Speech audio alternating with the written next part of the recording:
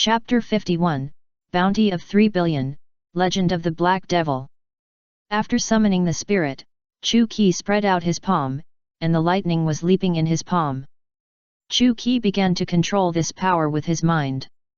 Under his control, the lightning gathered into a ball and turned into an electric ball, which began to twist and transform into various shapes. This feeling of freely controlling elements is really wonderful. Chu Qi couldn't help but admire.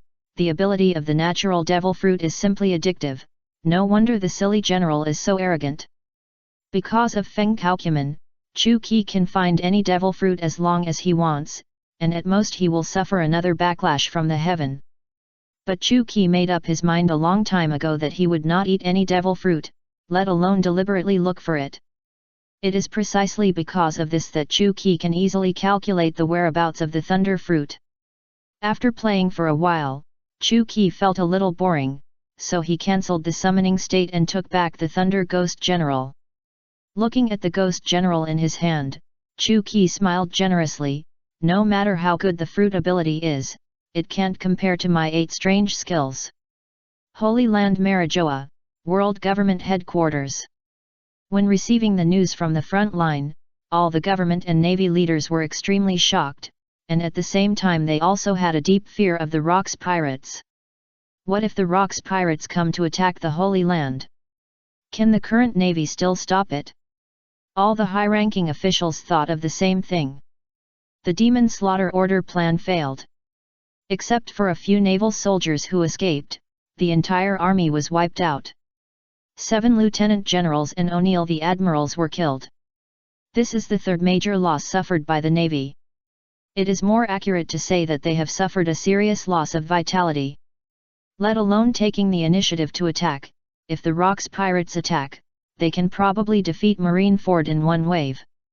Although the 5 elders, the top leaders of the world government, are not afraid of the Rocks Pirates, they are also troubled. At this moment, each of them holds a character profile in their hands, the character profile of the Black Devil. To be honest, the person that the 5 elders fear most in the Rocks Pirates is no longer Rox D. Zebek, but their seconding command, the Black Devil.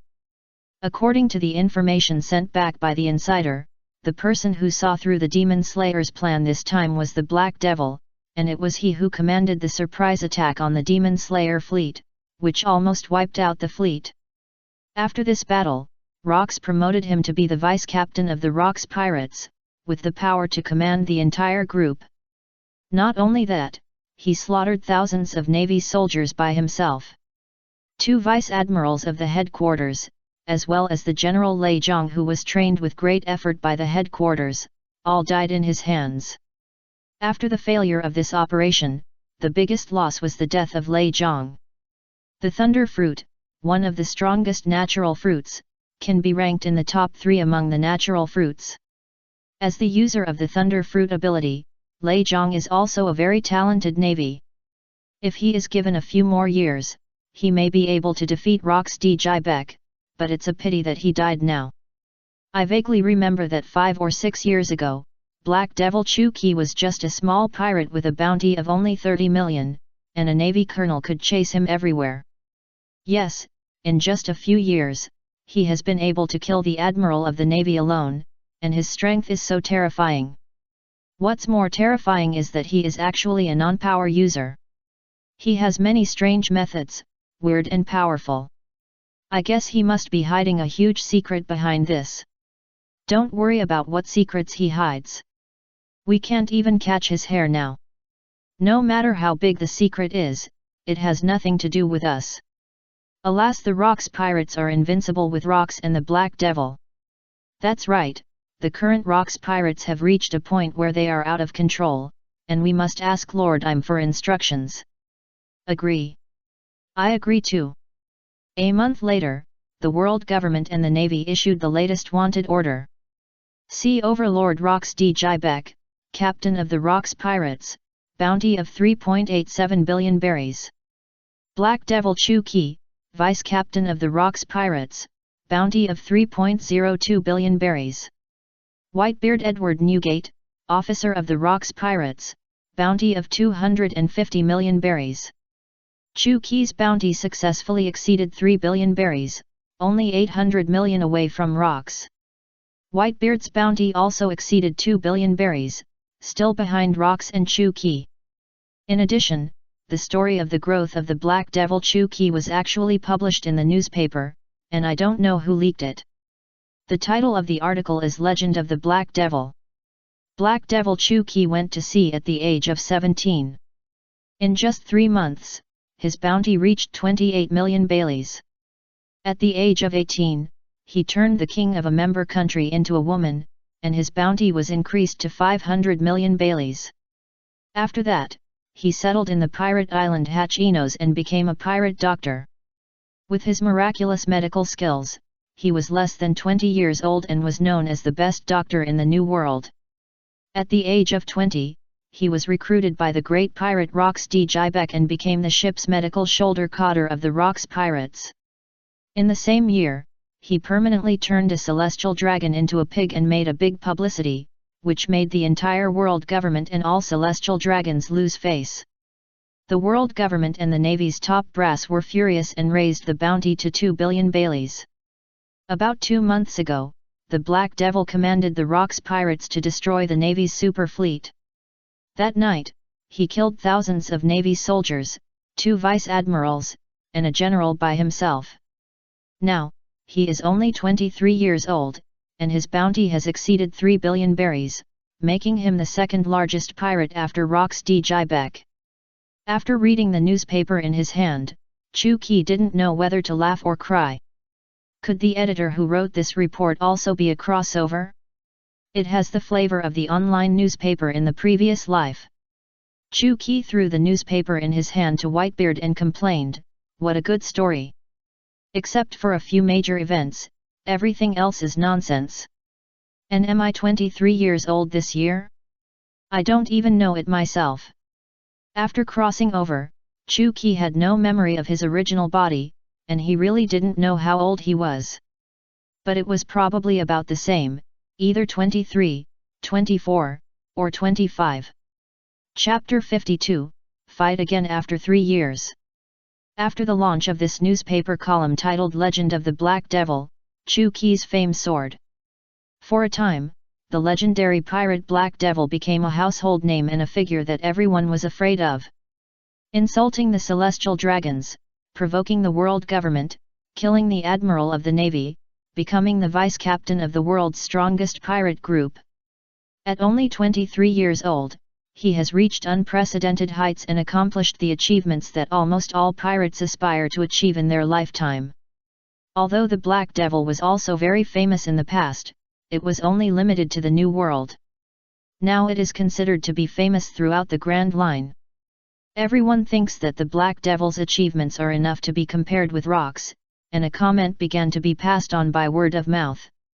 The era is called rocks, and the legend is called the Black Devil. Chu Qi is not particularly concerned about the disturbances in the outside world, because he is fully committed to the wind in the practice of Hokumen. At the beginning of the practice, Chu Qi discovered the difference between the practice methods of Feng Kaokumen and the other 8 strange skills. The proficiency of the other 8 strange skills can be improved by repeated practice, but Feng Kaokumen is not the same. There is only one way to improve the proficiency of Feng Kaokumen: enlightenment. The consciousness enters the inner scene, comprehends the changes of heaven and earth, the reversal of heaven and earth, the replacement of sun and moon. Only after comprehending all the rules of heaven and earth, can Feng Kaokumen be practiced to perfection. Everything depends on Chu Qi's talent. If the talent is high enough, it can be perfected in 2 or 3 months, but if the talent is not good, it may not be perfected in a lifetime. The innate leads the Jotyen, covers the changes of the Jotyen, and turns me into a king. Chu Qi closed his eyes, sat cross-legged in the Kimen bureau, placed his hands on his knees, and his body slowly floated up and stagnated in midair. About 7 or 8 hours later, Chu Qi slowly fell down and opened his eyes. Feng Kaokumen, beginner, proficiency 9%. Chu Qi sighed heavily. Alas, I have been practicing for more than 2 months, and the progress is really touching. Fortunately, although the progress of practice is slow, it is not without gains. The radius of Chu Ki's Kimin Bureau is almost 30 meters, and the effect is better than before. After a short rest, just as Chu Ki was about to continue to practice, the door of the room was knocked. "Black Devil, come out and talk." Rock's voice sounded outside the door. Although he was puzzled why Rox was looking for him, he still went out. Like before, Rox was waiting for him at the bow. "What's the matter?" Chu Ki asked directly. Lox said with a smile, "Black Devil, your name is not small now. The era is called Rox, and the legend is called the Black Devil. Have you heard this sentence?" Chu Ki frowned. Someone actually compared himself with Rox. This is obviously the rhythm of flattering him. Chu Ki is now the vice-captain of the Rox pirates, second only to the captain, and suddenly he is praised so highly. Rox must have some thoughts more or less. "I haven't heard this sentence.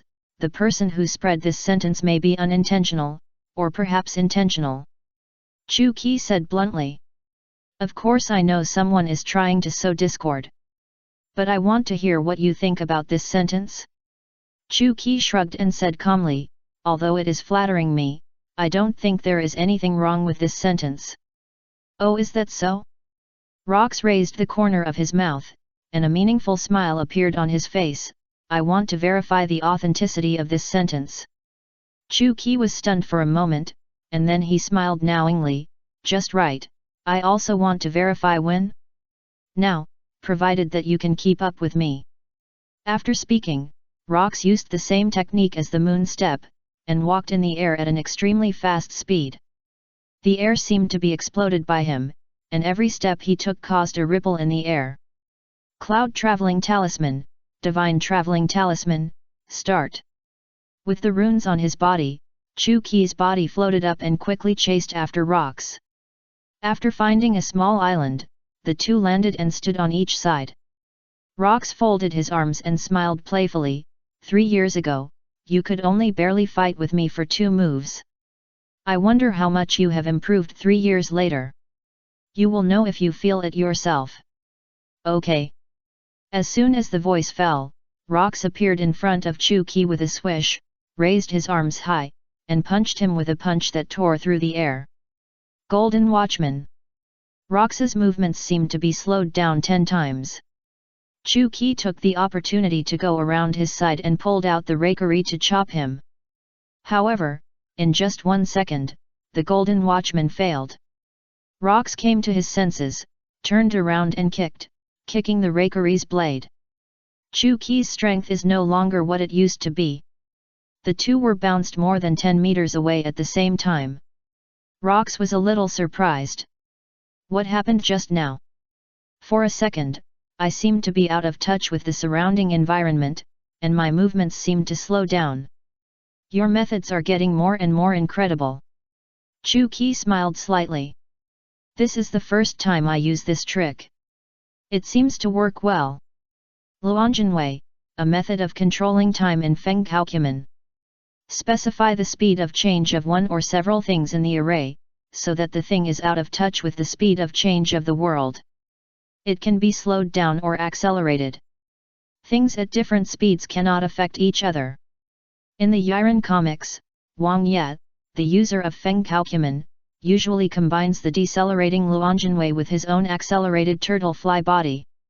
1 - 1 + 1 can achieve a miraculous effect.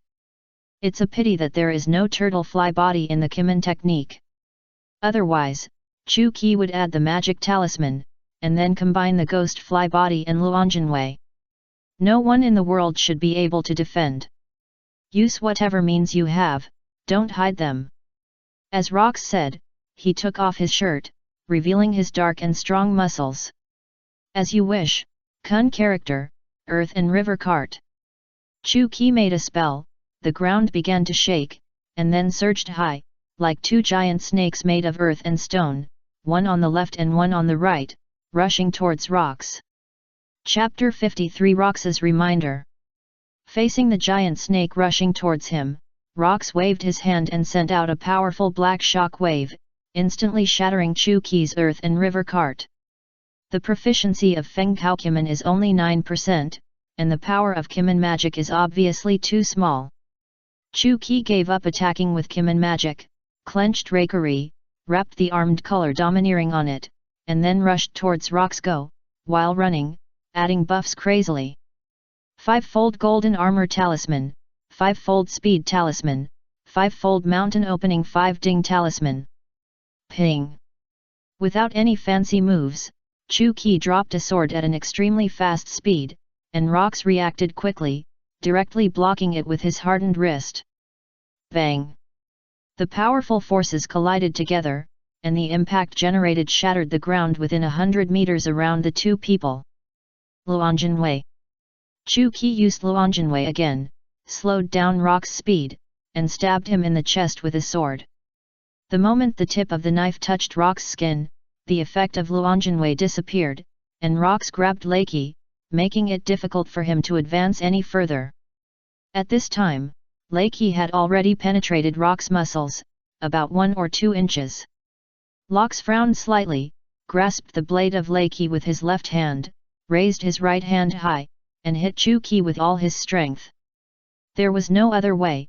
Chu Qi had to let go of Reikari, crossed his arms, and quickly hardened his armament haki to defend himself. Boom! Chu Qi was knocked out by a palm, and he dragged on the ground for dozens of meters before he stabilized his body. Lox threw the Reikari in his hand, stared at Chu Qi and said, "Your sword is too slow, let's have a real fight." "As you wish." As he said, Chu Qi twisted his neck and wrist, and then there was a loud bang, and a big pit was stepped on the ground by Chu Qi. He was like a burning super missile, punching at Rox. Lox looked solemn, and chopped Chu Qi with a hand knife, but Chu Qi, who was chopped, turned into a rune and disappeared.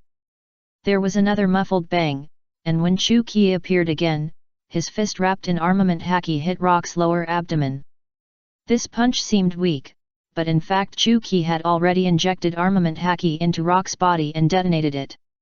Puff! Lox suddenly spat out a mouthful of blood, his body slightly bent, and he looked badly injured. "Ha ha ha ha, it feels so good, I haven't had such a good fight in a long time." Lox wiped the blood from the corner of his mouth, and then hit Chu Qi at a very fast speed. Although there were only 2 fists, dozens of afterimages were hit, as if dozens of hands were punching at the same time. Chu Qi was not to be outdone, and also gave up his strength and fought back with a fast punch. Lox punched Chu Qi in the face, and Chu Qi also punched Lox on the chin repeatedly. Ah! The two of them exerted force at the same time and hit each other at the same time, and both flew backwards. Chu Qi took the opportunity to pick up the Reikari on the ground. "Come again!" Lox stood up again with a carp jump, and rushed towards Chu Qi again. Chu Qi shouted, "Immortal Trapping Talisman, activate!" As soon as he finished speaking, a dozen blue runes suddenly lit up under Rox's feet. Shua shua shua! A dozen chains flew out from the runes, locking Rox's entire body tightly like a wrapped dumpling. Damn it!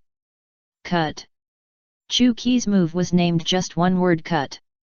Looking at Chu Qi approaching him with Reikari in hand, Rox finally burst out with all his strength. Ah!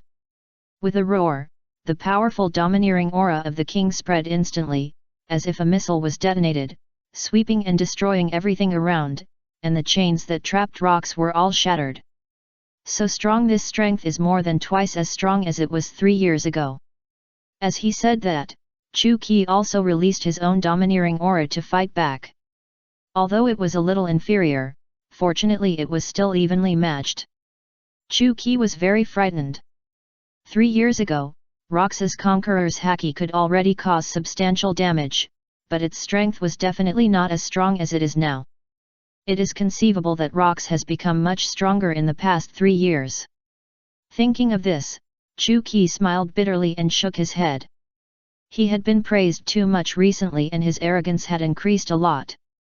No wonder Rox suddenly dragged him to fight. Chu Qi began to reflect secretly. While he was getting stronger, were others stagnant? Not to mention Rox and Whitebeard, even Golden Lion and Kaido were getting stronger every day. If he continued to be so arrogant, he would pay the price sooner or later. Thinking of this, Chuki suddenly understood. "Thank you, Boss Rox." Rox laughed, "Why thank me? I didn't do anything." Chuki also laughed, "Boss Rox, I will go all out next time and let you taste my tricks." Rox's expression condensed, "I hope you can let me have fun." Chuki didn't waste any words and directly pinched the Kimen spell Kunzi to Hiche. The ground shook again, and a huge stone pillar protruded from Rox's feet. Rox didn't react in time and was pushed into the air. Then, Chuki used the move Sunzi wind rope. The wind blowing through the air was twisted into invisible ropes, trapping Rox's limbs. Because it was suspended in the air, Rox had no point of force, so it was difficult to break free. Chuki held the knife in his right hand and drew the talisman with his left hand, completing the move almost at the same time. Zhanbo Haitian Five-Fold Thunder Talisman. The Zhanbo that Chuki chopped out with all his strength twisted into a dragon shape, entangled with the thunder dragon created by the Five-Fold Thunder Talisman, black and white blended, and flew towards Rox. Just when it hit Rox, a ball of black gas burst out from his body, forming a substance similar to a black hole in front of him, sucking Chuki's attack into it. Sure enough. Chuki frowned, but he didn't look too surprised. The most dangerous devil fruit, with the most dangerous pirate, is a perfect match. Questions and updates about the heroine. The author is very slow at typing, and there is not even a single chapter saved when the book is about to be released. I will speed up writing in the next 2 days, and I will update 10 chapters after the book is released. If the results are good after the book is released, I will definitely update as much as I can. There is no heroine, mainly because of the timeline.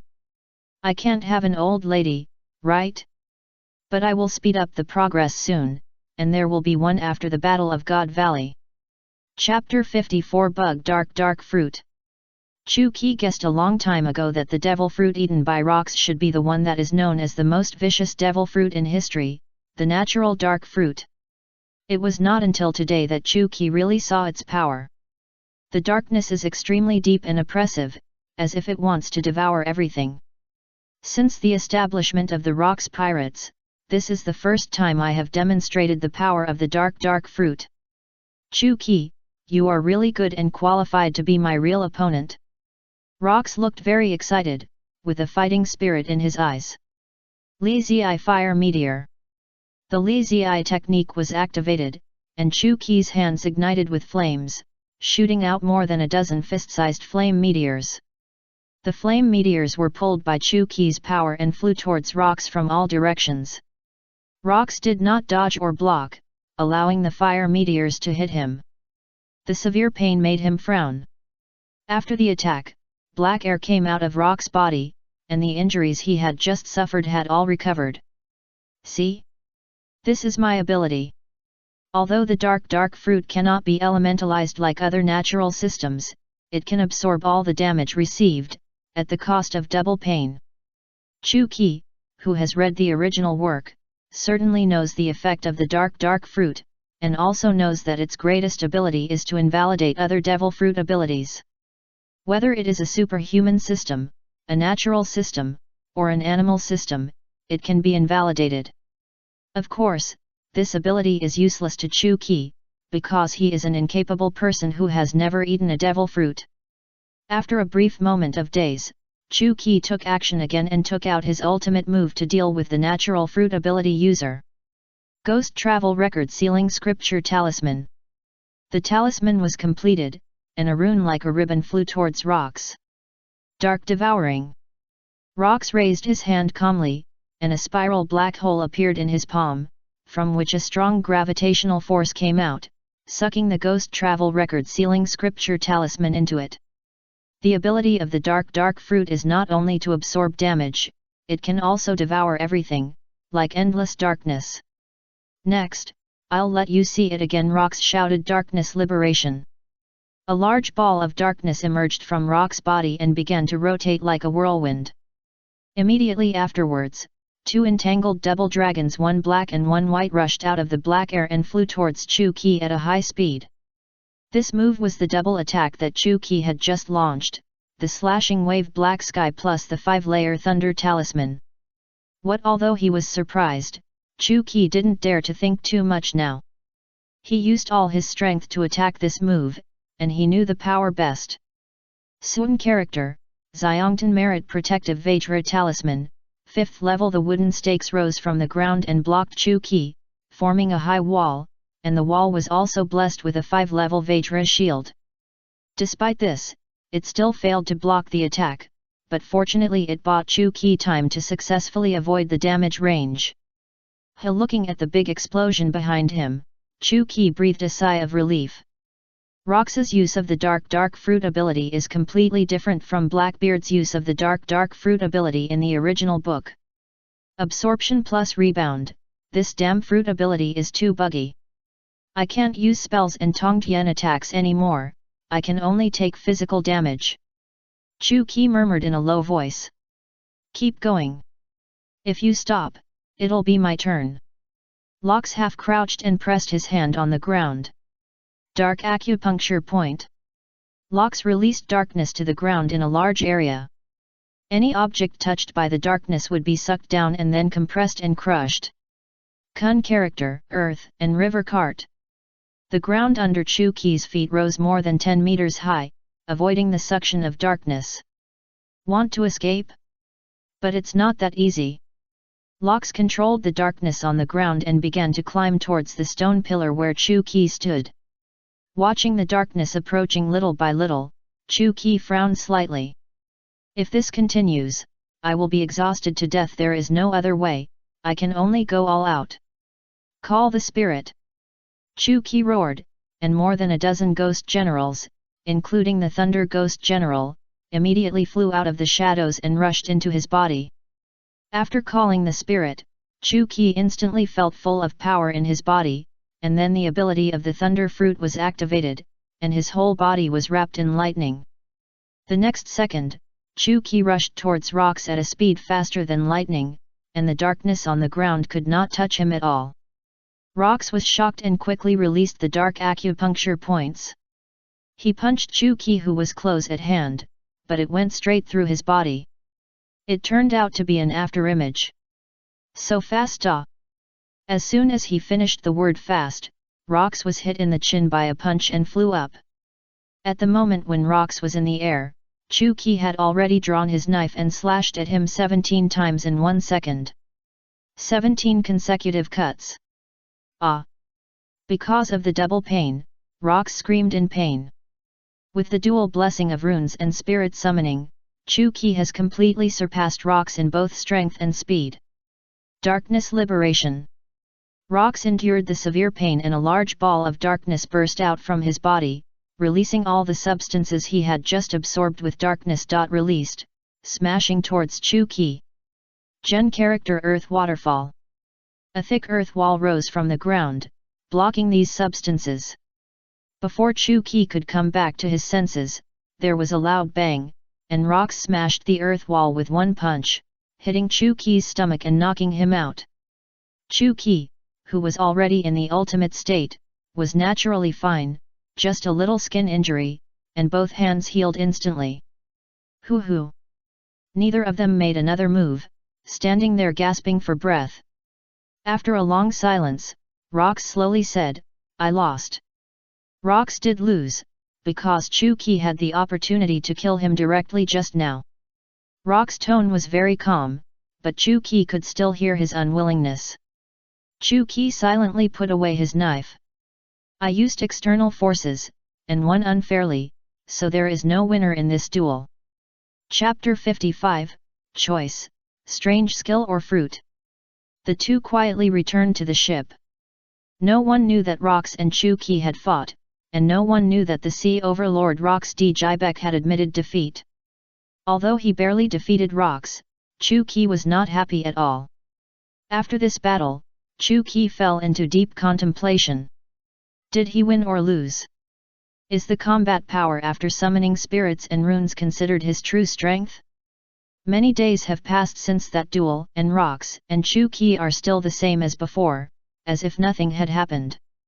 Because they both believed from the bottom of their hearts that they had lost, they were unwilling to mention it again. On the deck, the pirate John, who was steering the ship, suddenly said, "Boss Rox, there's Hachinos ahead, should we stop?" Hachinos? What a nostalgic name! After hearing this name, the pirates had different reactions. Some looked indifferent, some seemed to be reminiscing about the past, and some looked angry. Xiaoqi, who looked confused, looked at Chu Qi who was practicing shooting, and whispered, "Boss Qi, what is Hachinos?" Chu Qi rolled his eyes at her unhappily. "You have been in the Rocks Pirates for so long, don't you even know Hachinos?" Hachinos, the pirate island, where the Rocks Pirates were founded. Half of the people on our ship are from there, including me. Whitebeard, who was reading a newspaper on the side, said with some emotion, "A few years ago, the name of Hachinos, the pirate island, was known to everyone.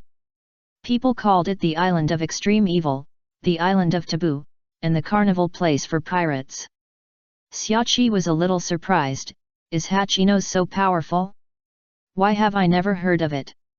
Hearing Xiaoqi words, Whitebeard and Chu Qi looked at each other, with a hint of complexity in their eyes. When the Rocks Pirates were founded, all the big pirates on the island followed Rocks to the sea. The rest were small pirates, and Hachinos fell into decline. Chu Qi put away his musket and said calmly, "Later, the navy went to sweep several times, and the pirate island was completely in name only, and was gradually forgotten. Now it is an abandoned island." Whitebeard looked up at the Rocks pirate flag on the top and said meaningfully, "It is difficult to make people remember, but it is very simple to forget. At the end of any era, it is destined to be forgotten." Chu Qi smiled and said, "At least it existed, didn't it? We can forget it, but we can never erase its existence." Whitebeard was stunned when he heard this, and seemed to have figured something out, and laughed. "Gulala, you are right." Xiaoqi was confused again, and didn't understand what these two people were talking about. At this time, John came over and asked, "Brothers, Captain Rox said he would stop at Hachinos. Do you want to go up and take a look?" Whitebeard shook his head, "No need. I never want to go back to that broken place."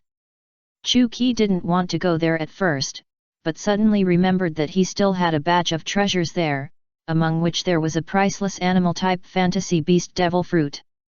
Chu Qi decided to go back and see if those treasures and fantasy beast devil fruits were still there. After boarding Hachinos, looking at the dilapidated things around, Chu Qi's heart was more or less touched.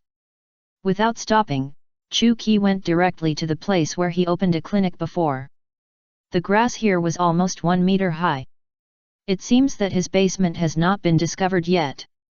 Genzi Earth Dragon Travel. The ground under Chu Qi's feet seemed to be liquefied, and his whole body dived down and fell into the basement. The treasures inside were already covered with thick dust. Chu Qi gently covered his mouth and nose and walked into the innermost room. The box containing the fantasy beast devil fruit was still quietly placed there, and it was also covered with dust. "Since I'm here, I always feel that it's not right if I don't do something." Chu Qi thought about it, and suddenly he became playful, and his mouth corners slightly raised. "In this case, then I'll give you a multiple choice question." After speaking, he slowly spread his arms, and a row of runes appeared out of thin air, and then they were combined together to form a sheet. There were no runes on this rune, only 3 crooked big characters, Tongtian. Yes, this is the secret book of Tongtian. As long as it is attached to the forehead, anyone can learn Tongtian. Chu Qi found a box, put the Tongtian secret book in it, and put it together with the box containing the devil fruit. Then, 2 more runes were drawn and pasted on it. These are 2 moving runes. If the person who finds this place picks up one box, the other box will be teleported away. In other words, Tongtian and the fantasy beast devil fruit cannot be obtained at the same time, and you can only choose one of the 2. After doing all this, Chu-ki left another paragraph next to it. The right side is Tongtian, one of the 8 wonders created by the Black Devil, and the left side is the fantasy beast devil fruit. The first person who finds this place can choose one of the 2. Done. Chu-ki clapped his hands and smiled. I don't know how many years it will take for this place to be discovered. What choice will the person who discovers it make? I'm really curious. At dusk, the crew members who boarded Hachino's island returned to the ship one after another. With Captain Roxas set sail. The Rox pirates set sail again, and the scene was just like 3 years ago. But Chu-ki knew that after this time, the Rox pirates would never be able to return to Hachino's. Hachino's will eventually be submerged in the torrent of time and completely forgotten, and so will the Rox pirates. Chapter 56 The Past 10 Years of Extreme Evil. In the first half of the Grand Line Paradise, on an island ruled by the Celestial Dragons, a fierce war is taking place. In the center of the battlefield, artillery fire raged, blood and flesh flew everywhere. The sound of fighting and roaring continued. A giant vice-admiral shouted to the Navy soldiers in front, "Hold it, protect the Celestial Dragons to the death, and never let these pirates attack the castle." On the other side of the island, above the Celestial Dragon's castle, Admiral Steelbone was using a telescope to observe the battlefield situation intently, and his expression became more and more solemn. Behind Steelbone, standing were Garp and Sengoku. After so many years, the 2 had already been promoted to vice-admirals of the Navy. Their mission this time was to protect the Celestial Dragons on the island, or to protect a secret on the island. Garp originally didn't want to participate in the mission to protect the Celestial Dragons, but when he heard that this attack was organized by members of the Rox pirates, Garp immediately agreed. However, up to now, no member of the Rox pirates has shown up, and all the fighters are cannon fodder they recruited from Paradise. After all, the Rox pirates have dominated the Grand Line for 10 years, and their influence is too great. With a wave of their hands, countless pirates will fight to the death. The strength of the pirates in Paradise is not very good, but they have enough people. The Navy sent a lot of people this time, but it is still too far away, so they were beaten back step by step. 10 minutes later, Garp couldn't help it anymore and said impatiently, "General Steelbone, let me and Sengoku go. They can't hold on. There are too many pirates." Steelbone was silent for a moment, and slowly said, "Hold on. It's too risky to attack now. None of the Rox pirates have shown up yet, and we don't know who is coming." Steelbone was suddenly a little nervous when he heard that, and said in a deep voice, "I hope it's not him." The 3 of them fell silent at the same time, with complicated expressions. Steelbone and Garp certainly knew who Sengoku was talking about, and only that person could make Sengoku, who was always calm and composed, nervous. "If it's him, everyone retreat," Steelbone said in an extremely difficult and unwilling tone. On the pirate ship on the shore, the giantess Nana looked at Kaido beside her and urged impatiently, "One Eye, when are we going to attack? You are taking too long. This is the island of the Celestial Dragons. The Navy headquarters must have sent an admiral to guard it. The admiral has not shown up yet, so don't worry, let these minions explore the way first." After saying that, Kaido glanced at Nana coldly and said in a deep voice, "Also, don't call me One Eye, call me Kaido." Nana said contemptuously, "You are just a Navy admiral, you are too timid, One Eye." Veins popped up on Kaido's forehead, and he couldn't help but clench his fists. He stared at Nana and said angrily, "I warn you, don't call me One Eye anymore." "Why, isn't your nickname One Eye? Others can call it that, why can't I?" "One Eye." Kaido was instantly furious. "Shut your stinky mouth, don't call me One Eye anymore, call me Kaido." "Okay One Eye, got it One Eye." Although she knew Kaido was very strong and she was no match for him, Nana was not afraid of him at all, and didn't take him seriously. Because of Chu-ki, everyone in the Rox Pirates was healthy, and only Kaido was blind in one eye, so he had the nickname One Eye on the Navy's wanted list. Because the nickname One Eye was too low, people who didn't know thought he was a cannon fodder character. For this reason, Kaido was often ridiculed. Kaido hated this nickname very much. If anyone dared to call him that, he would definitely serve with a mace. Of course, the premise is to beat the opponent, otherwise he will be beaten, and Kaido has been beaten a lot because of this. If it was in other occasions, Nana would have been knocked away by Kaido with a stick, but now the situation is special and Kaido dare not do it. There is no way. In order to get rid of Nana and make her shut up, Kaido had to announce the fight as she wished. Damn it, since you want to fight, then fight. Kaido gritted his teeth. Oh yeah. Nana couldn't wait to jump off the boat and ran towards the direction of the Celestial Dragon Castle, followed by several crew members of the Rocks Pirates. Kaido looked back at the back's cabin, then picked up the mace and rushed over. On the other side, Cyborg, who was observing the enemy above the castle, discovered Kaido and others at the first time. Onide Kaido, Manic Nana, Silver Axe, I didn't find that person, you can attack now. After saying that, Cyborg put down the telescope and couldn't help but breathe a sigh of relief.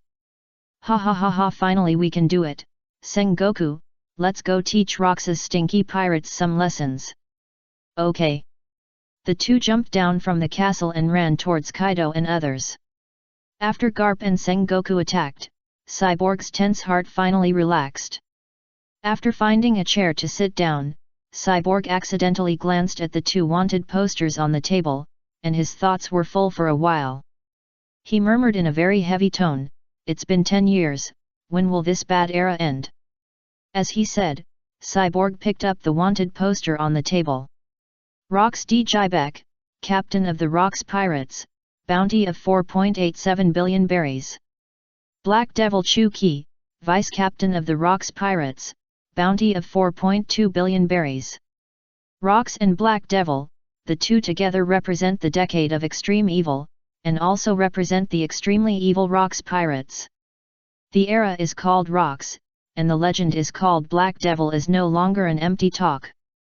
Among the regulations that the Navy must abide by, the last one is anytime you encounter Rox D. Jibek or Black Devil, immediately abandon the mission and retreat quickly. Although it seems that Rox D. Jibek is more dangerous than Black Devil, only the high-ranking Navy knows that the most dangerous person in the Grand Line is actually the harmless-looking boy in black clothes and black hair.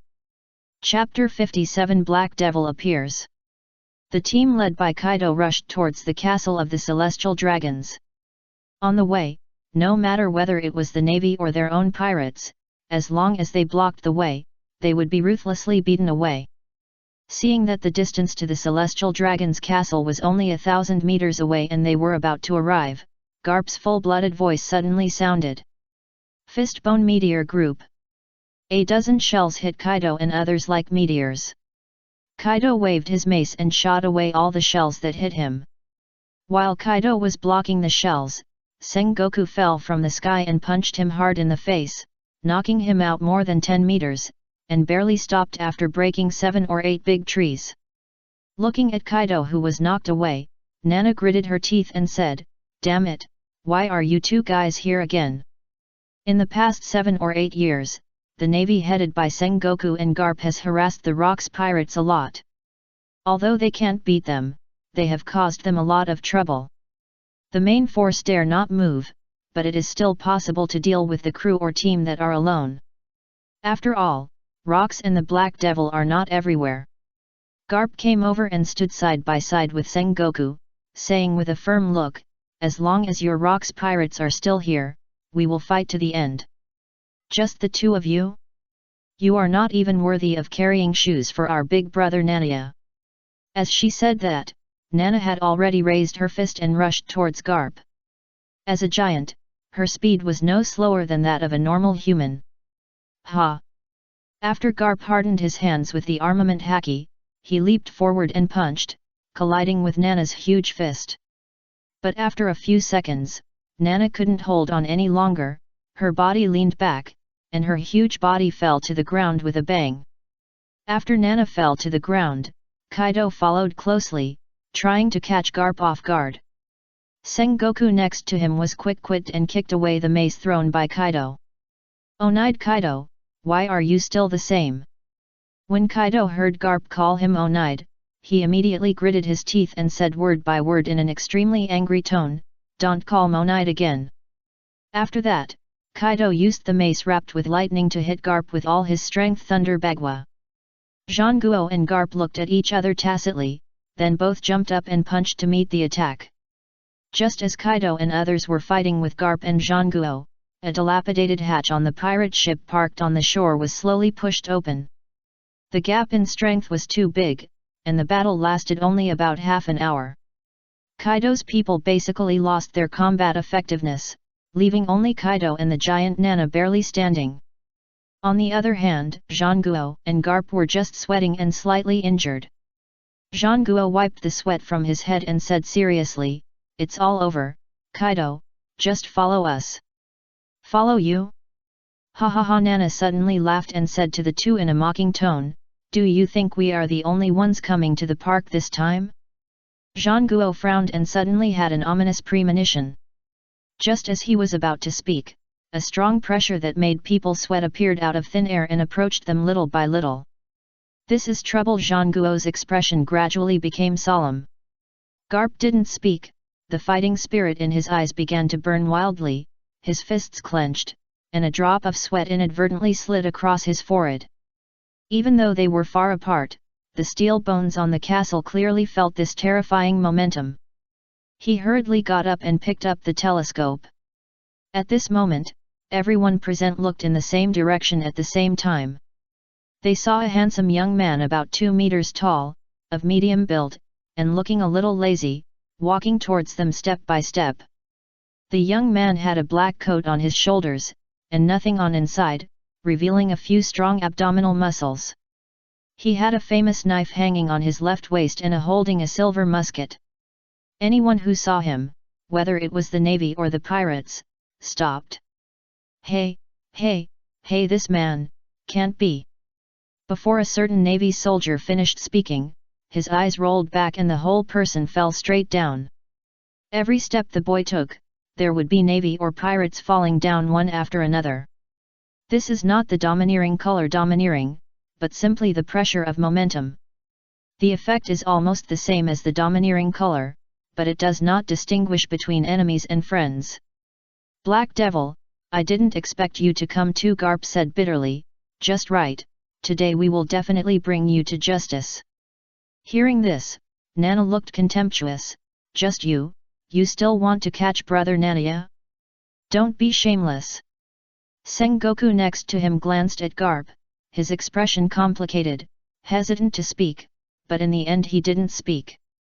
"Admiral Steelbone is here, whether to retreat or fight, it is up to him to decide, so Sengoku really doesn't want to say more." Hachuki yawned, smacked his lips, and said lazily, "I didn't want to come either, but Rox said that this mission is very important, and he really doesn't trust others to come. There is no way, I can only be forced to do it." After speaking, Chuki had walked between Kaido and Nana, slowly raised his hand towards Nana, and a ball of red air emerged from his palm and covered Nana's body. Nana's injuries began to recover at a speed visible to the naked eye. After more than 10 seconds, they were restored to their original state. After curing Nana, Chuki looked at Kaido again and said indifferently, "I know you don't need it, so I didn't treat you." Humph! Kaido snorted coldly and ignored him.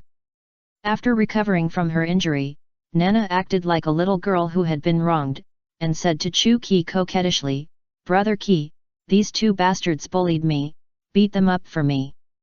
Chuki rolled his eyes at her and said unhappily, "I am your boss, not your father, can't you let me be more careful?" "My good nap time was interrupted by you again." Nana said anxiously, "Brother Ki, Nana is your future wife, how can you ignore me?" Chuki replied her with 2 words, "Hee." Seeing that the two of them were talking to themselves and completely ignoring him, Garp was angry, his forehead veins bulged, and he picked up a shell and smashed it hard at Chuki. Fistbone Meteorite. Chapter 58, Conquer the Enemy Without Fighting. Facing the shell flying towards him at high speed, Chu-Ki didn't even look at it, but just slowly stretched out his index finger, and gently scratched it, and the shell was cut in half and fell to the ground.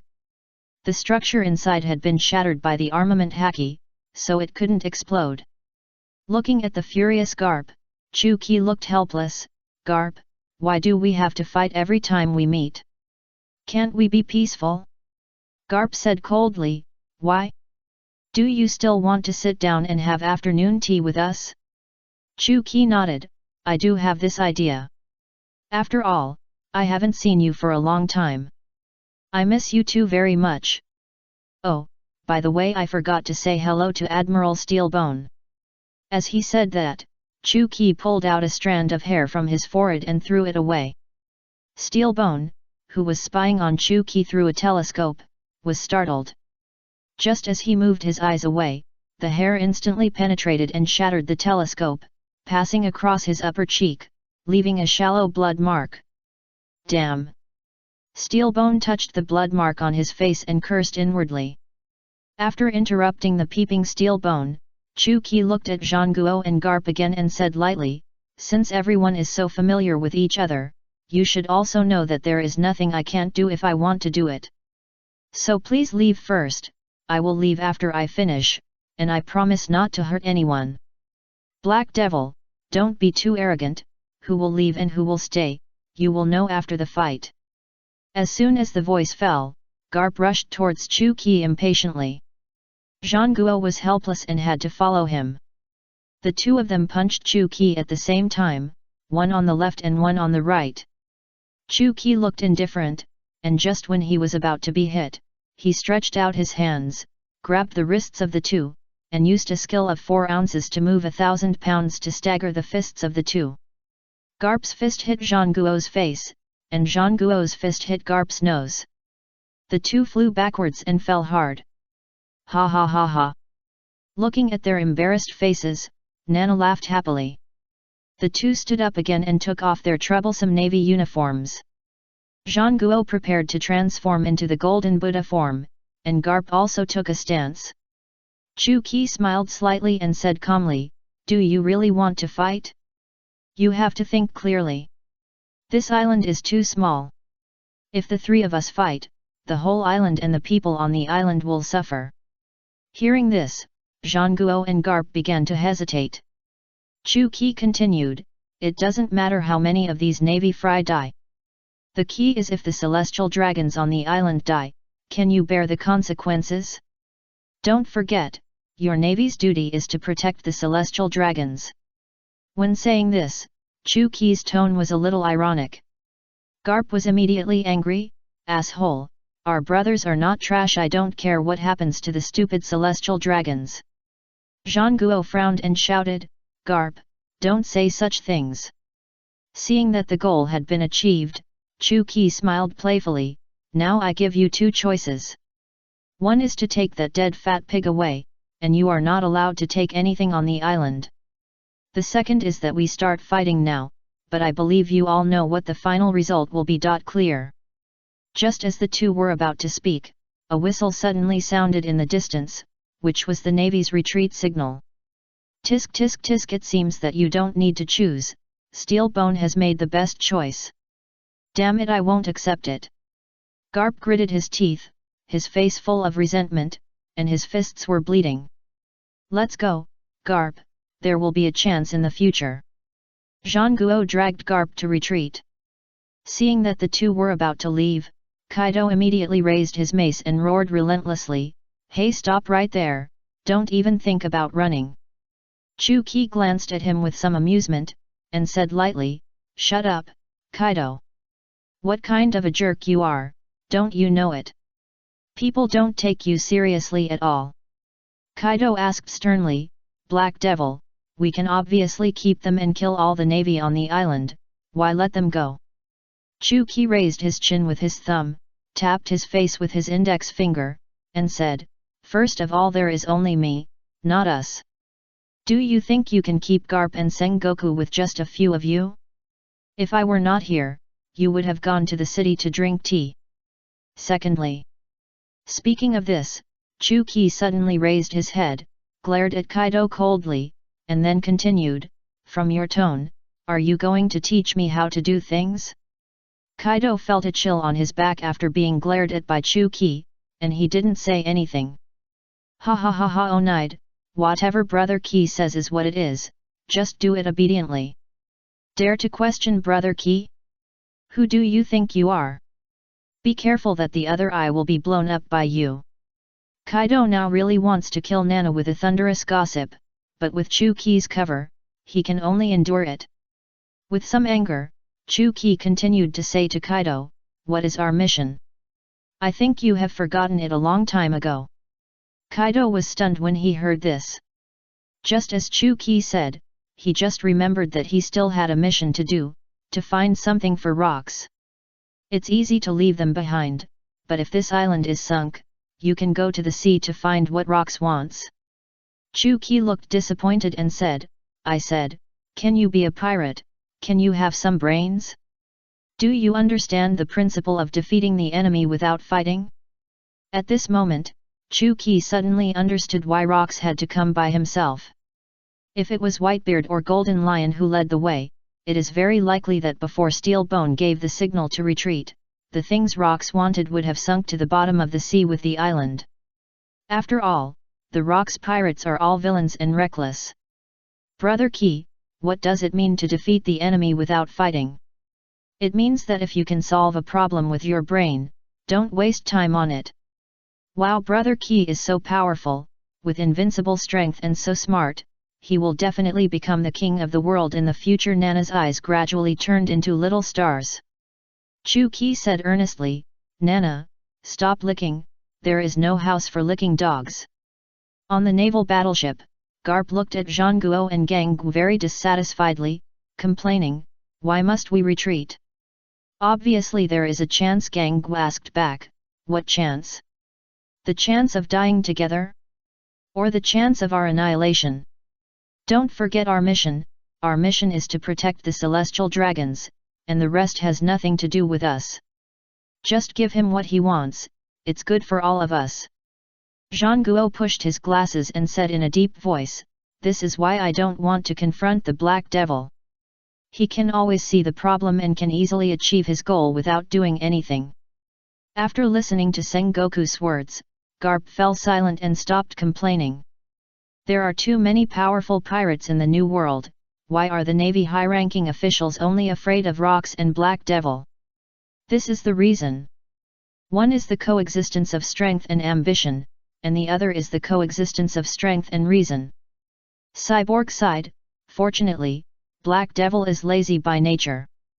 Although he is Rox's man, he is not very interested in conquest and plunder. Otherwise, our navy will be in real trouble."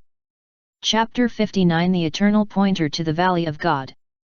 Kicking open the door of the Celestial Dragon's treasury, the treasury, which was larger than a football, was filled with all kinds of treasures.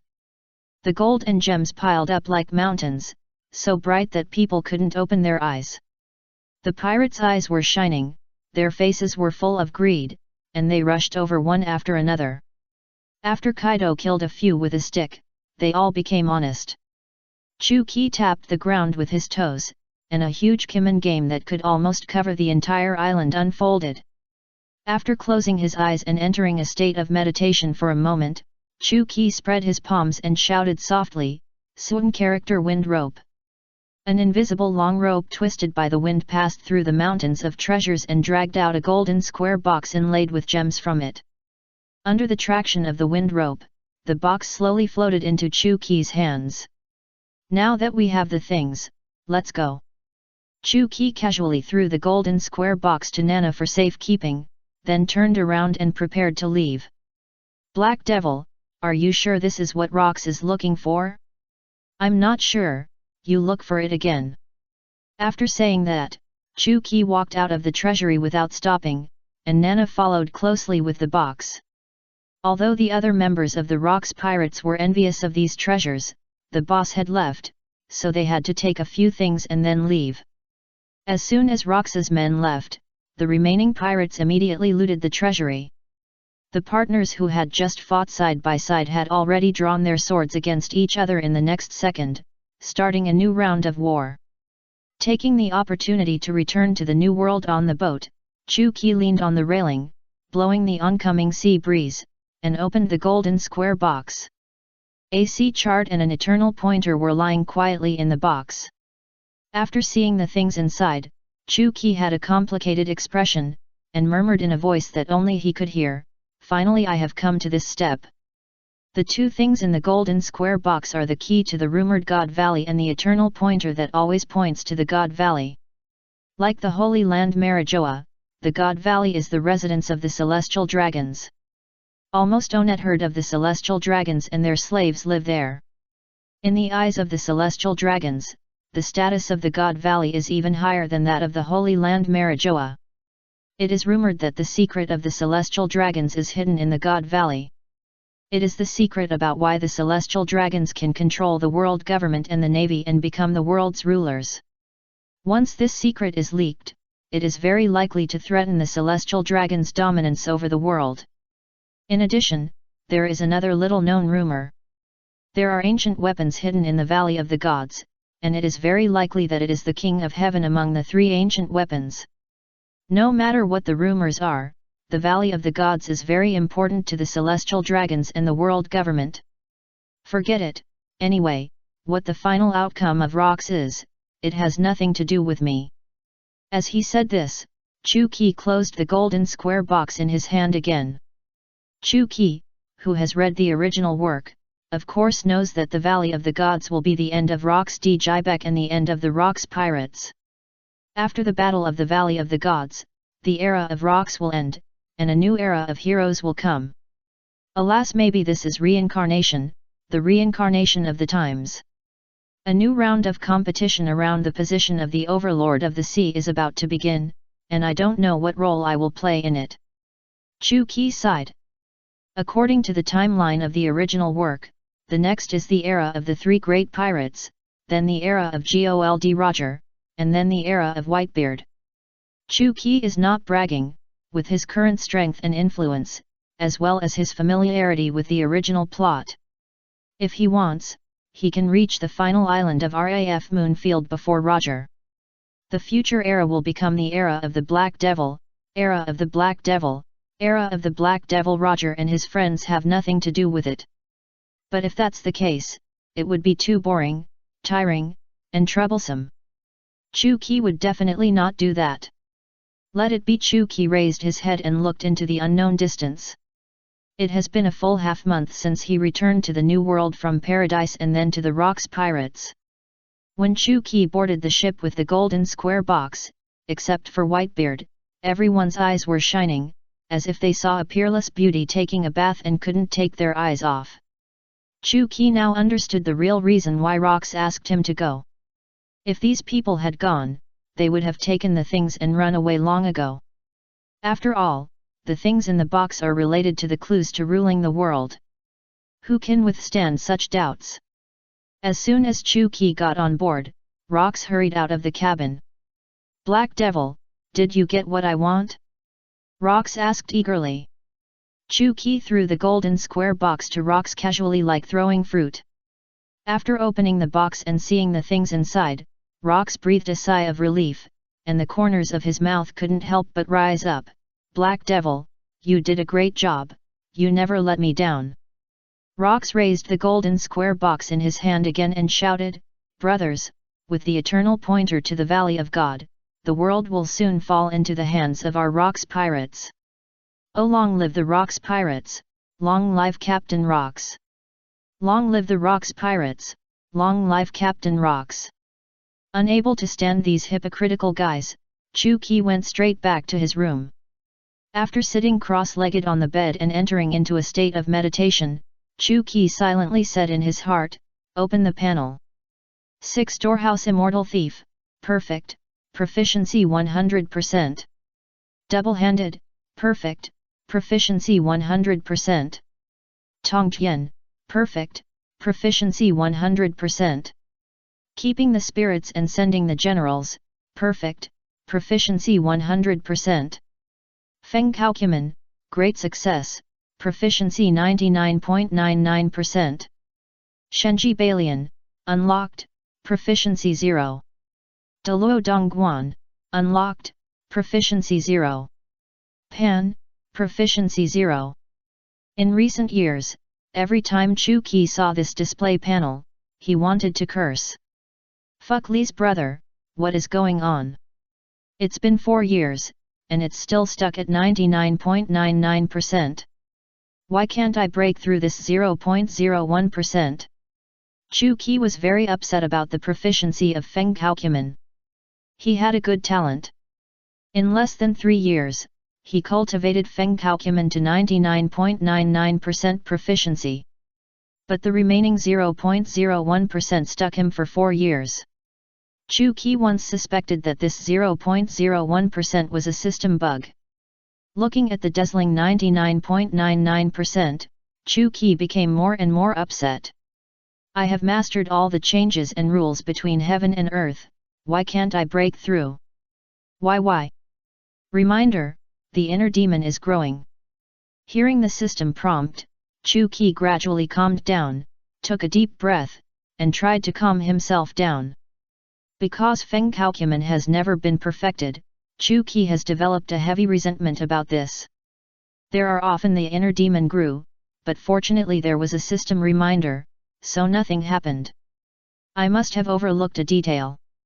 After saying that, Chu Qi closed his eyes, put his hands on his knees, and began to meditate. A small Kimen game unfolded, pulling Chu Qi's consciousness into the inner world. It will be on the shelves tomorrow, and 10 chapters will be updated. It will be on the shelves tomorrow, and I will work hard to write and save the manuscript today. It will be more like 7 chapters tomorrow morning and 3 chapters in the afternoon. I will definitely improve the poorly written parts in the future. I hope everyone will support me, thank you. If the results are good, I will definitely add more chapters, 5 chapters a day. Chapter 60. Yim's plan, the war is imminent. After a night of practice, Chu Qi seemed to have realized something, and he seemed to be missing something, but he couldn't figure out what it was.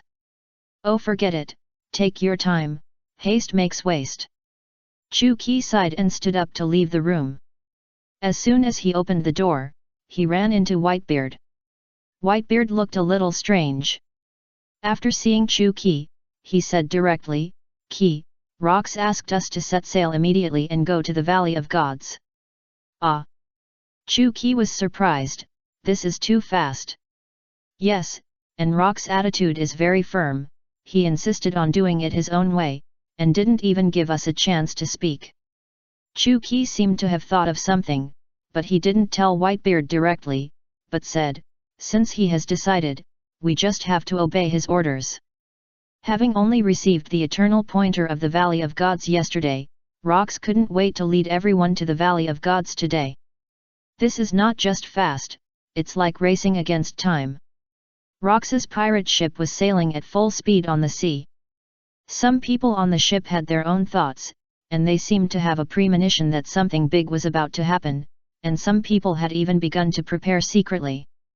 In the holy land of Marijoa, the flower in the deepest part of Pangu City, meanwhile, the supreme leader of the celestial dragons, lives here. The leader of the celestial dragons, the master behind the world government, the master of the void throne. Even the 5 elders, the supreme leaders of the world government, must kneel down to greet him.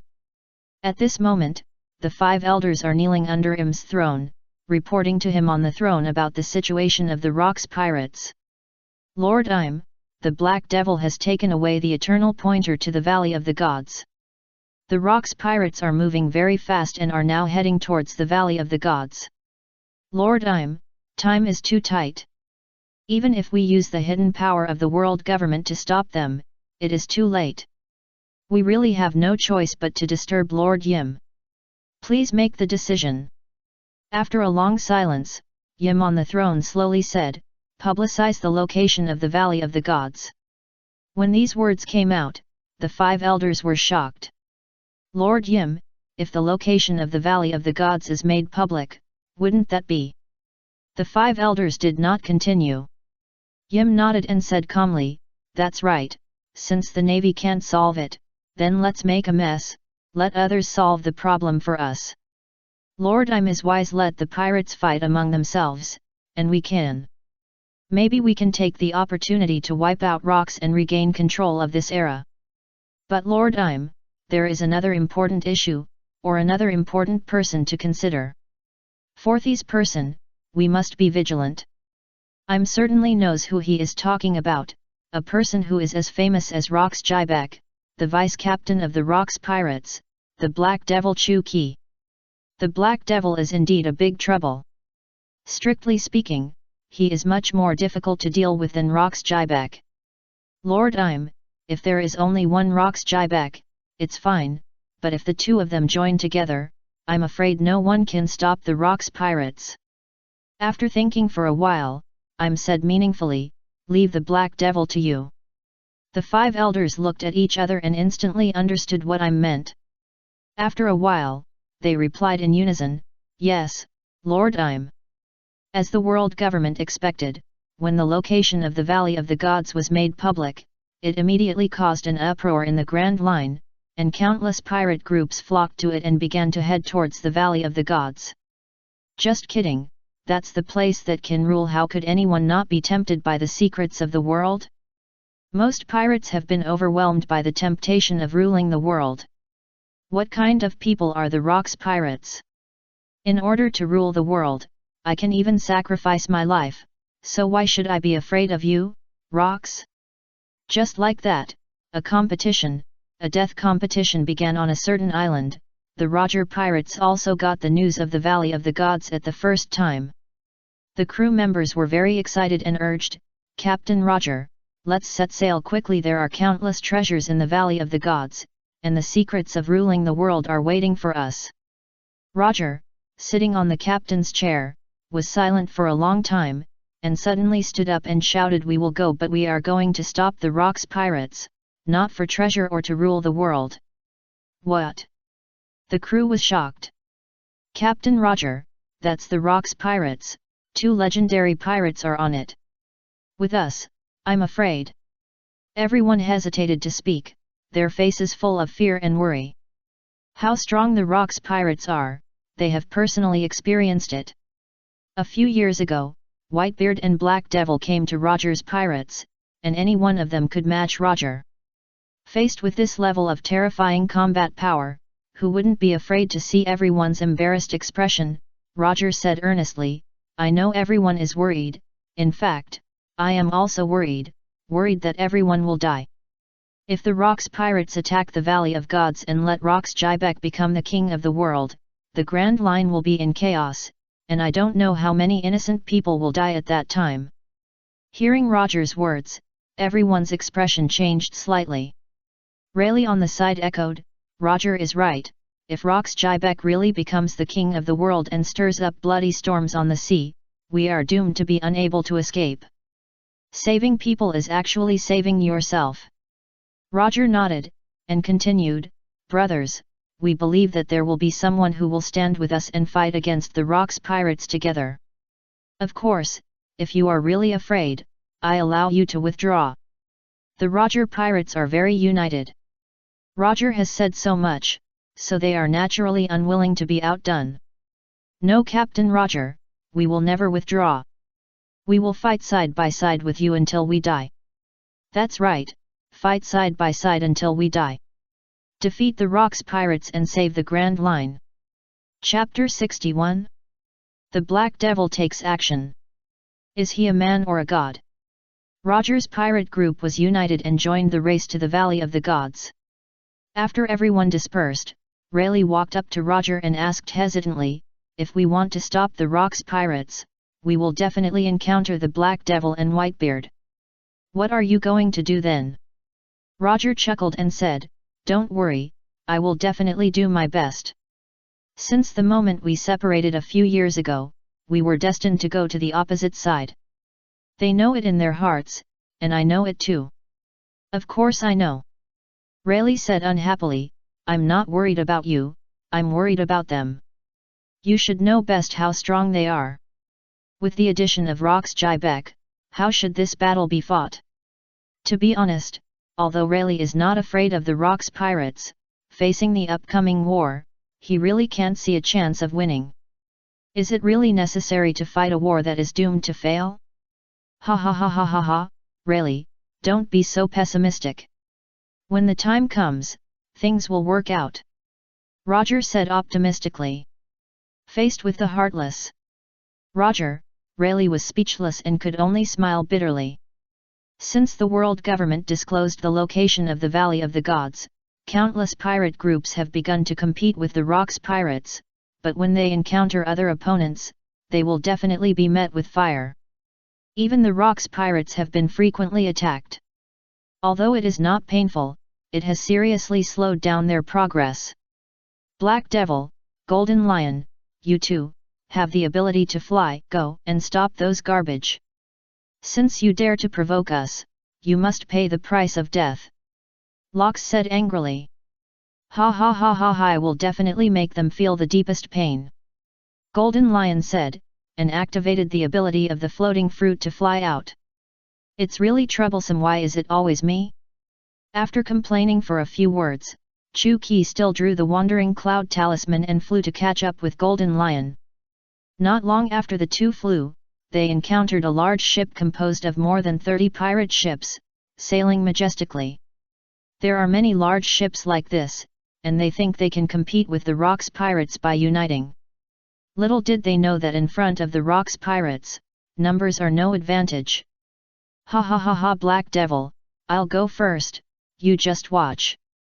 Chu Qi yawned, just what I want. The Golden Lion fell from the sky and landed on the pirate ship. Before the people on the ship came to their senses, he had already pressed his hand on the deck. The fruit ability was activated, and the whole ship lost gravity and floated high. The Golden Lion controlled the floating ship and smashed it hard into another one. With such a big commotion, the people on other ships had already discovered the Golden Lion and directly met it with gunfire. There were too many ships and the firepower was too strong. The Golden Lion was suppressed for a while and was in a very bad state. He could not get close to other ships. The ability of the floating fruit must be touched to be activated, but there is no chance now. The dusty Golden Lion quickly shouted to Chu Qi in the distance, Black Devil, come and help. Just now you said that you don't need me to take action, but you got slapped in the face in the blink of an eye. You are such a stinky brother. After mocking the Golden Lion for a few words, Chu Qi cancelled his flight and fell straight down. The moment he landed on the sea, Chu Qi unfolded a strange gate as big as a small island, and then stood steadily on the sea. Qin Waterfall. As Chu Qi's strange gate technique was activated, the sea surface began to roll violently, the waves surged high, and the wind whistled continuously. Look, what is that? Under the horrified and panicked gazes of all the pirates, a huge wave of 100 meters high was coming towards them, like a giant beast that was choosing people to eat.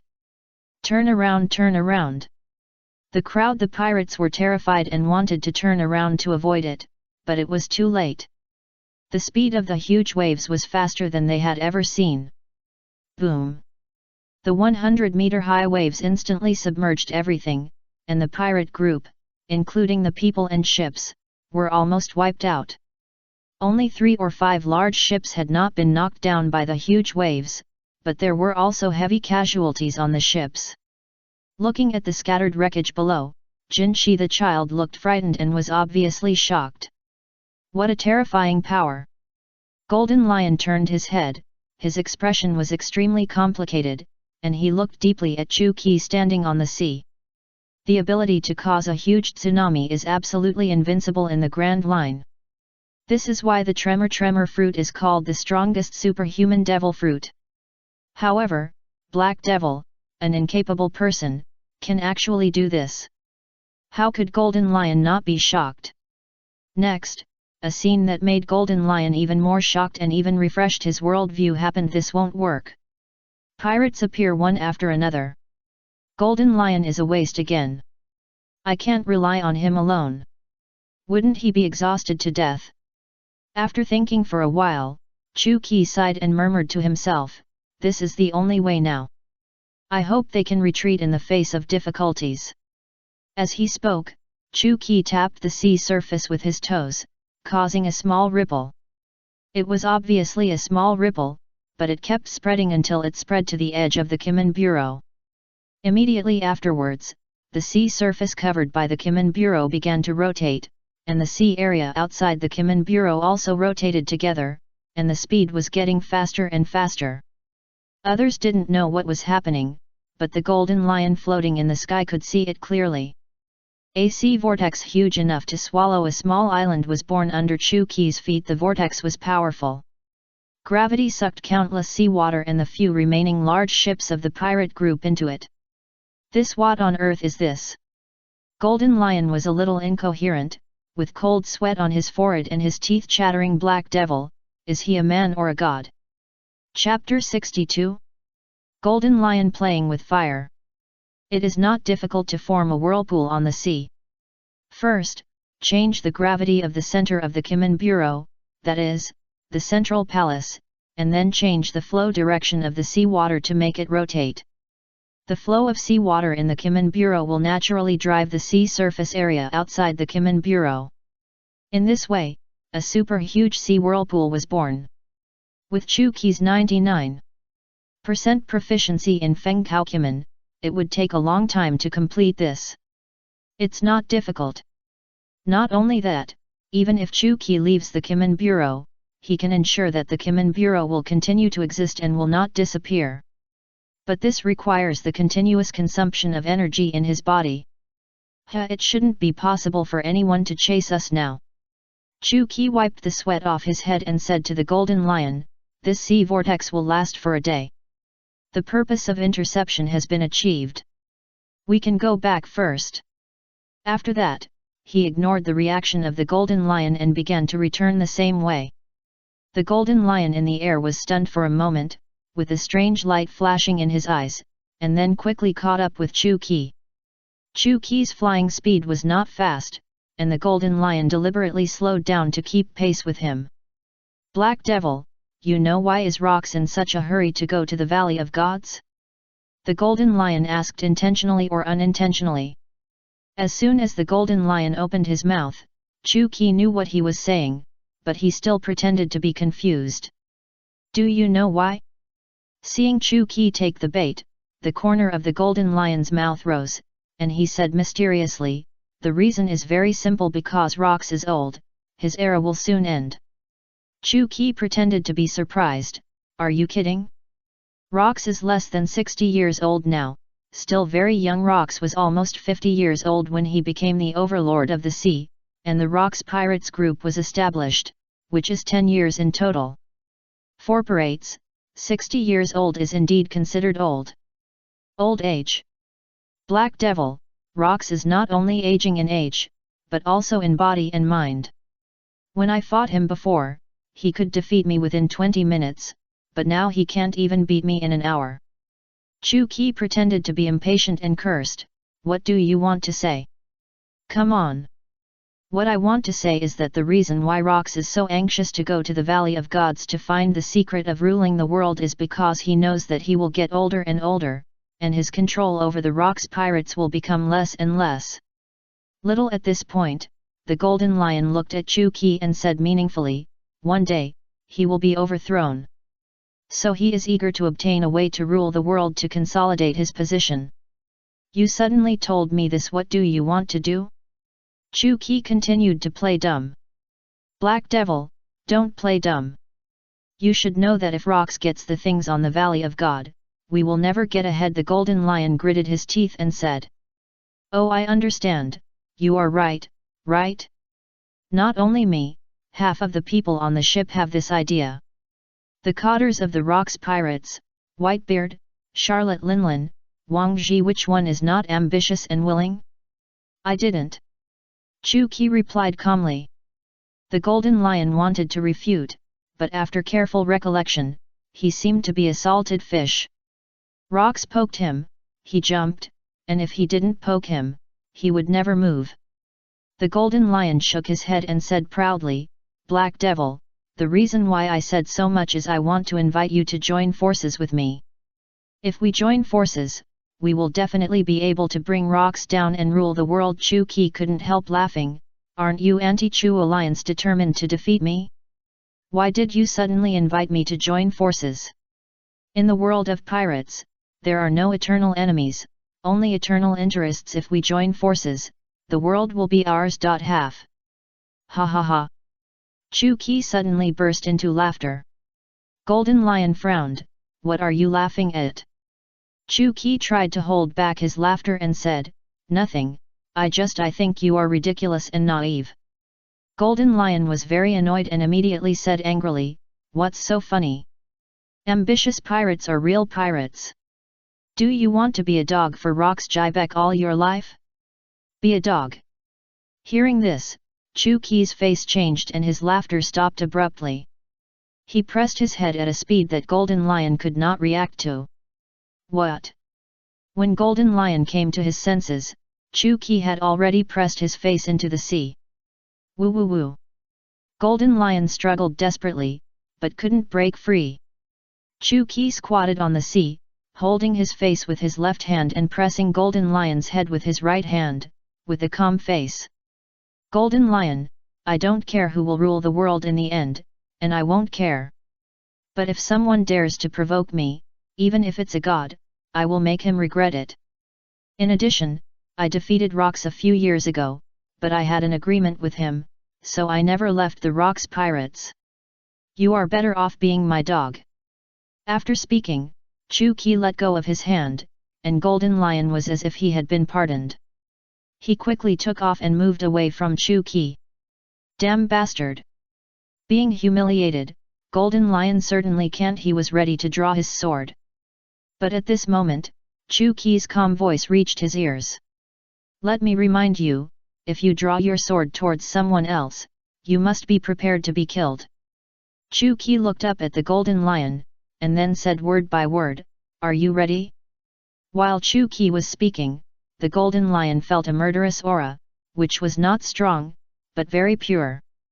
This kind of murderous intent, the Golden Lion only saw in rocks. It's frightening to know. Damn! Golden Lion tried hard to pull out the knife, but his hands were shaking slightly, and a drop of cold sweat fell. Please download Faye to read the ununderlined version of the novel. Chapter 63. Garp appeared and gathered in the Valley of Gods. Finally, Golden Lion, who was shocked by Chu Qi's murderous aura, let go with difficulty holding the hilt of the knife. He sighed heavily. That's right, Golden Lion was afraid, not afraid of Chu Qi, but afraid of failure. The strong are never afraid of death, but he has worked hard to get to this day, and he doesn't want everything to go to waste. He still has his own ambitions to realize, and he must not fall before that. Let's just forget about today's matter. If you dare to speak rudely next time, I will sink you into the seabed. Chu Qi's tone was very calm, as if he was telling a trivial matter. But Golden Lion knew that the Black Devil would keep his word. I will not get involved in your mess, and I don't want to care. If you can really pull rocks down, that's your ability. Hearing Chu Qi say this, Golden Lion breathed a sigh of relief, and a stone in his heart was put down. The Black Devil has made his attitude clear and remains absolutely neutral. Although he will not join forces with him, he will not help Rocks either. The two returned to the Rocks pirates one after the other, briefly reported, and then pretended nothing happened. After sailing for half a month, a sea shrouded in a light mist, the noble and mysterious island appeared in front of everyone. Everyone began to get restless and stood on the deck, stretched their necks, and looked at the legendary Valley of the Gods with shining eyes. As usual, Rocks began to give a pre-war mobilization speech. Brothers, the Valley of the Gods is just ahead, where there are countless treasures of the celestial dragons. Let's kill all the celestial dragons and their slaves on the island and seize these countless treasures. Oh woo! The morale of the pirates was unprecedentedly high. The treasures of a group of celestial dragons are more than the total wealth of any country. Faced with the treasures that were within reach, most of the crew were very excited, only the cotters were silent. Looks like he is worried. Because they all know that what the celestial dragons put in the Valley of Gods is not just treasure. Even the usually calm and steady Whitebeard looks worried. After all, this is a big secret about ruling the world. Who can remain indifferent? Of course, Chu Qi is an exception. He really doesn't care. Bang bang bang. As they were about to arrive at the Valley of Gods, Chu Qi was still practicing calmly. He had practiced for 10 years, but his gun skills had not improved at all. Why can't you hit this broken 5? There must be something wrong with the gun. Whitebeard on the side couldn't help but say, Qi, how can you still have the leisure to play? If you really let. At this point, Whitebeard didn't continue to talk, because Chu Qi understands what he means. Chu Qi reloaded his musket while saying, the G government is not stupid, don't worry, someone will come to stop rocks. Whitebeard hesitated to speak, with a tangled face. What should we do then? Don't ask me, you decide for yourself, anyway I plan to watch the show. Meters, 90 meters, 00 meters, under everyone's impatient gaze, the ship finally docked at the Valley of Gods. As the captain, Rox was naturally the first to go to the island.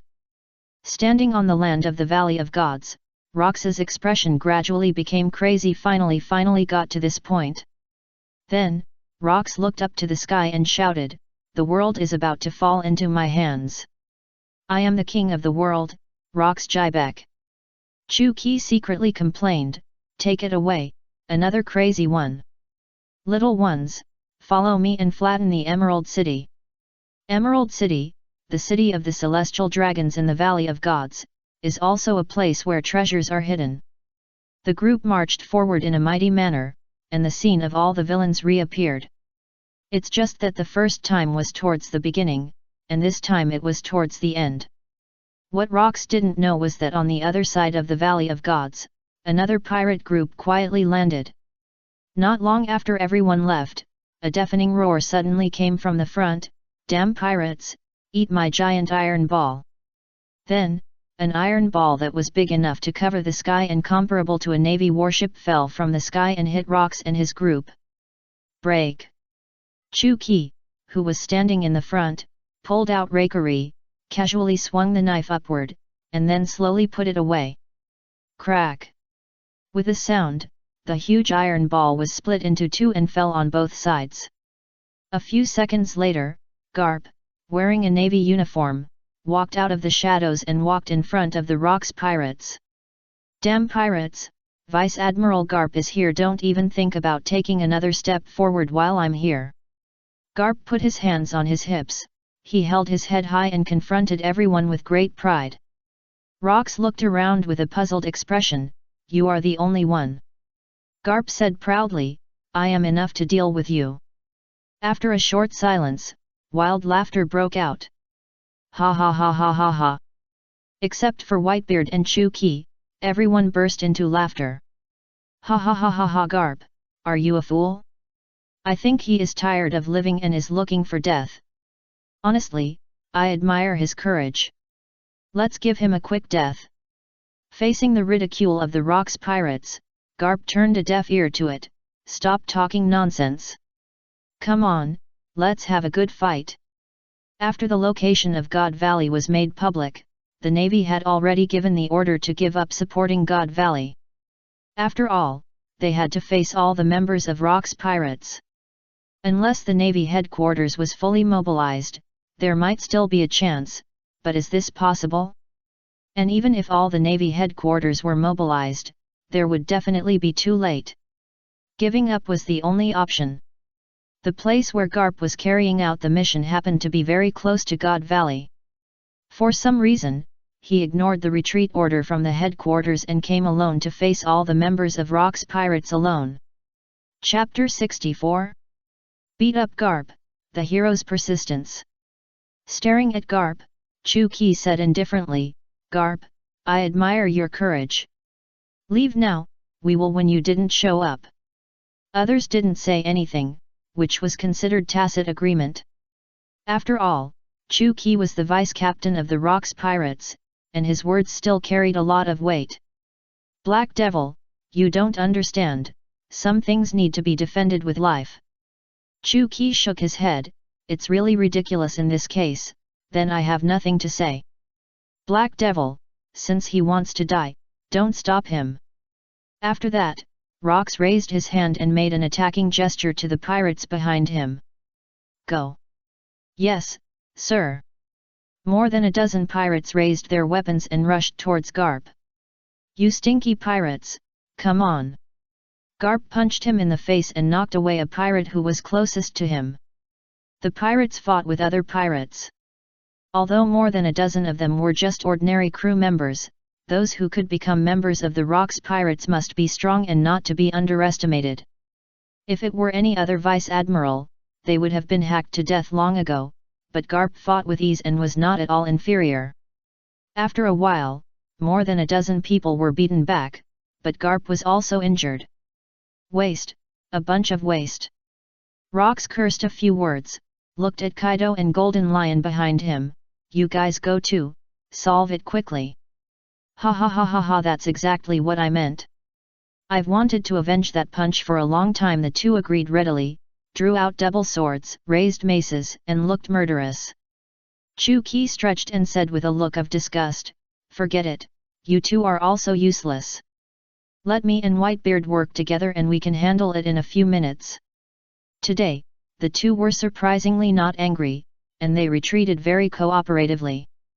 Whitebeard stepped forward and walked side by side with Chu Qi, walking slowly towards Garp. All retreat, leave it to us, don't get in the way. More than a dozen pirates staggered aside as if they had been pardoned. Ha ha ha ha, Black Devil, Whitebeard, I can finally have a good fight with you guys today. Garp clenched his fists excitedly.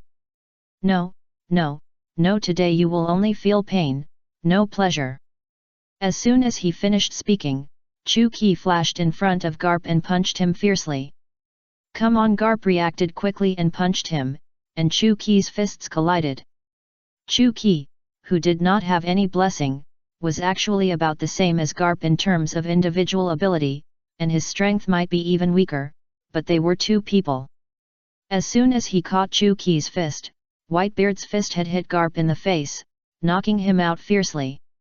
After falling to the ground, Garp quickly climbed up from the ground, got into a new posture, and faced the two of them come again. Whitebeard's punch just now, Garp's nose was broken, but he didn't care about the blood. Chu Qi and Whitebeard looked at each other and rushed towards Garp at the same time. Whitebeard jumped high and slashed at Garp. After Garp used his armed domineering to harden his hands, he caught Whitebeard's Kosugawa Kiri with all his strength. But the moment he caught it, Chu Qi suddenly appeared and kicked him in the chin with a flying knee, kicking him away again. The following time was completely a one-sided beating of Garp by Chu Qi and Whitebeard. You punched and I kicked, and every punch hit the flesh. With the tacit understanding of the two people's cooperation for many years, Garp can be said to have no power to fight back. But no matter how many times he was knocked down, Garp could always stand up again and continue to fight. Damn it, can't you just lie down honestly? The reason why Chu Qi chose to attack with Whitebeard was that he was against Garp, the opponent. First, he wanted to respect him, and second, he wanted to spare his life. Whitebeard's idea was similar to Chu Qi's. He didn't want his old rival Garp to die in such a humiliating way. Up to now, Chu Qi hadn't drawn his sword, none of the 8 great skills had been used, and Whitebeard hadn't used the Tremor Fruit ability. Otherwise, Garp's life would have been gone long ago. Garp dragged his wounded body and yelled at the two, "You two bastards, be serious and don't look down on me. I say, Garp, why did you come here for the illusory justice or the so-called dignity? No, this time it's not for justice, nor for dignity. I came here to show an attitude." Garp raised his chest with difficulty and said loudly, "The Navy is definitely not a coward. Even if we die, even if there is only one person, we will fight with the pirates. Fight till the last moment." After hearing Garp's words, Whitebeard and Chu Qi had complicated expressions and remained silent. Chu Qi said with emotion, "Garp, you are a respectable opponent and a hero. If we were not on the same side, I would really like to have a drink with you. Ha ha ha ha, forget about having a drink, just fight me seriously. Let me see how big the gap between us is. Whitebeard wanted to say something, but Rox suddenly appeared in front of the two of them and punched Garp in the chest with a heavy punch. Garp flew out at an extremely fast speed like a cannonball, smashing the 7-8 huge rocks before barely stopping. The whole person fell in the rocks, life or death unknown. Rox couldn't stand the behavior of Whitebeard and Chuki, who kept letting him go, so he was furious. Time is running out, how long do you two want to play? Rox's face was gloomy, and he scolded the two, we are pirates, he is the navy. Either he kills us, or we kill him, this is the eternal truth, and the rule of survival. Hee hee. Chuki smiled coldly, stared at Rox, and said without showing weakness, I kill if I want to kill, and I don't kill if I don't want to kill. This is my rule. I don't need you to teach me, and no one can change it. The pirates were stunned. The Black Devil actually directly confronted Rox. Chapter 65.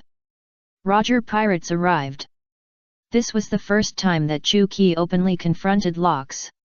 In everyone's impression, the Black Devil had always been a resentful and elegant and easygoing person.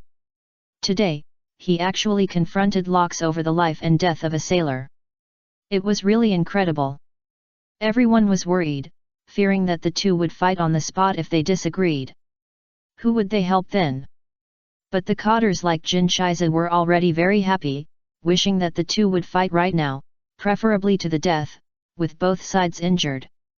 However, to Jin Shiza's disappointment, in front of Chuki, Rox actually chose to give in directly.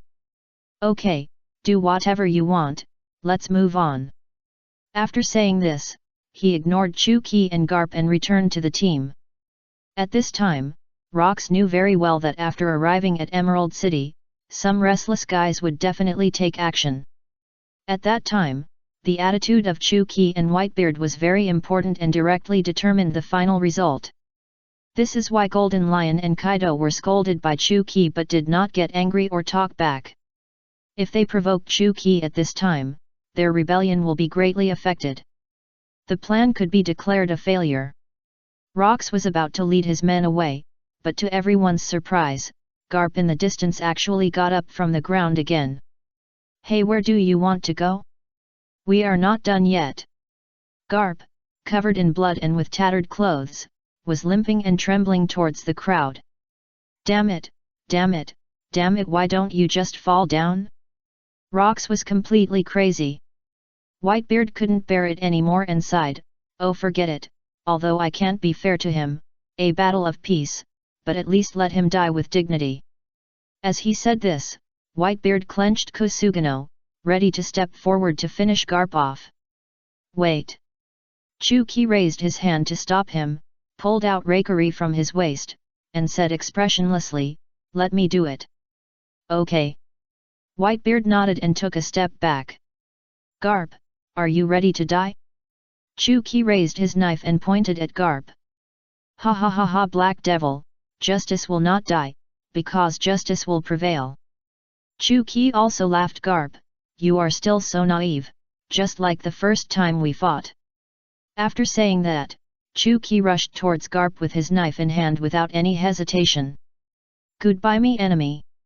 Reikari raised his knife high, and then went straight down towards Garp. Bang! The sound of metal collision rang out, and the falling Reikari was blocked by a sudden knife. Long time no see, brother Key. Roger raised his knife and said with a smile. Seeing Roger appear, Chuki breathed a sigh of relief. He finally arrived in time, otherwise he might not be able to end it. If Garp is killed now, there will be no King Luffy in the future. A pirate world without King Luffy would be too boring. Roger, although I really want to reminisce with you, I said that next time when we meet again, we will be enemies. Ha ha ha ha, being enemies is pretty good, isn't it? Roger laughed. Hee hee, you're right. Just as the two were talking, a huge blood-red sword energy descended from the sky and attacked Chuki. The two of them stopped at the same time and fought against the blood-red sword energy together. So strong! Chu-Ki and Roger were both shocked. They could barely resist this sword energy together. It's conceivable how strong this person who attacked from the dark is.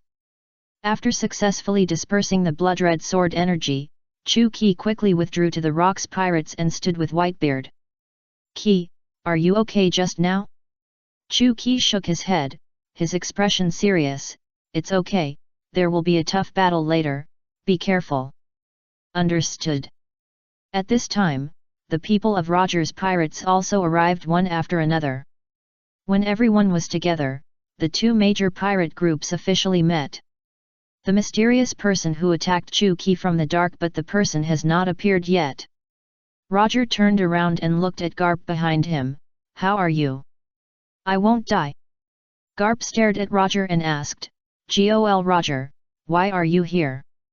Roger smiled, "Of course our purpose is the same as yours." "Garp, let's join forces." Garp hesitated for a moment, and finally said reluctantly, "I never thought that I would have a pirate team one day. This will be a shame in my life. Ha ha ha, I am very honored to join forces with you." Before Garp came to the Valley of the Gods, he had already made up his mind to give up everything and stop the Rocks pirates at all costs.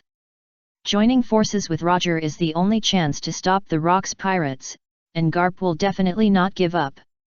After seeing Roger appear, the anger in Rock's eyes burned more and more, and he wanted to eat him alive.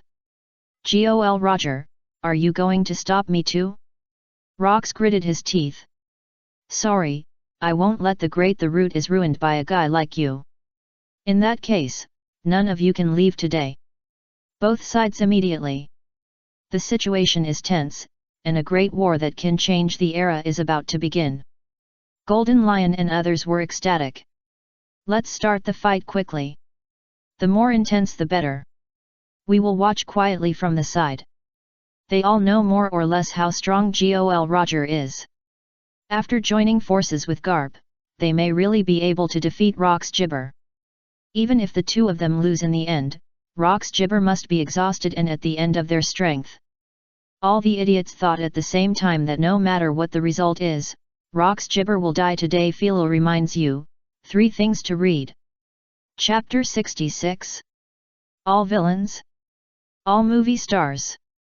On the surface, the strength of the Rocks pirates and the Roger pirates is very different, and the Roger pirates have little chance of winning. But with the traitor, the situation is reversed instantly. The current Rocks pirates can be said to be facing both internal and external troubles. Rox Jibe also thought of this, so now he not only has to deal with the Roger pirates, but also has to beware of his own people stabbing him in the back. Before the battle started, the Golden Lion stood up and said, "Boss Rox, I'll take the lead." After saying that, without waiting for Rox to speak, he flew directly to Roger. Chu-Ki was a little confused. What's the situation with this Golden Lion? Why is he so active? Soon, the Golden Lion used his actions to solve Chu-Ki's doubts, perfectly interpreting what actor's self-cultivation means. "Roger, fight to your heart's content, Chopper." The Golden Lion floated in the air, wielding 2 swords, and slashed a huge golden sword energy at Roger. Roger was unwilling, showing weakness. He slashed out a huge blue sword energy. When it met Roger's sword energy, the sword energy of the Golden Lion was like a piece of paper, which was pierced instantly. The blue sword energy hit the Golden Lion's body impartially, and the Golden Lion screamed. After that, it fell from the air to the ground. Puff! The Golden Lion spit out a mouthful of blood, his face pale, and looked at Rox and said, "Boss Rox, Gol Roger is too strong, I am not his opponent, I am afraid only you can deal with him." Rox glanced at him coldly and said nothing. The Golden Lion's acting is really touching. He only used 1 move throughout the whole process, and the fruit ability was useless, and he fell to the ground and couldn't get up. Roger and Garp noticed something, looked at each other, and attacked Rox from the left and right at the same time. Rox used his fists and feet to fight with the two. As the two captains started fighting, the crews of both sides also collided with each other, and the war was about to break out. Then the battle that followed simply stunned Chu Qi. Silver Axe of the Rocks pirates, who also used an axe, failed after just a few rounds and retreated in a hurry. The one fighting against Rayleigh was Kaido, but he was not acting, he really couldn't beat him and was suppressed by Rayleigh everywhere. As for Charlotte Linlin, no one knew where she had gone. She was probably hiding somewhere with the bagel, eating dessert and watching the show. The battle had just begun, and more than half of the cotters of the Rocks pirates had already been killed. Even Whitebeard joined the acting because he hoped from the bottom of his heart that the Rocks pirates would be defeated here and didn't want the Rocks Jibek people to rule the world.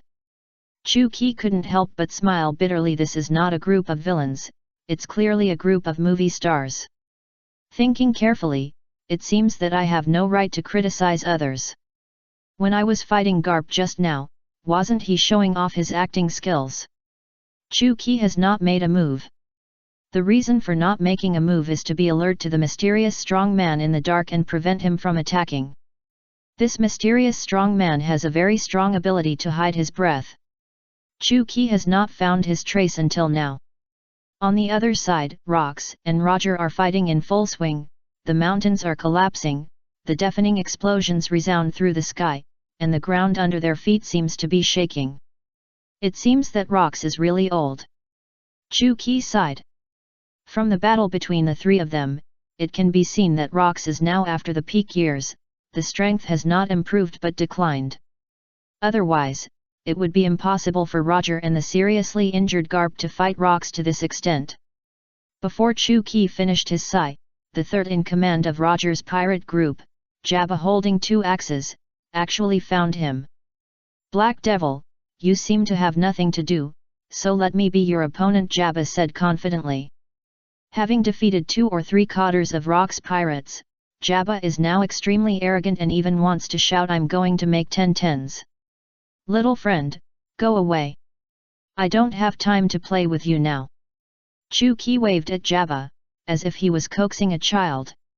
"Damn, you are still so arrogant. Let me show you the results of my 7 years of practice." As soon as he finished speaking, Jabba rushed to Chu Qi and swung his 2 axes at a very fast speed. The shadows of the axes were so heavy that it was dazzling. Chu Qi was cut into pieces and then disappeared. After image. Jabba reacted instantly. At some point, Chu Qi was standing behind Jabba, with his back to him, about 10 meters away, and the rakery was already unsheathed. 12 consecutive cuts. Chu Qi slowly, the rakery in his hand was sheathed, and he left without even looking at him. Shua shua shua shua. The sound of 12 sword swings rang in Jabba's ears. After the sound ended, Jabba fell to the ground with 12 more wounds on his body. Chu Qi gave Roger face and hit all 12 consecutive slashes, but there was no fatal injury. "Alas, you should practice for another 7 years. Suddenly, Chu Qi's eyes flashed red, and his observation haki foresaw something. Looking back suddenly, the familiar blood-red sword energy appeared again, and the target remained the same, still Chu Qi. Zhanbo Daikokyutan. Chu Qi drew his sword in an instant, and chopped the ground from top to bottom. A huge black slashing wave, like a shark fin, tore at high speed. The ground was hit by the flying blood-red sword energy. Zanbo Daikokyutan is an improved version of Zanbo Haishan, with greater power and greater lethality. But Haishan's slashing wave is horizontal, and Daikokyutan's slashing wave is vertical, so the attack range is not as good as Haishan. The blood-red sword energy of the mysterious strong man and Chu Qi's black slashing wave collided with each other, and the next second, both exploded. The power was so great that no matter whether it was the people of the Rocks pirates or the Roger pirates, they were all involved and suffered heavy casualties. Chu Qi finally saw the appearance of the mysterious strong man, wearing a mask, tall and thin, and wearing a black suit. Chapter 67. The first generation of Kaititsu, the 5 elder stars appeared. The tall and thin man in a suit hiding in the dark hooked at Chu Qi finger, then turned and left, leaving him with only his back, full of provocation. He, if you want to play, then I'll accompany you. Although he knew that the other party might be cheating, Chu Qi still smiled and followed resolutely. After dealing with a crew member of Roger's pirate group, Whitebeard looked at Chu Qi and reminded him, "Qi, be careful." The tall and thin man in a suit attacked twice, and Whitebeard saw it in his eyes. The guy's strength is definitely not weaker than anyone at the scene, and he is extremely murderous, just coming for Chu Qi. "I know, you should be careful too, act according to the situation, and beware of Jin Shizi and others." After speaking, Chu Qi walked forward without looking back. "Hey!" Seeing Chu Qi's back disappearing, Whitebeard suddenly called him again and said loudly, "Qi, after the fight, let's go have a drink." Chu Qi was stunned, then nodded okay. At this point, Whitebeard is very clear that the Rocks pirates are doomed to fail today. But they are not defeated by Goro and Garp, but by people's hearts. Whitebeard chased the tall and thin man in a suit and came to a wide cliff. The tall and thin man in a suit held an ancient sword of extraordinary appearance in his arms, standing quietly, motionless, and seemed to be waiting for him. Seeing Chu Qi appear, the tall and thin man in a suit slowly said, "Black Devil, how do you feel about this place being your burial place? I think you can experience it yourself first, I don't need it." The tall and thin man in a suit sneered, sharp-tongued. "Thank you for the compliment, Mr. Five Elder Stars." Chu Qi also smiled back. The tall and thin man in a suit's face changed slightly under the mask, but he still said calmly, "I don't understand what you are talking about." "Oh, stop pretending, is it interesting?" Chu Qi said with a smile, "What you have in your hand is the first generation of Kaititsu, one of the 12 supreme swords. It is really rare. I am afraid that only a big man like you can control it." The 5 elders frowned and asked, "Black Devil, why do you know so much? Read more books and newspapers, and you can be as smart as me." Chu Qi laughed secretly, "Why do you know the One Piece comics?" "Of course I know." Since his identity was exposed, the 5 elders did not intend to pretend anymore. He took off his mask to reveal a majestic face without eyebrows and hair, and his face was bald. Chu Qi couldn't help laughing and said, "I didn't expect that the top leader of the world government would personally take action to deal with a mere pirate." The 5 elders looked very ugly and did not reply. As Chu Qi said, in order to it is not a glorious thing for the world government's top leader to personally take action against a pirate. The world government's top leader has a higher status than any emperor of a member country. Which country's emperor would take up weapons and personally fight a pirate? It's too cheap no matter. Winning or losing, it's not worth showing off, so the 5 elders covered their faces and hid their identities. "Black Devil, congratulations, you succeeded in angering me, you will never leave alive today." As he said, the 5 elders slowly drew out the supreme sword in his hand, the first generation Kaititsu. As soon as the first generation Kaititsu was unsheathed, the surrounding air seemed to solidify, and the strange blade was full of murderous aura, giving people a feeling of invisible oppression. The temperature dropped several degrees. Feeling the terrifying aura of the first generation of Kaititsu when it was unsheathed, Chu Qi suddenly felt that the rakery in his hand was not so good. It was also the supreme great sword, but when the rakery was unsheathed, it was plain and without any special effects. "Fuck, what a shame, you are a supreme great sword, but you don't have a bit of appearance." Chu Qi cursed. In fact, this has little to do with the sword, it depends entirely on the strength and aura of the sword holder. A kendo idiot and a person who surpasses the great swordsman, can the momentum of drawing a sword out of the sheath be compared? Die. Not wanting to talk nonsense with Chu Qi anymore, the 5 elders raised the first generation of Kaititsu, and then suddenly dropped it, with a blood-red sword energy that was even bigger than before breaking through the air. Chu Qi's expression condensed, and he quickly swung his sword to fight back, Janbo Mahakala. The blood-red sword energy and the black slashing wave collided again, but this time it was the black slashing wave that lost and was crushed by the blood-red sword energy. The blood-red sword energy did not slow down and continued to fly towards Chu Qi. The sword energy range was too large, and it was restricted by the terrain. Chu Qi had no way to dodge and could only take it hidden. Vajra Amulet 5 layers.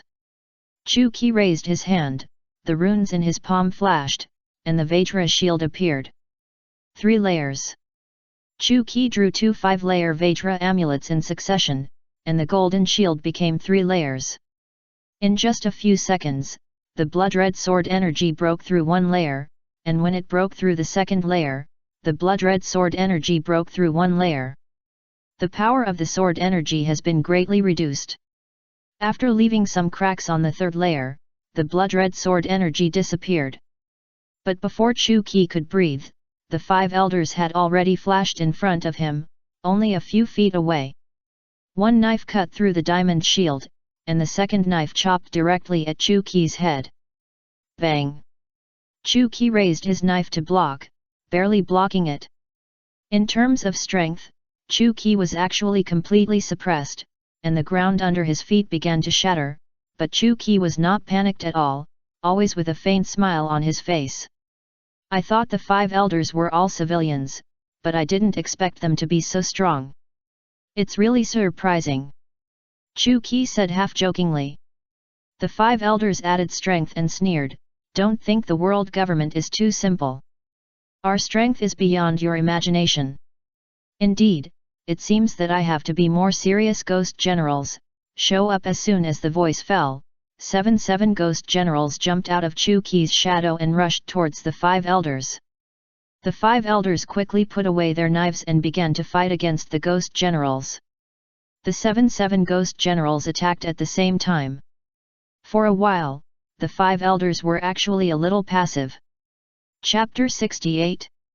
The fierce battle was stopped, and the legend fell. Although there were only 7 ghost generals, but each of them has the strength of a 500 million pirate. In addition, they will not be injured and have no feeling. If they meet a pirate of Kaido's level, they can fight for a long time. With 7 sevens, even the Golden Lion will feel difficult. A few years ago, Chu Qi used the characteristics of Tongtian and Zhuling Qianzhong to develop a method of using spirits to raise spirits, similar to raising gu. Train 1 every year, and it will take 7 years to train 7 Street 3 ability users, 2 sword masters, and 2 physical masters. Among them, the strength of Thunder Ghost General is the strongest. After being familiar with the attack routines of the Ghost General, the 5 elders can already suppress them. Seeing this, Chu Qi recalled the Ghost General. Invite the spirit. The 7 Ghost Generals turned around, rushed forward, and drilled into Chu Qi's body. Their pupils instantly turned dark. Now the game officially begins. Chu Qi spoke with emphasis, as if 8 people were talking at the same time. Seeing this scene, the 5 elders were not surprised, but their expressions gradually became serious, and they held Gui Che's hand tighter. Chu Qi didn't like to use the trick of invite the spirit the most, but the 5 elders were too strong, and they would overturn if they were not careful, so he had to go all out. The huge Kimen bureau quickly unfolded when the toes touched the ground, covering 10% of the area of the Valley of Gods. Let's have an appetizer first. Kunsi to Heshe. Boom boom boom. The ground shook violently, and the land seemed to turn into a river. 4 huge earth pillars rose into the sky, covering the sky and the sun. The degree was shocking. It should not be called a Tuhi car, but a Tuhi high-speed rail. 4 earth pillars rolled towards the 5 elders from 4 directions, up, down, left, and right. The 5 elders stood in place, without changing their expressions, wrapped the armed color domineering on the blade, and slashed at the earth pillars. Bang bang bang bang!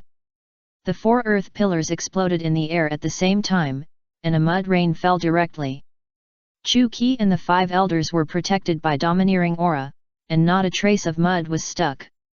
Not bad, try again. Li Zi Purgatory. Before Chu Qi finished speaking, a flash of red light flashed in the eyes of the 5 elders, and his observation Haki predicted the danger. The 5 elders quickly jumped away from where he was, and the next second, a pillar of fire shot up from where he had just stood.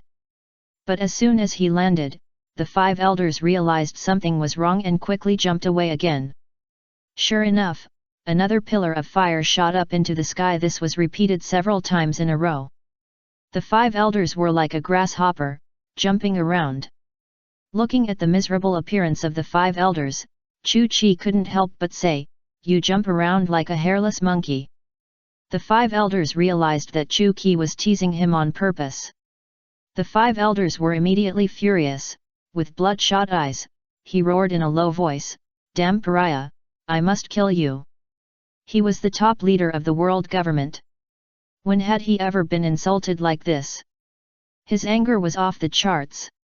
After covering his entire body with armed color domineering, he ignored the burning of the high-temperature flames and rushed towards Chu Qi with full of killing intent.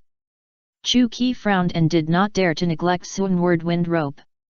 The power of the wind rope was very strong, but it only blocked for a moment before it was blocked by the furious 5 elders. "Pull apart! Tisk tisk tisk, this is too much trouble." Chu Qi quickly raised his sword to fight back, and fought with the 5 elders. The 2 of them were full of swords and shadows, and after images were left. Every move of the 5 elders was fast, accurate, ruthless, and full of murderous intent.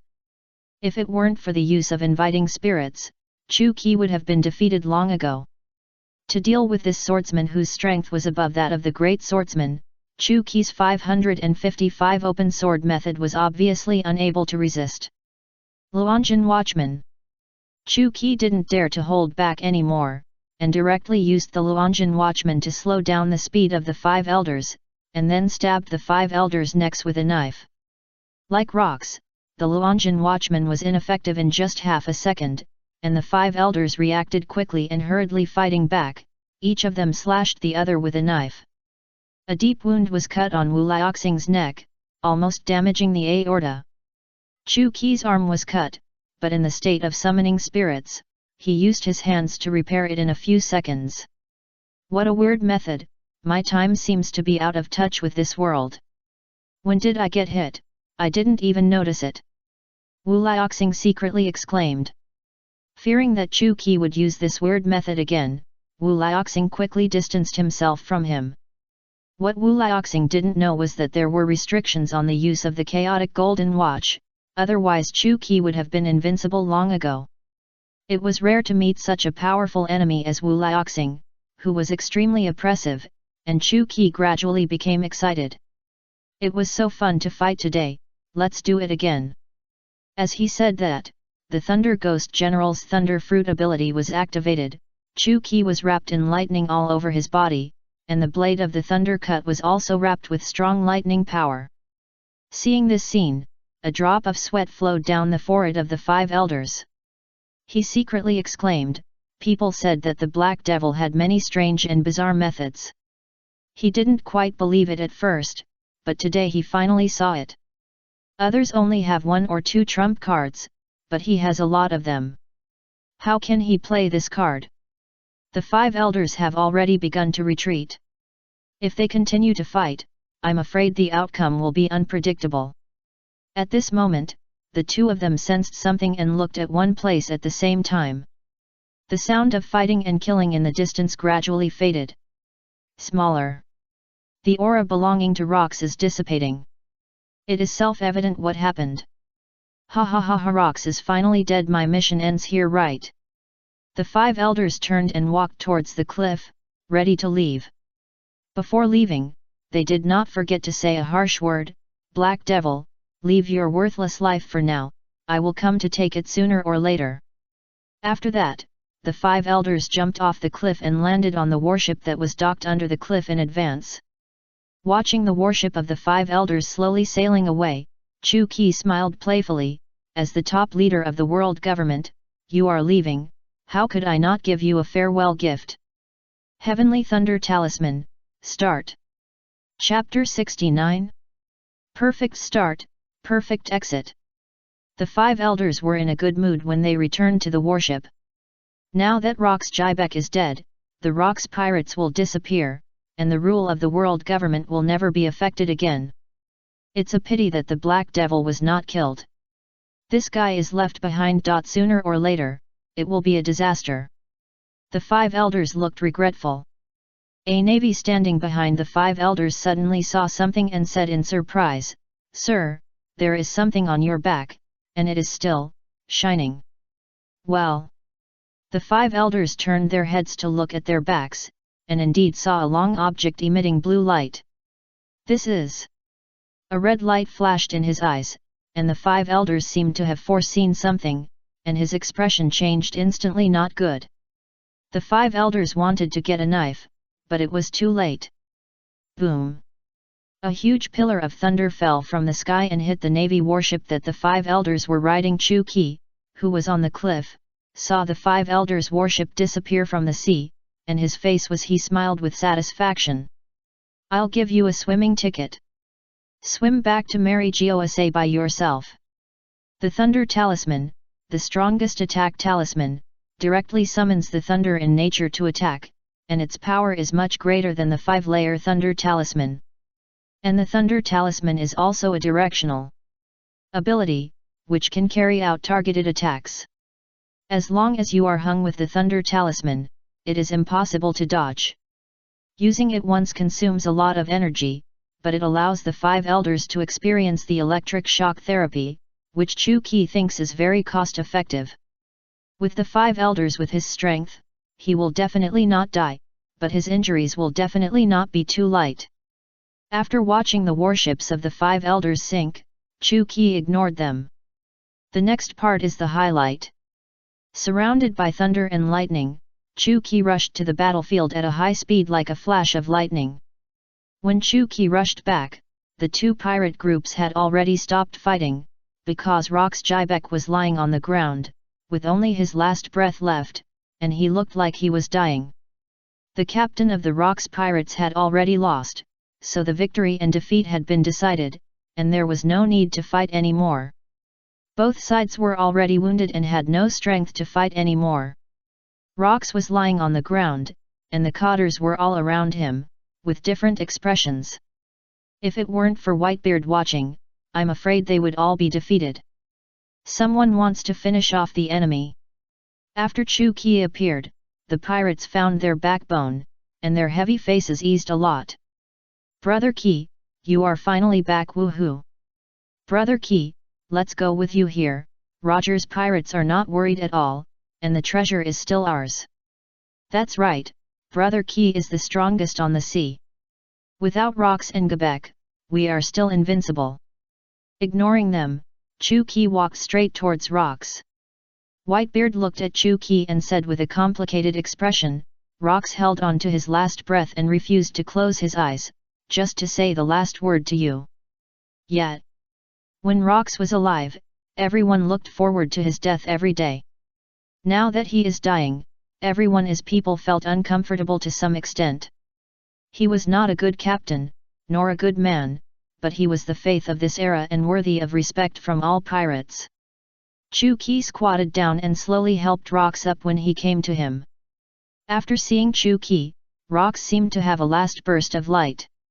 He struggled to get close to his ear and said in a weak voice, "Black Devil, the Rox pirates will never lose and find it for me." Before he finished speaking, Rox was already dead, but his eyes were wide open, as if he was unwilling to accept it. "Don't worry, I understand." After speaking, Chu Qi closed Rox's eyes, then leaned down and whispered, "Goodbye, Captain Rox." This was the first time Chu Qi called Rox the captain, and also the last time. Rox Jibe, the faith of an era. Under his leadership, the Rox pirates dominated the Grand Line, becoming a legend on the sea, an undefeated myth. Everything has a beginning and an end. The fall of Rox Jibe announced that his era has ended and a new era is coming. Gently putting down Rox's body, Chu Qi stood up and looked around at everyone, Whitebeard, Golden Lion, Charlotte Linlin, Nana. Under the gaze of everyone, Chu Qi raised his arms and shouted excitedly, "From this moment on, I am the captain of the Rox pirates," so the Rox pirates have not been defeated, and will never be defeated. We'll lose. Oh woo! The pirates began to cheer. Long live the Rocks Pirates, long live the Black Devil Captain! Long live the Rocks Pirates, long live the Black Devil Captain! The expressions of Golden Lion, Kaido, and others suddenly changed. Just as they were about to speak, Chu-Ki turned his head and glared at them coldly. Before the end of today, you must all listen to me, because I am the boss. After the end of today, you can do whatever you want.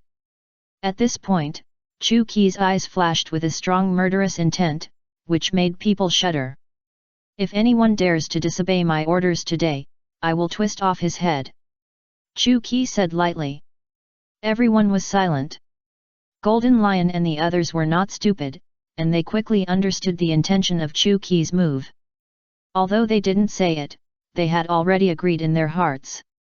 Chu-Ki's meaning was very simple. The Rocks Pirates had a perfect start, so let's give it a perfect exit. Golden Lion suddenly admired Chu-Ki. Although the two had different opinions and were at odds with each other, he was a perfect opponent. After solving the internal problems, Chu-Ki set his sights on Roger and Garp in the distance. Rock the Pirates of the West will never lose, and this time is no exception. Looking at the two, Chu-Ki said very seriously, now I give you two choices, admit defeat and retreat, or fight to the end. Chapter 70. The God War ended. Chu-Ki got a new title, Gol Roger Monkey Cap. Now tell me your choice, fight or retreat. The three looked at each other, and the crews of both sides had already clenched their weapons, standing behind their captains, ready to fight at any time. He ha ha ha! Roger suddenly laughed out loud, and then said in a very calm tone, I declare Roger Pirates admit defeat and will no longer stop. What? No, the crew of Roger's pirate group, and even the people on Chu-Ki's side, were surprised. They had fought hard just now, but now they gave up so easily. Chu-Ki was not surprised at all that Roger would give up.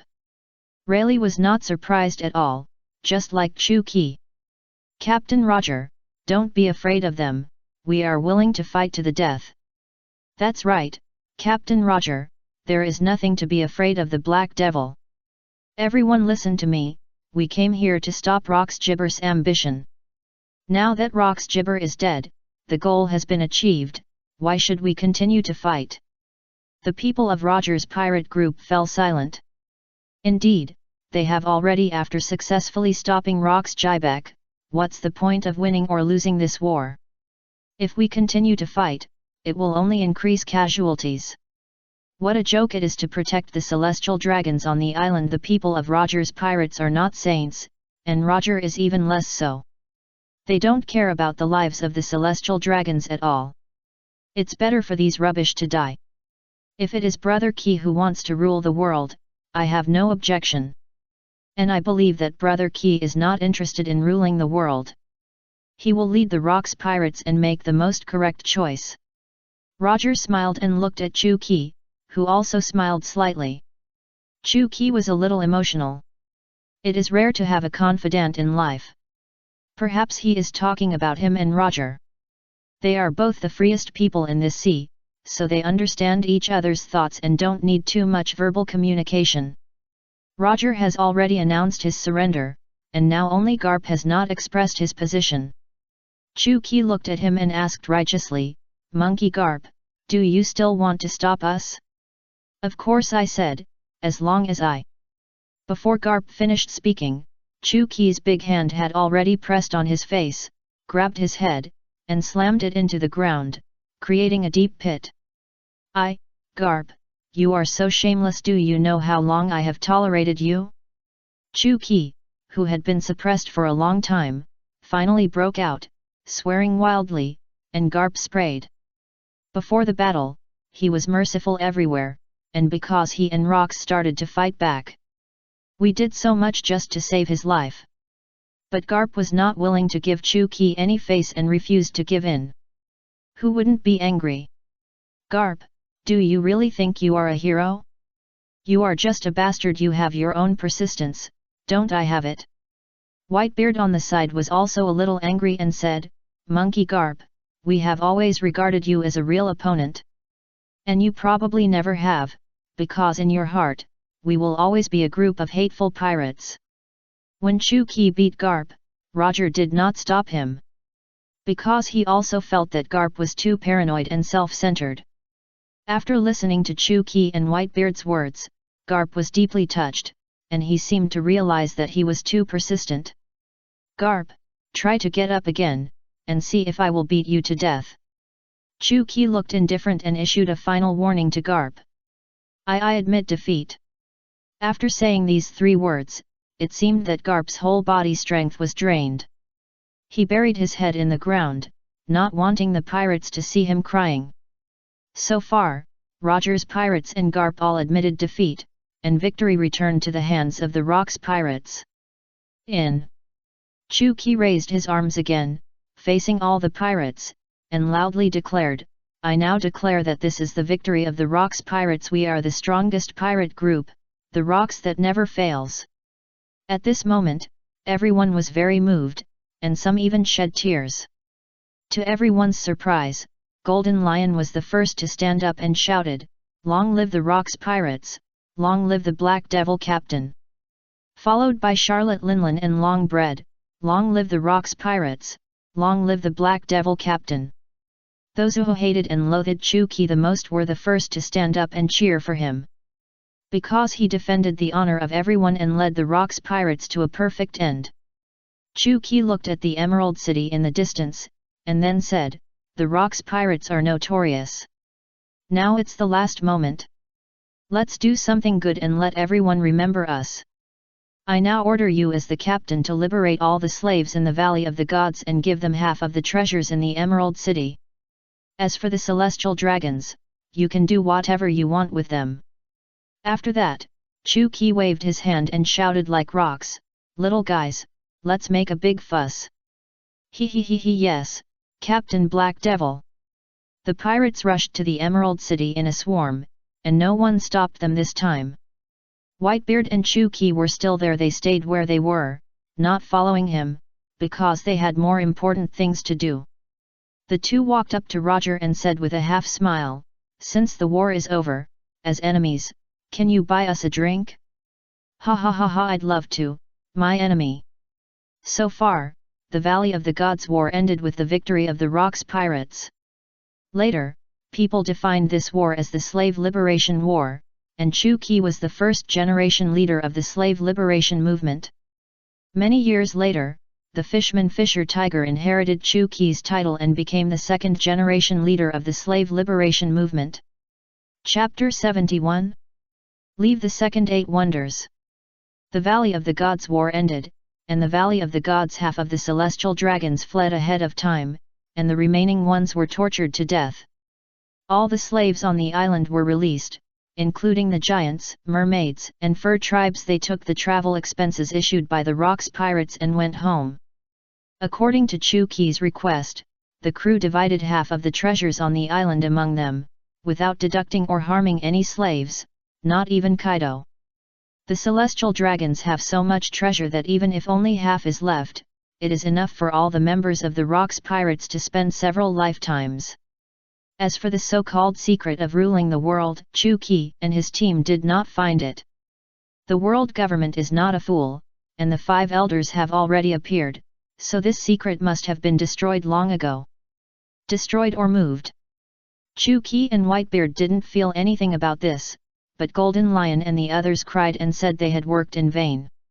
The Valley of the Gods has been shattered after several wars and will sink to the bottom of the sea soon. In addition, due to its special nature, the world government will definitely not let it continue to exist if it wants to cover up the truth.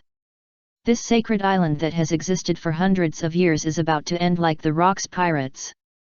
It's so sad. While everyone was moving the treasure, Chu Ki was alone, strolling slowly in the Emerald City. He was a little sad that in just one day, this most magnificent city had become a ruin, an empty city.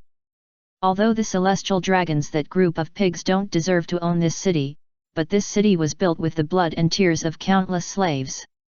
It's a pity to be forgotten like this. Chu Ki muttered to himself.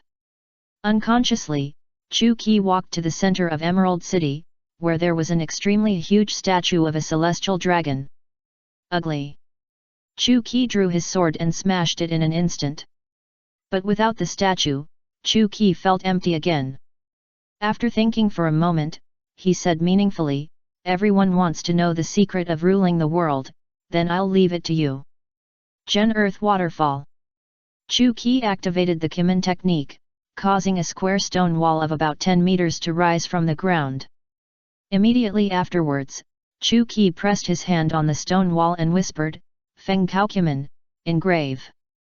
A circular Kimin formation began to emerge on the stone wall, with dense symbols and words that made people dazzled and overwhelmed. A minute later, the engraving of the Kimin formation was completed. He he he. Looking at the circular formation on the stone wall, Chu Qi laughed softly. What Chu Qi left behind was Feng Cao Kimin book, which appeared in the form of a formation diagram. It has mysterious magic and can recognize the symbols and words on it. It only requires someone to stare at it and carefully. If you look at the whole picture carefully, you may learn Feng Cao Kimin. Of course, learning Feng Cao Kimin is horrible. It is the most difficult to learn among the 8 strange skills, no doubt about it. And the risk of learning it is also very high. It is easy to go crazy or fall into the fantasy of the inner world and never be able to extricate yourself. Chu Qi is also a genius and has no desire. However, even so, he learned Feng Cao Kimin with the help of the system. Tisk, it's too dangerous to put the formation diagram out like this for people to see. Let's remind the later ones. After speaking, Chu Qi drew his knife and carved a few lines of words under the formation diagram of Feng Cao Kimin. Feng Cao Kimin, one of the 8 strange skills created by the Black Devil. After learning, you can master the changes of heaven and earth, the wonderful laws of nature. You can also deduce the future, understand the past, and know everything in the world. Just stare at this picture with full concentration, and you will have the opportunity to learn Feng Cao Kimin. Warning: people who are not people with great perseverance and simple minds without desires cannot look directly at this picture. After carving the words, Chu Qi slowly put away the knife. Looking at the Feng Cao Kimin array on the stone wall, Chu Qi suddenly felt a little funny. Learning Feng Cao Kimin can deduce everything in the world, and any wish has the opportunity to come true. However, those who can learn Feng Cao Kimin must be people without desires. Isn't this funny? Chu Qi murmured to himself, "Forget it, I'm too lazy to worry about these issues. Maybe everything exists, it all has its meaning." Yet, after saying this, Chu Qi suddenly thought of something, and felt a sense of sudden realization, with a look of wonder in his eyes. "Ha ha ha ha, I understand." Chu Qi laughed excitedly. What a pleasant surprise. Chu Qi slipped his hand and buried the stone wall engraved with Feng Cao Kimin formation diagram into the ground. It will only emerge after the Valley of Gods sinks, quietly waiting for those who are looking for it.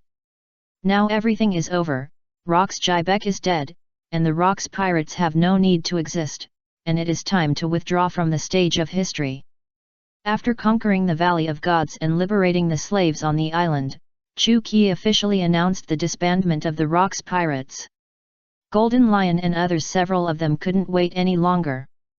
Before Chu Qi officially announced the disbandment, they had packed up their things and prepared to take the money and run away. The little appearance was like a primary school student who was about to go on summer vacation. "Golden Lion, are you so impatient? You don't even want to wait a few seconds. You have been on the ship for 10 years. Don't you have any feelings for the Rox pirates?" Chu Qi asked unhappily. Golden Lion's mood suddenly became excited, and he asked back, "What feelings?" 10 years, a full 10 years, do you know how I spent these 10 years? Playing Greedy Blue Moon. Chu Qi said a joke that only he understood. "What are you talking about?" "Nothing, I wish you smooth sailing and prosperity." Chu Qi couldn't help laughing. "Black Devil, now Rox Jibek is dead, from now on, you are my lifelong enemy. Even if I spend my whole life, I will not give up and will definitely defeat you." Golden Lion clenched his fists and vowed, "Before that, you must not be defeated by others, you must be defeated by me. Chapter 72. Key, let's form a pirate group together. After listening to the declaration of Golden Lion, Chu Qi's heart was not shaken, even he wanted to laugh because he had heard this for the first time today. Chu Qi was helpless. After the Golden Lion left the ship, he complained to Whitebeard, I am just a salted fish. Why does everyone want to defeat me? What do they want to prove? Whitebeard thought for a while and said, maybe it's because you are too perfect. In their subconscious, they all want to be pirates like you, powerful, wise and brave, and have leadership charisma. At this point, Whitebeard sighed, so they all want to defeat you to prove that they are not worse than you and that they are the best pirate captain. He he he. After listening to Whitebeard's explanation, Chu Qi couldn't help laughing. Although I hate them, but I have to admit, they are really a group of lovely guys. Gulala yes. When the two chatted, Kaido came over and was about to speak, but Chu Qi immediately raised his hand to stop him from continuing. Okay, I already know what you are going to say, stop talking. I wish you smooth sailing, prosperity in martial arts, and get out of here. Kaido whispered harsh words and left cursing. The crew of the Rocks pirates got off the ship one after another, but more than half of the pirates were still unwilling to leave. They all wanted to continue to follow Chu Qi. As Chu Qi's #1 fangirl, the female giant Nana must be the one who is most reluctant to leave Chu Qi. Wivyawaki big brother, please don't chase me away, Nana will follow you forever, Nana cried bitterly while grabbing Chu Qi. This time Chu Qi did not resist and let her hold him in his arms. Nana, all good things must come to an end. The era of the Rocks pirates is over. We should face a brand new future and start our new life. Chu Qi said earnestly. But Nana will not survive without Big Brother Qi by her side. Nana had already regarded Chu Qi as her only relative and spiritual support. Now that they were suddenly separated, how could she accept it? Chu Qi thought about it and said seriously, Nana, I hate crying the most. A timid girl. Sure enough, Nana stopped crying immediately after hearing that. Nana, let's make a deal. If you can become a famous pirate like me, I will come to see you often in the future, how about that? Really? Nana burst into laughter. Of course, but your reputation must be big enough, so big that no matter wherever I am, I can hear your name, so that I can find you. Okay Brother Qi, it's a deal. It's a deal. What Chu Qi didn't expect was that he just said it casually today in order to appease Nana, and never thought about how much she would achieve. But the future Nana really did it. Becoming the quasi-emperor of the New World after the 4 emperors, the queen who controls the country of giants. Until the evening, Chu Qi persuaded the pirates on the ship to leave one after another. Now, only Chu Qi and Whitebeard are left on the ship. The two drank together under the moon, just like usual. Sitting on the top of the flagpole, looking at the moon in the distance, Chu Qi said with some sadness, Alas, I don't know when we will drink together next time. Whitebeard was silent for a while, then raised the wine pot and drank it all. After drinking the wine in his hand, Whitebeard looked at Chu Qi and said seriously, Qi, let's form a pirate group together, you be the captain, and I will be the vice-captain. He he. Chu Qi smiled and said, Isn't your ideal to create an era of your own? What will you do if I become a captain? Whitebeard shook his head, whether I can have my own era is not particularly important to me. What I want is a family. At this point, Whitebeard looked at Chu Qi with burning eyes and said, Qi, if this family doesn't have you, it will never be complete. You are my first friend and my first brother. Now I want you to be my first family. The Rocks pirates disbanded, and the person who was most reluctant to part with Chu Qi was not Nana, but Whitebeard, who cherished his family the most. They had known each other for more than 10 years and fought side by side for countless days and nights. Although they were not brothers, they had already surpassed brothers. Whitebeard would rather give up the hegemony of an era and want to keep Chu Qi as a brother. Chu Qi handed the wine pot in his hand to Whitebeard and said with a smile, "Edward, what nonsense are you talking about? Is there any family that is more like family than us?" Whitebeard took the wine pot and said in surprise, "So, are you willing to form a pirate group and a family with me?" Don't talk about forming a family. People who don't know it are still we are going to be gay for both of us. Chu Qi looked disgusted. Gulala. After laughing for a while, Chu Qi suddenly said seriously, "Edward, why do you have to form a pirate group with me? Aren't we brothers anymore after we separate?" Whitebeard was silent. "Edward, I will not form a pirate group with you. The family you want and the era that belongs to you should be created by you yourself." Chu Qi looked serious and determined. Whitebeard sighed and said, "Qi, thank you, I understand." Seeing that Whitebeard had figured it out, Chu Qi smiled knowingly and said, "Although I can't join your pirate group, I will be with you in your you can leave a place for me in the family." "Gulala, you don't need to tell me, there will always be a place for you in my family." After 2 or 3 years, when Whitebeard's pirate group was established, Chu Qi regretted what he had just said and wanted to jump into the sea to commit suicide. Chapter 73. The Sixth Trick, the Unlocking of the Magic Machine. Early the next morning, as the captain, Chu Qi said goodbye to the last crew member on the ship, Whitebeard. "Qi, you guy, remember to come to me often to drink in the future, otherwise I will beat you up even if I chase you to the ends of the earth." "Ha ha ha ha, definitely. I wanted to have a good fight with you, but now it seems that there is no chance, next time." "Okay, remember to call Roger when the time comes." The outcome of the match between the three of us has not yet been decided. The two of them talked for a long time, gossiped a lot, and finally said goodbye in tears. After seeing off Whitebeard, Chu Qi stood on the empty deck, watching the Rock's pirate flag above his head fluttering in the wind, feeling very complicated and lonely. "It's quiet all of a sudden, and I'm a little uncomfortable suddenly," Chu Qi said while wiping away the tears from the corners of his eyes. After walking around the ship inside and out, Chu Qi also took his things and walked off the ship. "Brother, it's time for us to say goodbye, lazy eye purgatory."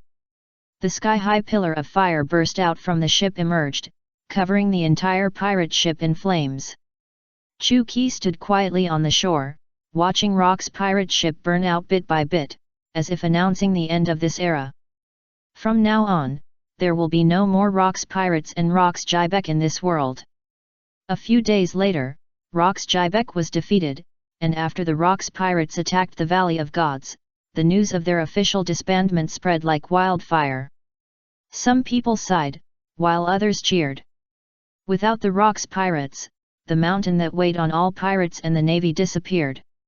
For a time, countless pirate groups were established one after another, and they were about to start a new round of maritime hegemony. The Battle of the Valley of Gods was the most brilliant and the most what is amazing is, of course, the second captain of the Rock's pirates, the Black Devil Chu Qi. Although he was the captain of the Rock's pirates for only one day, people all over the world remember him. Defeat Roger pirates, and defeat the Navy hero Garp who killed Rocks. Led the Rocks pirates to capture the Valley of the Gods, killed a quarter of the celestial dragons in the world, and liberated tens of thousands of slaves in the Valley of the Gods.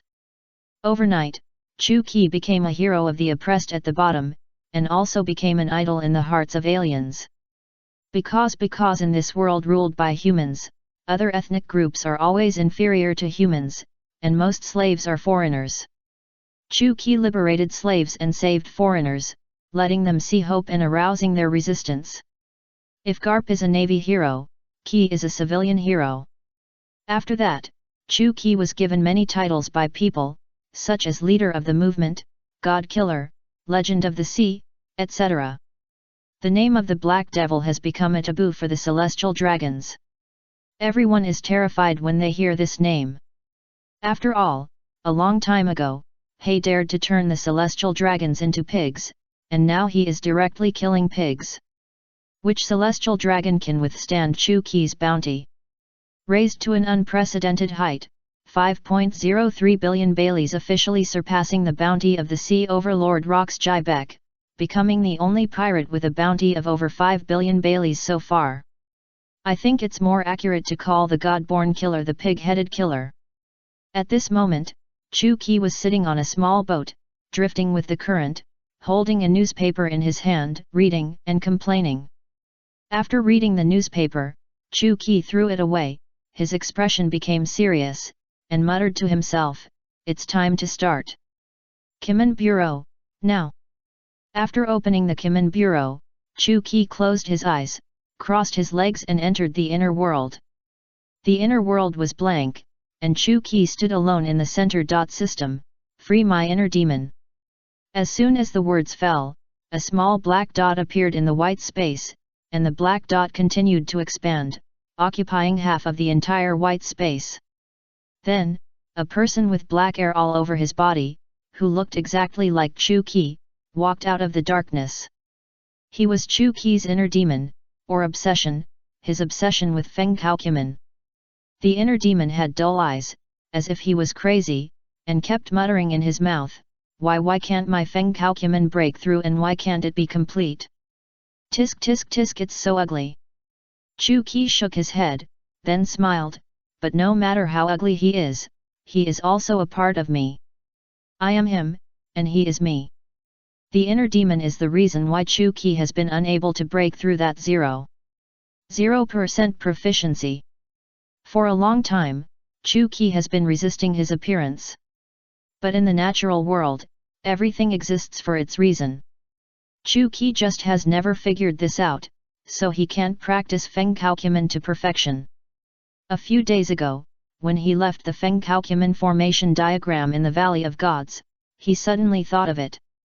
Looking at the inner demon, Chu Qi said with a smile, "Brother, do you come back by yourself, or do I catch you back?" Why. Okay, it seems that I can only do it myself, Kunsi Tuheshe. Seeing Chu Qi made a move, and the sluggish inner demon finally moved. Kun Earth River Cart. Two identical stone pillars with the same power rose from the ground and collided with each other. Zhen Thunder. Chu Qi made another move. Zhen Thunder. The inner demon also fought back with the same move. The two thunders collided and were both offset. Damn, let's try this, the five-fold thunder talisman. Five-fold thunder talisman. Just as the inner demon was about to make a move, Chu Qi suddenly appeared behind him, pulled out rakery, and chopped off his head with a knife. Sorry, I changed my mind, it's better to use a knife. The heart demon whose head was chopped off turned into a ball of black air and returned to Chu Qi's body. Hint, Wind Hokuman proficiency increased to 100%. Feng Hokuman reached perfection. The sixth trick Shenji Balian unlocked. Philo reminds you, 3 things to do when studying. Chapter 74. First time refining a weapon, named Silver Shuttle. Chu Qi put away the Kimen Bureau and withdrew from the inner world, silently saying, "Open the panel." 6 Treasury Immortal Thief perfect, proficiency 100%. Double Hand perfect, proficiency 100%. Tongtian perfect, proficiency 100%. Guling Ling Scent General perfect, proficiency 100%. Feng Kaokuman is perfected, proficiency 100%. Beginner of Shenji Balian, proficiency 1%. Deluo Dongguan is not unlocked, proficiency 0. Pan, proficiency 0. Chu Qi wants to cry but has no tears. 4 years I wasted. 4 years finally unlocked. Shenji Balian, one of the 8 strange skills, is the ultimate in weapon refining. It can control and transform objects in a very short time, and can complete weapon refining within a few days. This ability is simply super in the comics. Ma Xianhong, the user of Shenji Balian, uses this ability to mass-produce magic tools and fight against 7 or 8 top masters alone, without losing the upper hand. Chu Qi has been coveting this ability for many years. Catch up, come and try. Chu Qi looked around, but found that he didn't seem to have anything to refine. The famous sword rakery and the silver musket were fine, but these two were his favorite things and had accompanied him for many years. Before his proficiency in the divine machine refining reached 90%, he would not refine these two things. One was afraid of breaking them, and the other was afraid of not refining them well. Hey, I have it, let's refine it. Chu Qi smiled and put his hand on the deck of the boat, and shouted, refine. A ball of blue substance that looked like air and light emerged from Chu Qi's palm and poured into the hull. After a while, the whole boat began to glow slightly. After a few seconds, the faint light disappeared, and the originally tattered boat instantly became brand new. It took Chu Qi about 5 minutes to complete the process of controlling and transforming objects. Controlling objects means feeding your energy to something, and then you can operate it. Transforming objects means after raising it, turn it into a prop that can improve yourself.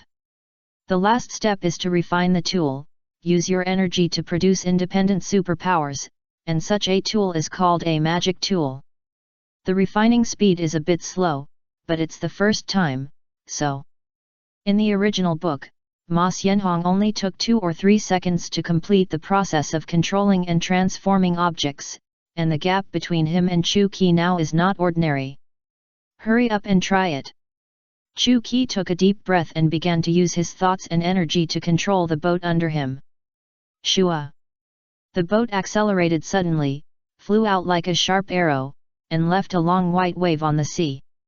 The boat turned into a speedboat in seconds, and it was very fast, but it was very stable when sitting on the boat. Wow, cool, it's really cool. Compared to the other 8 strange skills, Chu Qi simply loves the divine machine 100 refinements, which is definitely the most fun of the 8 strange skills, no doubt about it. With the divine machine 100 refinements, there will be more new toys in the future, and it will definitely not be boring. Originally, Chu Qi planned to throw away this boat after docking, but now he changed his mind. After all, it was his first weapon refining work, and he wanted to continue refining it and refine it into a weapon. Chu Qi patted the hull, smiled and said, let's give you a name, let's call you Silver Shuttle. Now that Shenji Bailian has been unlocked, Chu Qi plans to find a place to practice well. After thinking for a while, Chu Qi quickly locked on a place. Bakimoya, the future kingdom on the mechanical island, it is called the country where geniuses are born. In the first half of the Grand Line Paradise. The birthplace of Vegapunk, a very important plot character in the One Piece comics. Vegapunk, who is 500 years ahead of current technology and is known as a scientist who surpasses human wisdom by 500 years. Shenji Bailian, strictly speaking, is called Shenji. And Bailian. Shenji is technology related to mechanical skills. Just like Ma Xianhong in the comics did to the puppets Ruhua and Black and White Doll, you need the divine machine. Except for the Machinery Island, there are no other places that can manufacture precision parts. Chu Qi can only practice the divine machine 100 refinements better by going there. As the night deepened, Chu Qi lay on the deck, his hands resting on his head, looking up at the starry sky, and the corners of his mouth could not help but rise up. A new journey has begun, it's really exciting. The next day, Chu Qi found a town to stay temporarily, preparing to first fully practice the silver shuttle into a weapon. Replenish the supplies and prepare the eternal pointer to Fishman Island. To go to paradise, you have to pass through Fishman Island. Chu Qi has been fascinated by this place for a long time. He is excited to see the beautiful mermaids. Of course, with Chu Qi's ability, he can fly directly to paradise, but that is not a sailing adventure. It took about a week. Chu Qi devoted himself to it and tried his best to finally refine his first magic weapon Silver Shuttle. Let's do it this way for now. It is temporarily set as version 1.0. When the proficiency of Shenji Bailian is high in the future, we will upgrade Silver Shuttle. Silver Shuttle is light silver in color and long arrow-shaped. It looks like a shuttle. 1. The original Silver Shuttle has no attack means or defense capabilities. Its only function is to sail. Put the eternal pointer in the groove of the bow, and it can sail automatically. Chu Qi does not need to control it. The speed can be set as he wishes, and it can take Chu-Ki to any place. There is also a water-avoiding diving mode, which is the core ability of the Silver Shuttle. Chu-Ki spent a lot of effort to research it, just to prepare for going to Fishman Island. After everything was ready, Chu-Ki stood on the deck, put the eternal pointer into the groove of the bow, and said with a heroic smile, "Let's go, my journey is the grand route." Chapter 75 Tiger Jinpi, 2 more fans. In the back street of Fishman Island, 2 the fishmen were playing and fighting. One was about 10 years old, and the other was only 7 or 8 years old. The older red-skinned fishman was running on the street, and the blue-skinned fishman was younger and could only chase behind. "Brother Tai, wait for me." "Jinbei, hurry up, it's my turn to be the Black Devil today, and you play the role of a navy." "Ah, Brother Tai, can I be a pirate?" "I don't want to be a navy." Plop.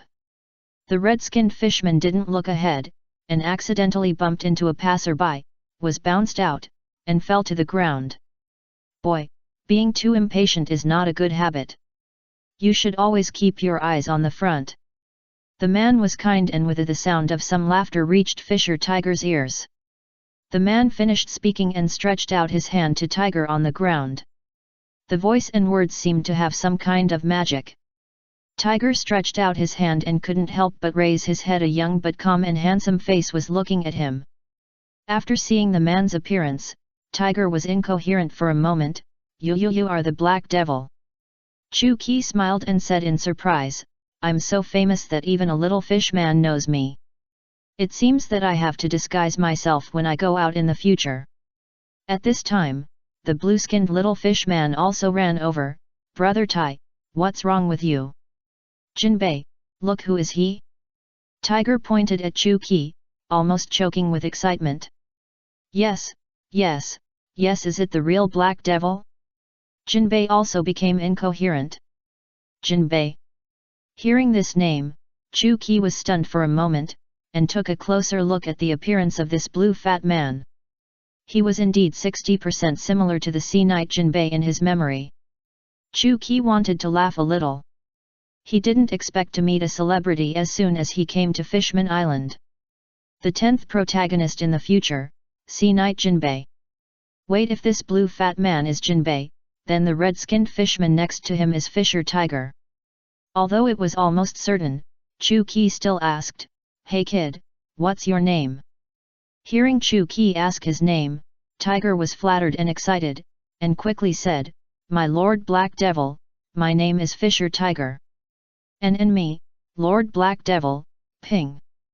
Before Chu-Ki opened his mouth, Jinbei was impatient to introduce himself. It seemed that being remembered by Chu-Ki was a great honor. Hee. Chu-Ki was a little amused. "What's wrong with you? Why are you so respectful to me?" Tiger, who was extremely excited, said excitedly, "Lord Black Devil, you are the great hero of our Fishman Island. We all admire you very much and want to meet you in our dreams." "Is it so exaggerated? This is my first time to Fishman Island. It seems that I have not done anything remarkable." "You are too modest, Lord Black Devil." Tiger said seriously, "Liberating the slaves of the celestial dragons may be insignificant to you, but it is a great favor to our Fishman Island." Yes. Jinbei interrupted, "We know a very gentle mermaid sister who was captured by bad guys 2 years ago and became a slave of the celestial dragons. Thanks to your help, she was able to return safely and reunite with her family." Tiger nodded and said seriously, "It is because of your help that many captured fishmen have returned home. You are a great benefactor and hero of our Fishman Island." "No matter. It is a fishman slave, whether it is slaves or mermaid slaves, most of them were bought by the celestial dragons. So the biggest beneficiary of the liberation of the Valley of the Gods is Fishman Island, where countless families were reunited. You really don't need to thank me, it's just a small favor. And this is a crime committed by humans, and I am also a human, so I have the responsibility to make up for it." Chu-Ki said righteously, "Tiger, Jinbei, let me tell you a truth, there is no absolute hero in this world. As long as you stick to your heart and stick to yourself, anyone can be a hero, your own hero. Jinbei is still too young to understand Chu Qi's words, and Tiger also looks like he understands. Looking at the young fisher tiger in front of him, Chu Qi was a little emotional. To become the leader of the slave liberation movement and the great hero of Fishman Island, this person it should be the future fisher tiger. Because Chu Qi made the slave liberation movement happen ahead of time, Fisher Tiger can only become the second generation. Just when Chu Qi was daydreaming, there was a burst of fighting and crying in the distance. When Tiger and Jinbei heard it, they were immediately anxious and panicked. Lord Black Devil, Brother Tai, there are bad guys again recently, there are always bad guys coming to Fishman Island to cause damage and capture our companions. It's so hateful. Jinbei looked angry and scared. Unlike the young Jinbei, Tiger was more calm. He looked at Chu Qi, then knelt down and kowtowed, and said sincerely, Lord Black Devil, please help us. Jinbei also imitated Tiger's appearance, knelt in front of Chu Qi, and begged with tears, please help us, Lord Black Devil. Chu Qi was stunned for a second, then raised his arms and laughed, of course I am your hero. Thank you very much. The two cried with joy and kowtowed again. Stand up. Chu Qi said angrily, remember, you two guys, I despise men who kneel down and beg the most, they are always losers. Chu Qi thought for a while, and added, unless you meet something worth protecting with your life, you can never kneel down to others, understand? Tiger and Jinbei looked at each other, stood up at the same time, and shouted back, we understand, Big Brother Black Devil. The two changed their address to Chu Qi from adult to Big Brother. Less respect, but more admiration. Unconsciously, Chu Qi has two more fans. Chapter 76. From now on, I will protect Fishman Island. Brothers, if we catch these mermaids and sell them to the New World, we will have money to recruit soldiers and form our own pirate group. Alas, the position of the overlord of the sea must belong to us. There are many pirates who come to catch mermaids, in groups and more than one group. Several beautiful female mermaids curled up in the corner, shivering, crying loudly, help, who can help me? He, you guys scream, scream until your throat breaks. Before the pirate finished speaking, he was grabbed by the neck by a hand and lifted up high. What do you mean by screaming? Chu Qi grabbed his neck and threw him out, knocking away several pirates who were showing off their power in the distance.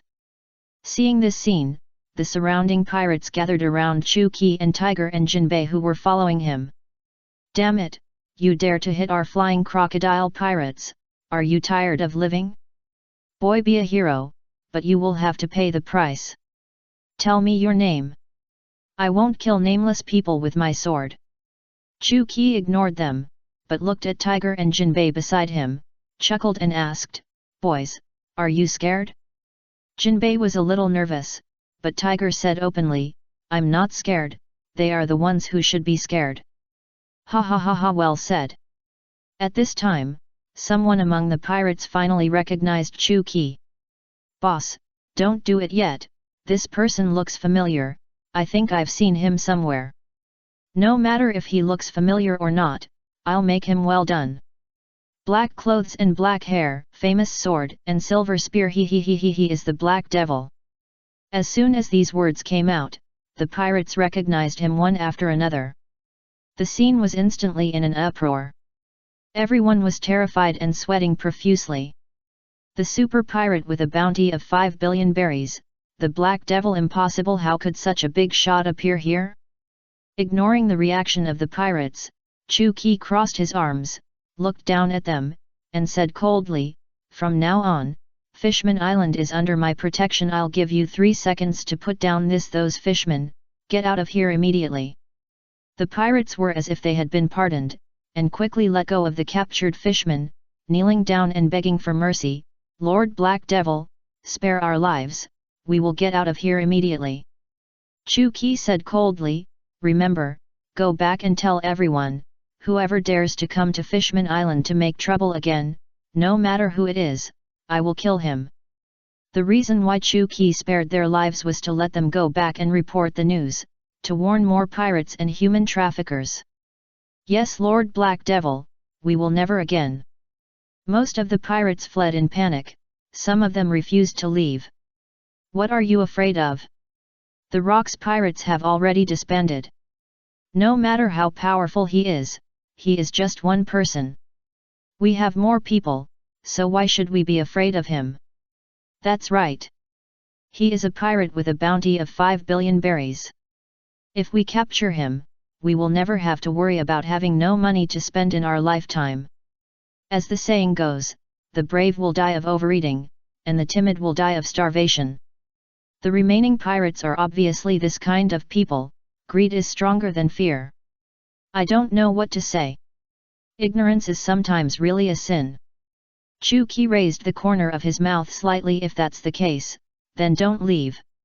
Damn Black Devil, don't be so arrogant, the era of the Rock's pirates is over, you should die too. As he said that, a tall pirate with a machete in his hand rushed towards Chu Ki, raised the knife and slashed at him fiercely.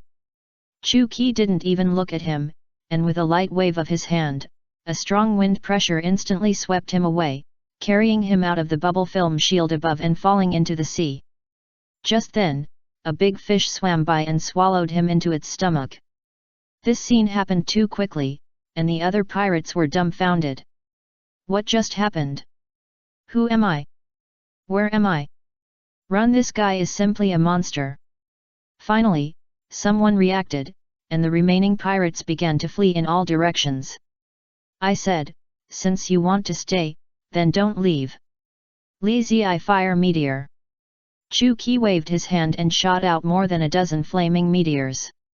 The flaming meteors seemed to have eyes, chasing these pirates flying over. No matter where they fled, they would be caught up by the flaming meteor. Bang bang bang.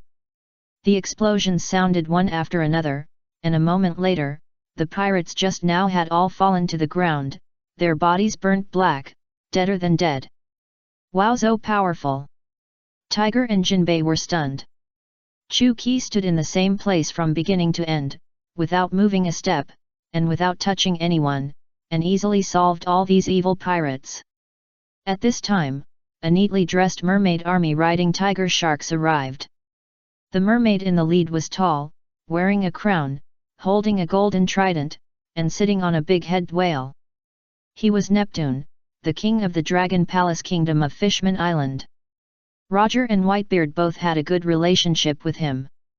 Neptune first saw the corpses of pirates on the ground, then looked at Chu Ki, and recognized him in just a few seconds. Mr. Black Devil, I didn't expect it to be you. Neptune was surprised, but also I was very surprised. After all, he was the hero of Fishman Island and saved countless residents of Fishman Island. Chu Ki smiled slightly. Excuse me, King Neptune. Mr. Black Devil, do you know me too? Of course, I am a good friend of Whitebeard and Roger, and I have heard them talk about you. I see, since you are Roger's friend and a hero of our Fishman Island, I must sincerely invite you to visit our Dragon Palace Kingdom. Chu Ki waved his hand and smiled. No need to be a guest, we have to hurry on. We will leave after strolling around Fishman Island for a while. Next time I have a chance, I will definitely go there. Neptune was a little disappointed. That's such a pity. Mr. Black Devil, please be careful when you visit Fishman Island. There have been many troublesome humans on the island recently. Neptune thought for a while and said, with Mr. Black Devil's strength, I don't need to worry. Chu Ki was a little confused. Why is this the case? I heard that not many humans come to Fishman Island. Chapter 77. Leave rakery behind to deter all directions. Neptune looked at Chu Ki, hesitant to speak, and finally said, it's because the Rock's pirates were disbanded. As soon as Neptune's words came out, Chu Ki understood the whole story. Because the Rock's pirates were disbanded, the Grand Line was no longer constrained, and a new era was coming. Countless pirate groups would rise. There were more pirates going to the New World, and Fishman Island was the only way to the New World. Alas, I always thought that the Rocks Pirates had no need to exist. Now it seems that the absence of the Rocks Pirates is the real disaster. Chu-Ki looked at Neptune and said apologetically, "It's mine, I didn't expect that disbanding the Rocks Pirates would bring you so much trouble. Not only Fishman Island, I believe that the entire Grand Line will be flooded with pirates in a short time. The level of chaos at that time will definitely be more than 10 times more chaotic than the Rocks era." "Mr. Black Devil, don't say that, you didn't do anything wrong. We were also very afraid of the Rocks Pirates at the beginning, and we wished that it would disappear as soon as possible. Who could have thought that this situation would occur today? Although things are irreversible, I can do my best." Chu-Ki finished speaking, pulled out the rakery at his waist, and threw it back. The rakery was like a sharp arrow seeking navigation, flying quickly through the streets and landing accurately in the middle on a stone wall in the central square. It was inserted vertically so that passers-by could see it. "Mr. Black Devil, what are you doing?" "That is my sword rakery, one of the 12 supreme swords. It has been with me for many years and is very recognizable. Any pirate with a little bit of vision can recognize it." Neptune understood Chu-Ki's meaning and said with great emotion, "Mr. Black Devil, if you leave the sword in, what are you going to do here?" "It doesn't matter, I can't use it for the time being. I am alone, without my own power, and can't provide better protection for Fishman Island, so I can only use this method. Seeing the sword is like seeing the person. I believe that no pirates or navy will dare to harass you casually in the future." "How much weight does the name Black Devil carry?" "Except for those rookie pirates just now, no one should be unaware of it." "Mr. Black Devil, thank you so much." Tiger and Jinbei were already in tears, and even Neptune was moved to wipe his tears. In the Grand Line, the swordsman's past is equivalent to their life. Chu-Ki's rakery is the love that has accompanied him for 10 years, and the symbol of the devil. Left waist famous sword, right waist silver spear, everyone knows this sentence. What is the significance of rakery to the Black Devil? Even the 78-year-old Jinbei knows it. Today, Chu-Ki gave up his sword rakery without hesitation for the betterment of Fishman Island, and left the sword on Fishman Island to warn the pirates. You can imagine how heavy this favor is. "Mr. Black Devil, you leave the sword here, we will swear to keep it for you and wait for you to take it back." "And I," they Tiger and Jinbei said in unison. Chu-Ki smiled and said nothing. To be honest, Chu-Ki was reluctant to leave rakery on Fishman Island. After all, he was an old friend who had been with him for 10 years. But Chu-Ki kept his word. Since he had said that he would protect Fishman Island, he would definitely protect it. Chu-Ki had no power, so he couldn't stay on Fishman Island forever, so he could only leave the sword as a proof. As for the problem of having no weapons, Chu-Ki didn't worry at all, now that he had unlocked the Divine Machine 100 refinements. It only took 10 days and half a month for Chu-Ki to practice a sword that surpassed all the supreme swords. Divine Sword. After bidding farewell to Neptune, Chu-Ki, accompanied by Tiger and Jinbei, began to visit Fishman Island. During the visit, Chu-Ki experienced a lot of treatment. Food and drink were free on the whole island, there were too many gifts to take, countless mermaids came up to him for kisses and hugs. Chu-Ki kept saying, "Who can resist this?" The mermaids were so enthusiastic that Chu-Ki didn't want to leave. He wanted to play for a few more days, and he was a little reluctant to leave. After playing on Fishman Island for a whole day, Chu-Ki was already satisfied and it was time to set off on the journey again. Tiger and Jinbei were still children after all, and they bid Chu-Ki farewell. When they cried, they cried. Although they had only known each other for less than 2 days, Chu-Ki's courage, breadth of mind, and personality charm had already penetrated into the hearts of the two little fishmen.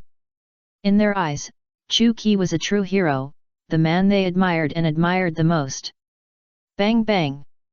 Chu-Ki directly hit each of them on the head, and laughed and scolded, "You two guys, the crying looks so ugly, men bleed but not cry, understand? The two sobbed, we know, big brother Black Devil. You took me to visit Fishman Island, and now I'm leaving.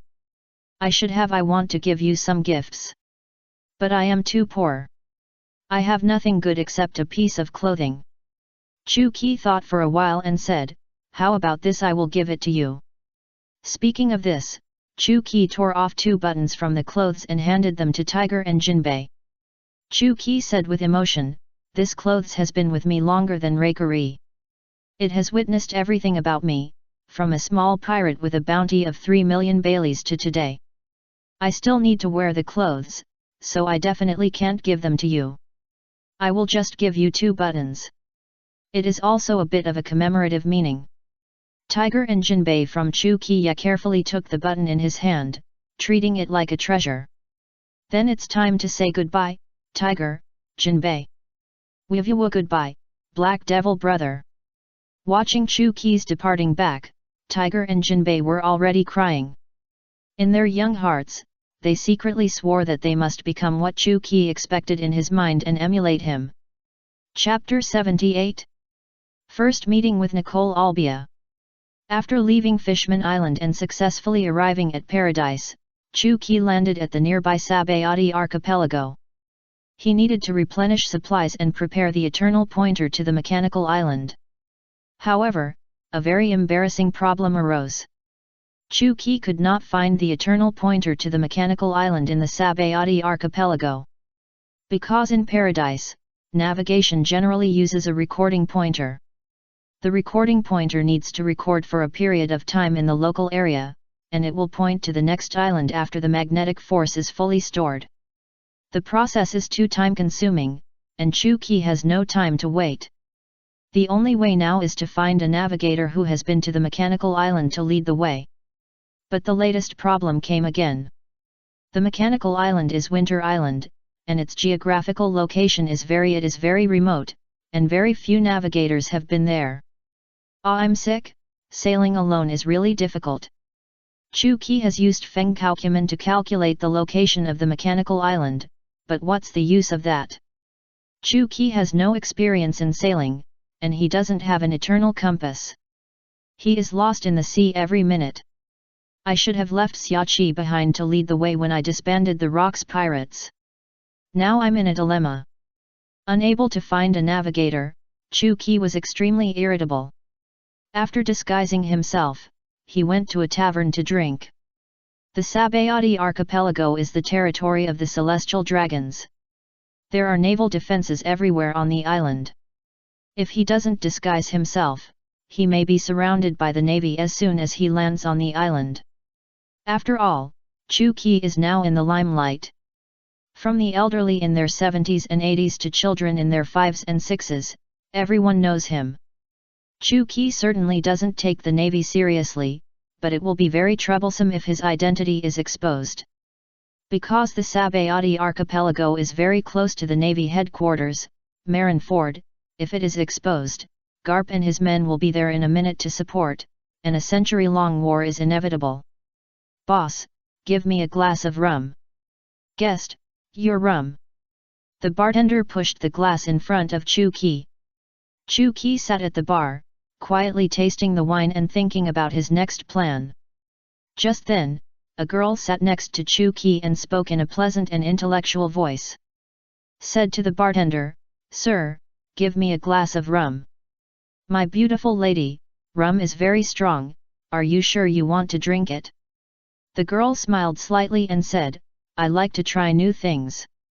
"Okay then." Taking the rum handed over by the bartender, the girl took a sip, and the next second it all came out. "Ahem, it's so unpalatable. Why do pirates like such unpalatable things?" the girl complained. "Hee hee ha ha." The people in the tavern burst into laughter. Only Chu Qi wiped his face with a tissue, because the girl sprayed all the wine on his face. The girl, who had recovered from the alcohol, finally noticed this problem and hurried to Chu Qi. "Apology, sorry sir, I'm really sorry." Chu Qi wiped his face and said lightly, "If it was in the past, the grass on your grave would probably be 1 meter high. No, there should be no grave, and you might not even find the body. The girl was stunned. Why could he say such horrible words so casually? It's too scary. After wiping the wine off his face, Chu Qi turned his head and looked at the girl.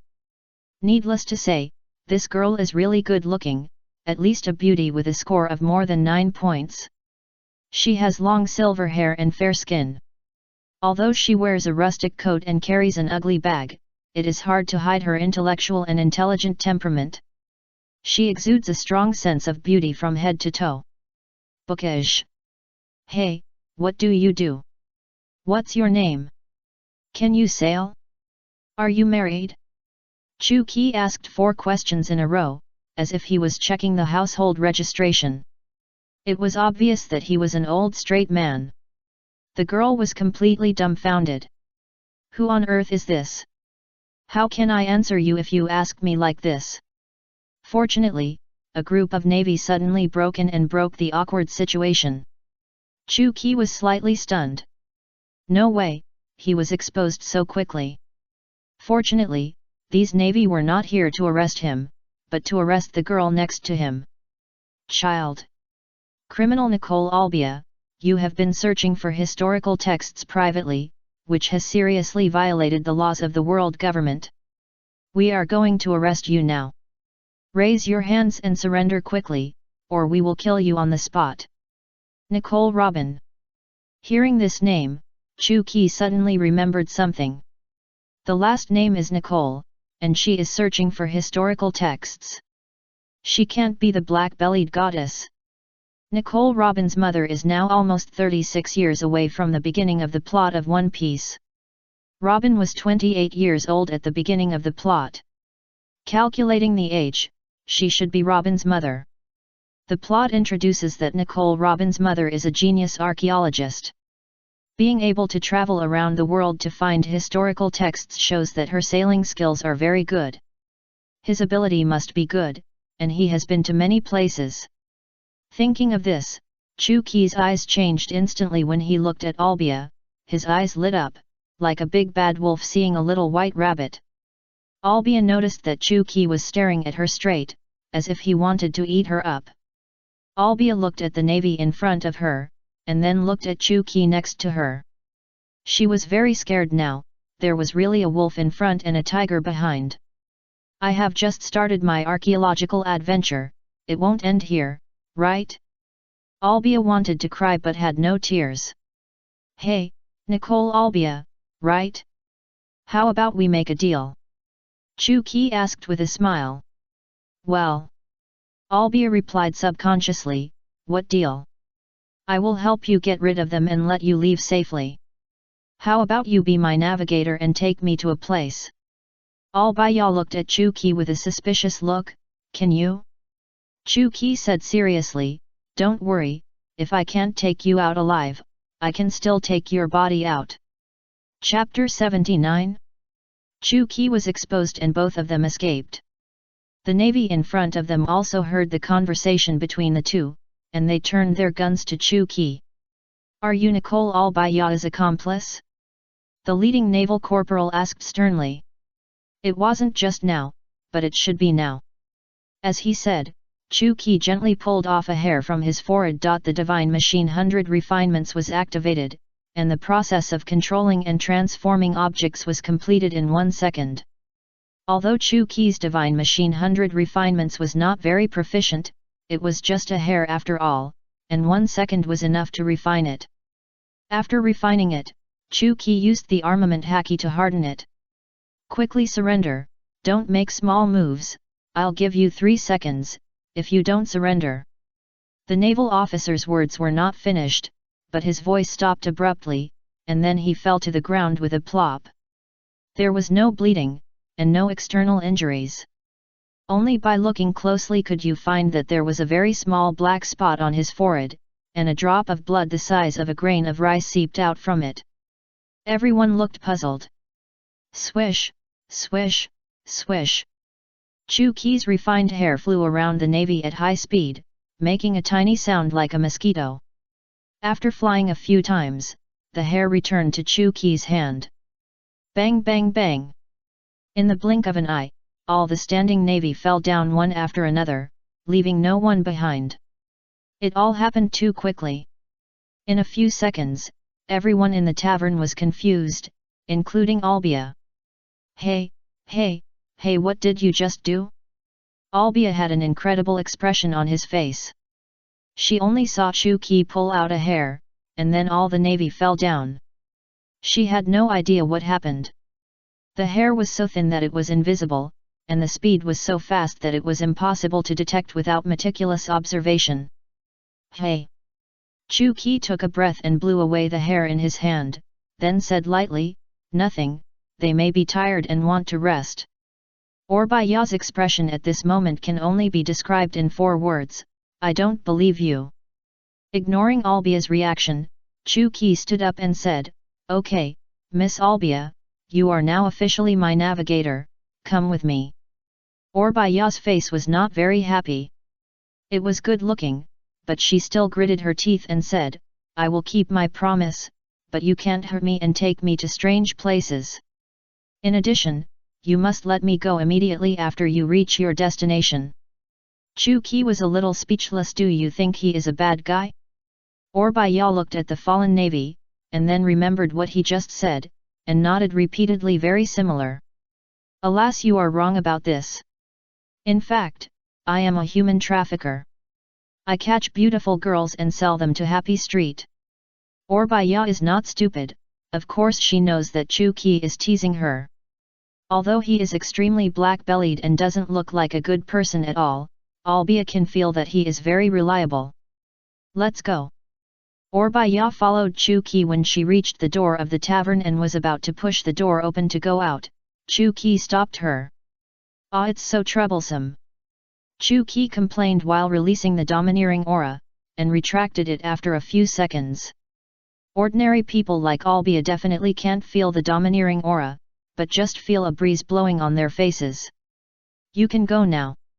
"It's inexplicable," Albia said as she pushed the door open. After seeing the scene outside the door, Albia's inner surprise was beyond words. There were about dozens of Navy soldiers lying on the street outside the tavern, their eyes rolled back and foaming at the mouth. "You did it." Albia was a little speechless. "Lunsai. Stop talking nonsense, run away quickly, the Navy should be chasing us soon." When Chu-Ki was in the tavern, he chose to take action instead of using the Conqueror's haki to stun the Navy because he was afraid of being discovered by the generals of the headquarters of the Sabayati archipelago, and then he would be exposed. After all, Chu-Ki's Conqueror's haki was too strong, and it could be felt from a long distance, and it was impossible to hide. After dealing with the few inside, a large number of people gathered outside so quickly, and no matter how they hid, they would be discovered. Chu-Ki had no choice but to use the Conqueror's haki to make a quick decision, and then run away with Albia as soon as possible. As Chu-Ki expected, the generals stationed in Sabayati, the vice admiral of the archipelago, soon sensed this powerful and frightening domineering aura. After receiving the news from his subordinates, the vice admiral immediately contacted the Navy headquarters Marineford. Moshi, is this Admiral Steele? This is the Navy branch stationed in the Sabayati archipelago. I am Vice Admiral Rockmouse. Vice Admiral Rockmouse, has Nicole Albia been successfully arrested? Admiral Steele is really sorry, we haven't caught Nicole Albia yet, someone is helping her escape. Who is it? Does anyone have accurate information? At this point, Vice Admiral Yunchu's tone became unusually serious. I don't know who it is, but I can be sure that this person is very strong. The strength of the Conqueror's haki is something I have never seen before.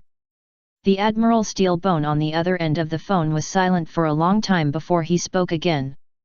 You take people to chase Nicole Albia and his accomplices first, and never let them leave the Sabayati archipelago. The Navy headquarters will send reinforcements immediately. Yes. After hanging up the phone bug, Steel Bone sat in the Admiral's chair and fell into deep thought. There is only 1 in a million Conqueror's haki, and anyone who has it is a strong person. From Yunchu's tone, the owner of this Conqueror's haki, he must not be an ordinary strong man. Cyborg has a hunch that this incident will become very tricky. Chapter 80. Solve the Rock Rat, Admiral Zephyr appears. Most of the navy stationed in the Sabayati archipelago was dispatched to capture Chu-Ki and Albia. If Chu-Ki was alone, he would not give the navy a chance to react. He would have already boarded his silver shuttle and ran 180,000 meters. But now Albia is seriously holding back. Chu-Ki can walk faster than her. A few minutes later, Chu-Ki couldn't bear it anymore, so he grabbed Albia's wrist and hugged her up. Chu-Ki's sudden action made Albia panic. Hey, what are you going to do? Don't yell. If you keep dragging your feet, I'm afraid I won't be able to leave the Sabayati archipelago until dark. Not long after Chu-Ki ran with Albia in his arms, a red light flashed in his eyes. He sensed something, leaned back slightly, and jumped up high. Bang! A black shadow broke out of the ground and attacked Chu-Ki with long claws. Chu-Ki just dodged it when he jumped up.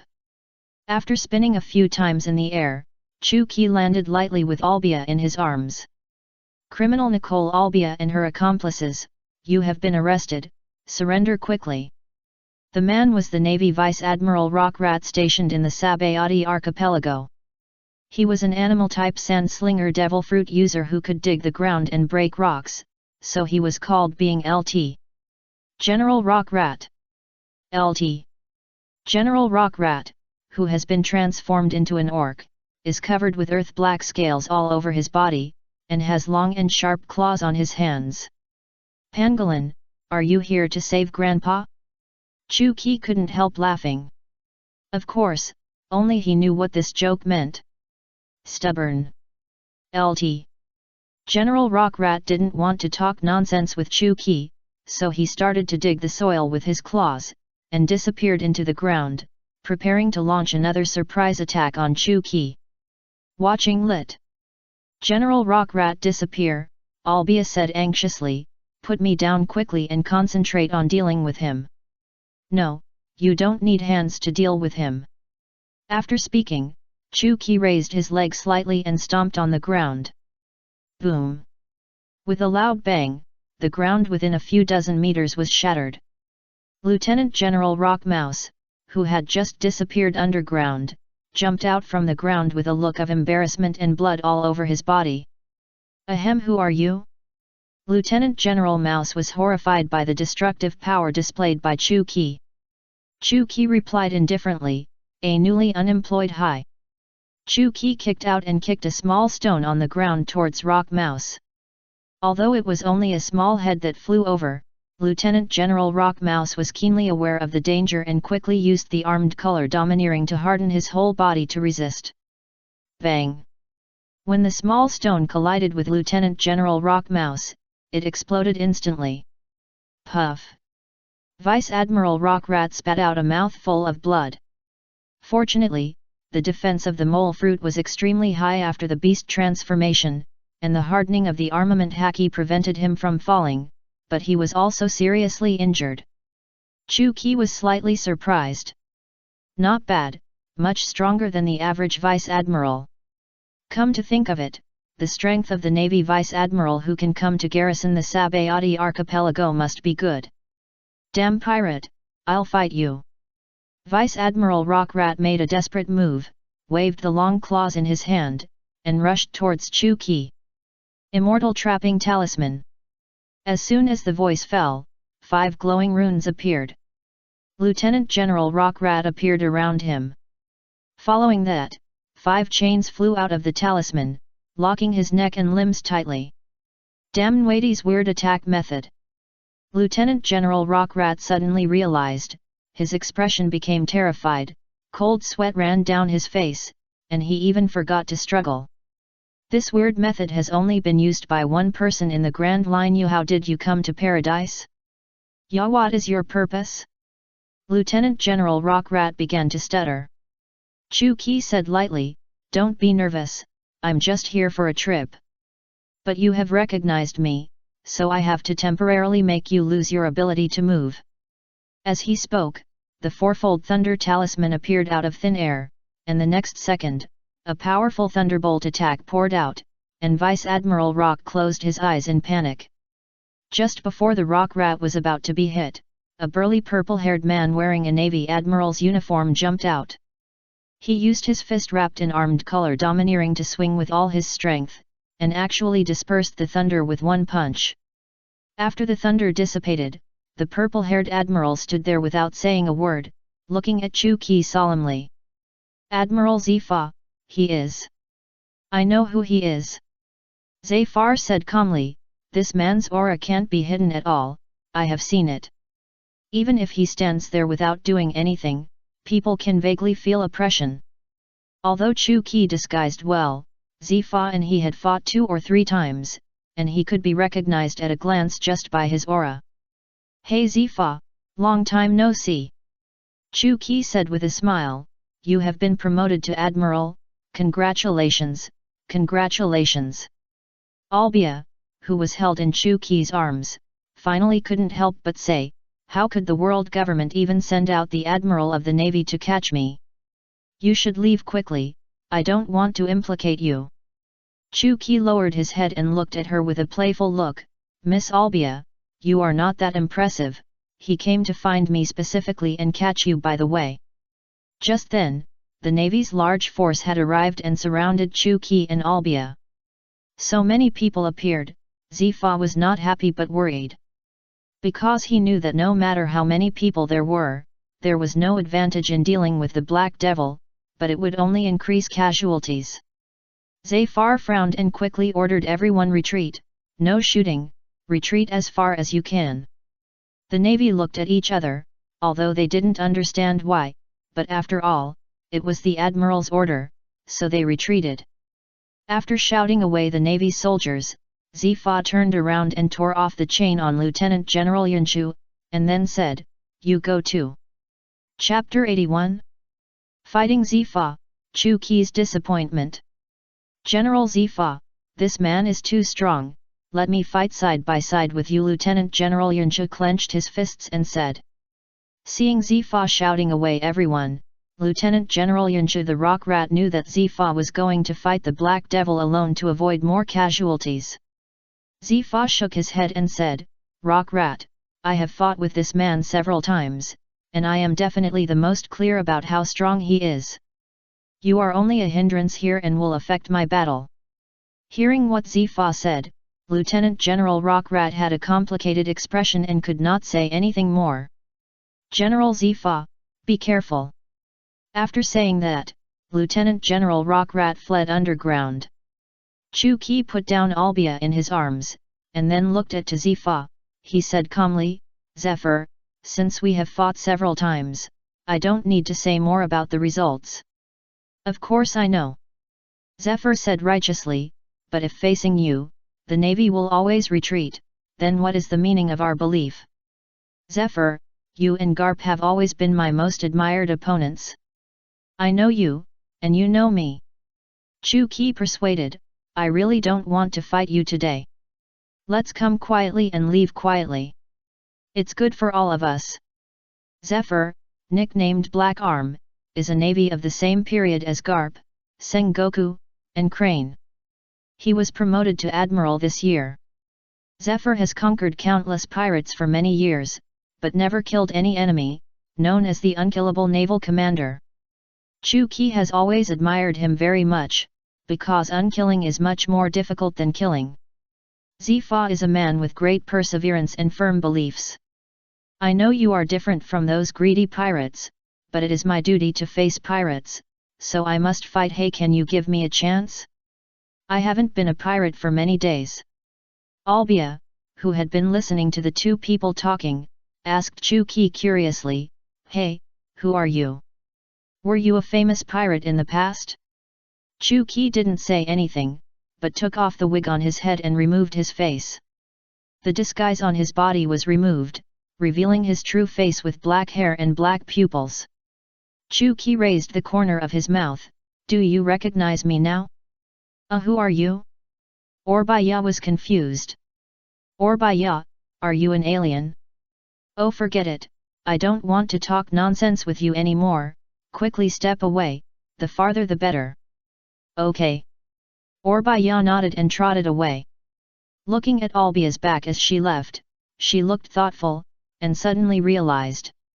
I know, Black Devil, you want to take Nicole Orr's history and find a way to subvert the power of the world government and rule the world, right? It's reasonable and convincing.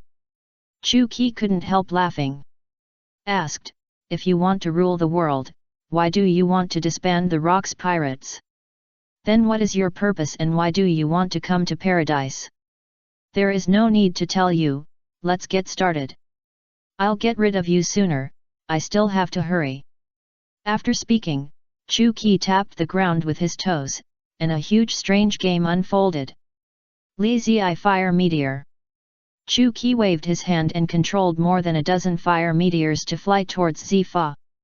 Zafar used the armed color domineering to harden his hands and feet, and then used his fists and feet to smash all the fire meteors flying towards him. Not bad, continue. Chu Qi extended his index finger and slid it downwards. The shattered flame meteors began to gather in the air, then slowly grew larger, turning into a giant flame meteor with a radius of more than 10 meters. After the giant flame meteor took shape, it smashed straight down towards Zifa. Ah! Zafar screamed, veins popped on his forehead, and he punched hard, facing the giant flame meteor. Bang! The flame meteor was smashed into pieces by Zifa's punch, and the football-sized meteor fragments scattered all over the ground. The beautiful surrounding environment instantly turned into a sea of fire. Chu Qi praised, Zafar, you have made great progress. You couldn't handle this move a few years ago. Black Devil, I have been practicing hard for the past few years, just for today, to be able to arrest you and put you in jail. Really? Chu Qi smiled meaningfully, then let me see the results of your practice. As you wish. 6 style shave. Zafal stomped on the ground at high speed continuously, and rushed towards Chu Qi at high speed with the explosive reaction force. 6 style gun finger. The moment he approached Chu Qi, Zifa gathered all his strength on his index finger and hit Chu Qi at lightning speed. However, the next second, Chu Qi made a move that surprised Zifa. He slowly spread his arms, completely defenseless, and let Zifa hit him. Zafal shocked, he subconsciously released his strength and hit Chu Qi's chest with only 50% of his strength. Chu Qi retreated several meters after being hit, and a trace of blood flowed from the corner of his mouth. Zifa frowned and asked, Black Devil, what are you doing? Why don't you block it? Chu Qi gently wiped the blood from the corner of his mouth, and while healing his wounds with both hands, he smiled and said, Zifa, is this the result of your practice? I am so disappointed in you. You really haven't made any progress. Zifa remained silent. He had understood what Chu Qi meant. I admire your no-killing very much, but I also despise it very much. You dare to show mercy to me, let alone other pirates. Chu Qi said calmly, you are too soft-hearted, and you are not suitable to be a navy. I advise you to either give up the creed of not killing or give up being a navy. In terms of talent, Zifa is definitely not worse than Sengoku or Garp, but his strength is always a step behind them, because he insists on the principle of not killing, there is no ruthlessness in his heart, and there is no murderous aura in his fists. Chapter 82. Teach Black Arm Zifa a lesson. Zephyr, a navy admiral without murderous aura, how can he deter the enemy? It is because of the principle of not killing that Zifa's life is so tragic. Even if he is destined to be an enemy, Chu Qi does not want to see this respectable opponent end in tragedy, so he wants to try to wake him up. Zephyr clenched-fisted, he said seriously, Black Devil, maybe you are right, but since it is the path I chose, even if I die, I will stick to the principle of not killing. Naive, if you let the enemy go, will the enemy let you go? This idea will sooner or later harm yourself and your family. Chu Qi smiled bitterly and shook his head, that's all I have to say. It's up to you whether you want to change or not. Zafar was thoughtful, and a trace of confusion flashed in his eyes. Okay, Let's continue. But I remind you that if you dare to show mercy again, you will die. Chu Qi raised his hand slowly, aiming his palm at Zifa's Li Zi Chi Lien. Chu Qi's palm ignited with flames, and a giant flaming snake flew out of his palm, rushing towards Zifa with murderous intent. Zifa didn't dare to resist, so he jumped high and dodged the giant flaming snake that pounced on him. Seeing Zifa dodge, Chu Qi shouted, 8 gates moving. A black hole appeared out of thin air on the ground, and the giant flaming snake just pounced into it. Immediately afterwards, another black hole appeared out of thin air above Zifa's head, and the giant flaming snake pounced out of this black hole. What? Zifa was shocked, and at a close distance, it was in the air again, so it was impossible to dodge. He was immediately bitten by the giant fire snake, and the severe pain caused by the high temperature spread throughout Zifa's body. 6-style iron block. The giant fire snake brought Zifa to the ground and exploded. The deafening explosion was accompanied by a mushroom cloud rising into the sky. The power was beyond words. Chu Qi looked at it expressionlessly, then turned around and prepared to leave, but Zifa's voice rang again. Hey, I said, I didn't practice in vain in the past few years, and I am not a Navy admiral in vain. Zafar, who was wrapped in armed color domineering, walked straight out of the flames. Although he was in a mess and had burns all over his body, he was still energetic and powerful. Full of energy. As expected of my admired opponent, Garp is exactly the same, equally annoying. Speaking of this, Chu Qi took off his coat slowly and threw it on. In that case, I will teach you a lesson today. When it's time to lie down, you must lie down obediently. All kinds of colorful runes appeared in the air, and then merged into his body, increasing all attributes. Chu Qi smiled while stretching his muscles. I haven't used physical skills for so many years, I don't know if I'm rusty.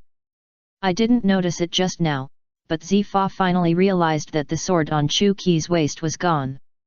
Out of curiosity, Zifa couldn't help asking, Black Devil, where is your sword?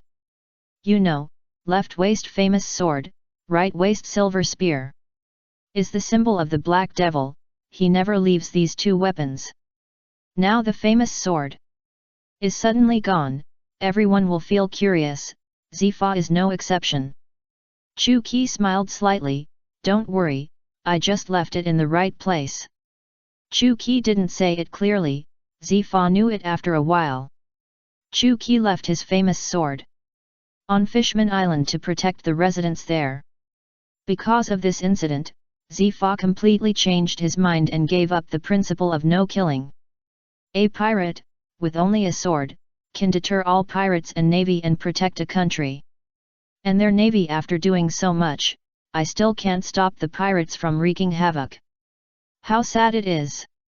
Black Devil, I won't show mercy to you just because you have no weapons. Zephyr said seriously. Chu Qi smiled and said, this is exactly what I want. Without rakery in hand, Chu Qi's strength will definitely be greatly affected, but he will have no pressure to deal with Zifa. 6-style shave. Zephyr took the lead and burst out at an amazing speed, punching Chu Qi. Too slow. Chu Qi used a roundhouse kick to hit Zifa in the stomach, sending him flying. Then he took advantage of the victory and chased after him, using his hand as a knife to slash at Zifa. 6-style paper painting. Zephyr released all his strength, making his body as thin as paper, and easily controlled his body to dodge Chu Qi's knife. The two fought back and forth, and the fight became more and more intense, from the ground to the air, from the air to the tree, and from the tree back to the ground. Chu Qi, who had been strengthened, suppressed Zifa with all attributes, but because he had not used physical skills for many years, he could not adapt to this fighting mode immediately. After fighting for a while, Chu Qi adapted to physical skills again and began to suppress Zifa comprehensively, and Zifa gradually lost the ability to fight back. An hour later, in the whole world under the largest red tree, Chu Qi ended the fight with one punch, and Admiral Zifa fell down completely and lost consciousness.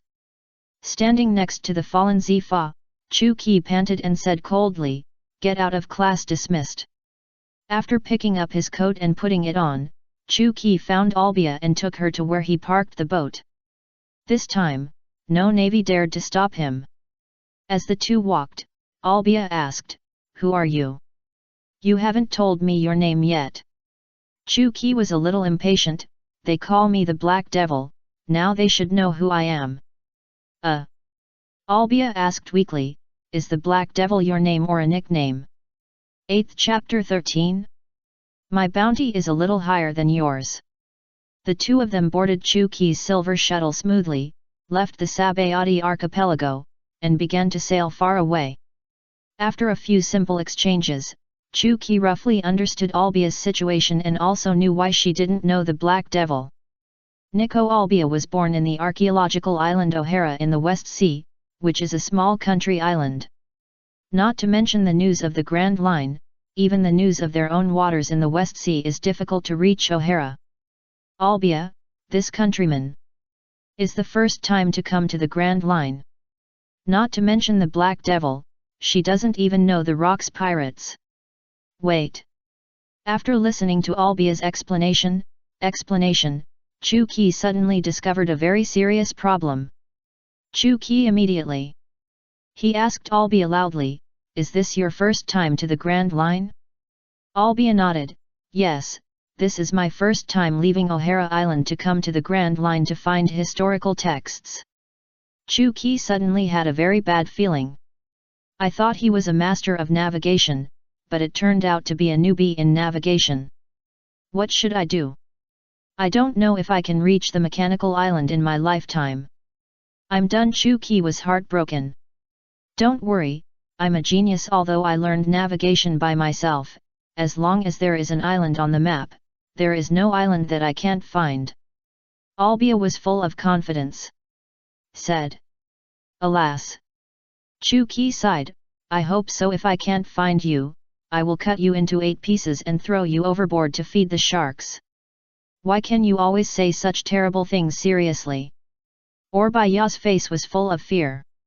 "I used to have a subordinate named Xiaoqi, who was slow to do things and liked to ask questions.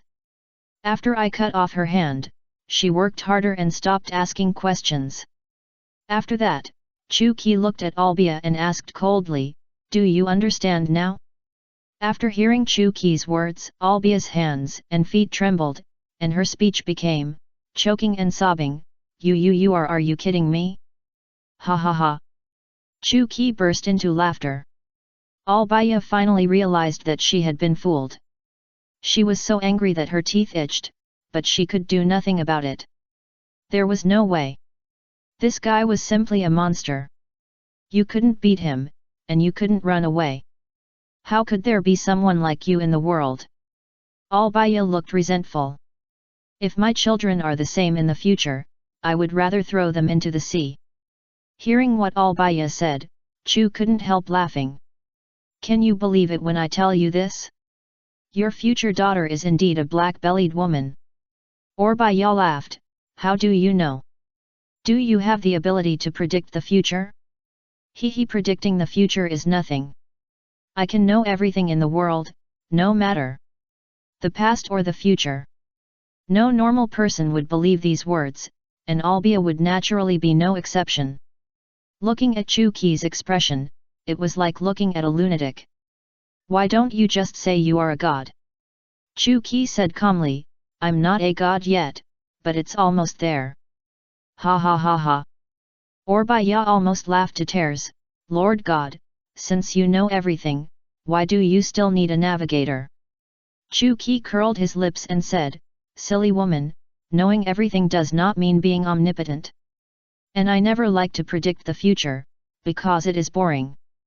The unknown is interesting. Do you understand?" Orbaia was stunned for a few seconds, and then said angrily, "Of course I understand, otherwise, I would not leave O'Hara to find historical texts. You know shit. You think you are taking risks, but you are actually courting death." Chu Qi changed his frivolous attitude just now, and said seriously, "The degree of danger of the Grand Line is not what you can imagine. I advise you to go home early and stop looking for historical texts. Orbia surprisingly did not refute, bit her lower lip. Her face became a little ugly. She turned around, facing away from Chu Qi, and said nothing. Chu Qi also realized that his words seemed a little harsh. But it was absolutely impossible for a black devil to apologize to a girl. There was no way, a straight man for more than 30 years was like this. Women are troublesome. Chu Qi muttered softly, and then said casually, I just predicted the future.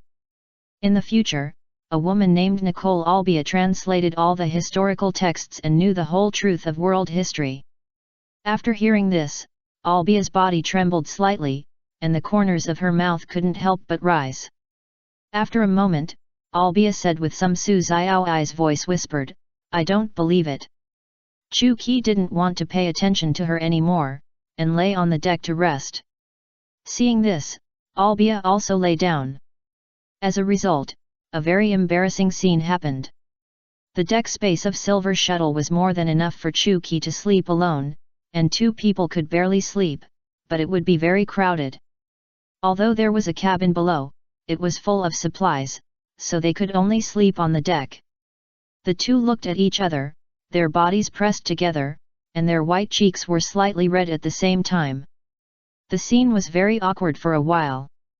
In order to break the awkwardness, Albia asked intentionally or unintentionally, by the way, since you are a pirate, you should have a bounty. How much is your bounty? How much is it exactly? I don't remember clearly, tell me about your bounty first. When Chu Qi asked about her bounty, Albia proudly said, my bounty is 13 million baileys, how impressive is that? It's quite impressive. Chu Qi was a little amused, and said with a smile, my bounty is only a little higher than yours. How much is that? 10 million. About the same. Chapter 84. Robin's most unqualified mother. Since Albia has never heard of Black Devil, Chu Qi didn't want to explain deliberately, bragging was too stupid. The next day, when Chu Qi woke up, he found that Albia had also woken up and was concentrating on looking at the sea chart and recording the pointer. When Albia saw Chu Qi wake up, he couldn't wait to ask, what's wrong with your ship? It's amazing. It can actually sail in the direction of the pointer. Nothing to be surprised about. There are so many amazing things on the Grand Route. Come and have breakfast. Do you like takoyaki? Albia was a little confused.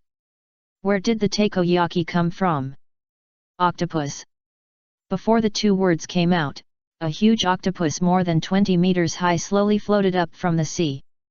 Chu Qi ignored Albia, who was already dumbfounded, and drew a rune and threw it on the octopus. The giant octopus instantly burned and was cooked after a few minutes. It doesn't taste very good, just eat it. Chu Qi reminded Albia, then tore off a tentacle that was more than 10 meters long and more than 1 meter thick from the giant octopus, and sucked it into his stomach like eating noodles. In less than a few minutes, a 10-meter-long giant tentacle had been completely eaten by Chu Qi. After eating, Chu Qi patted his stomach and continued to eat the next one. His stomach is a bottomless pit, eating so much but not rising or falling at all. I'm starting to believe what you said, Lord God. Seeing this scene, Albia almost couldn't help kneeling down to Chu Qi. No matter. He was a god or a ghost, anyway he couldn't be a human.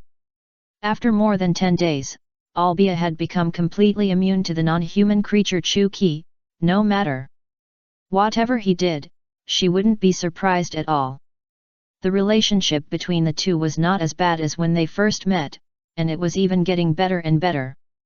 Because their personalities were so similar, they liked unknown adventures, liked to try new things, and lived casually.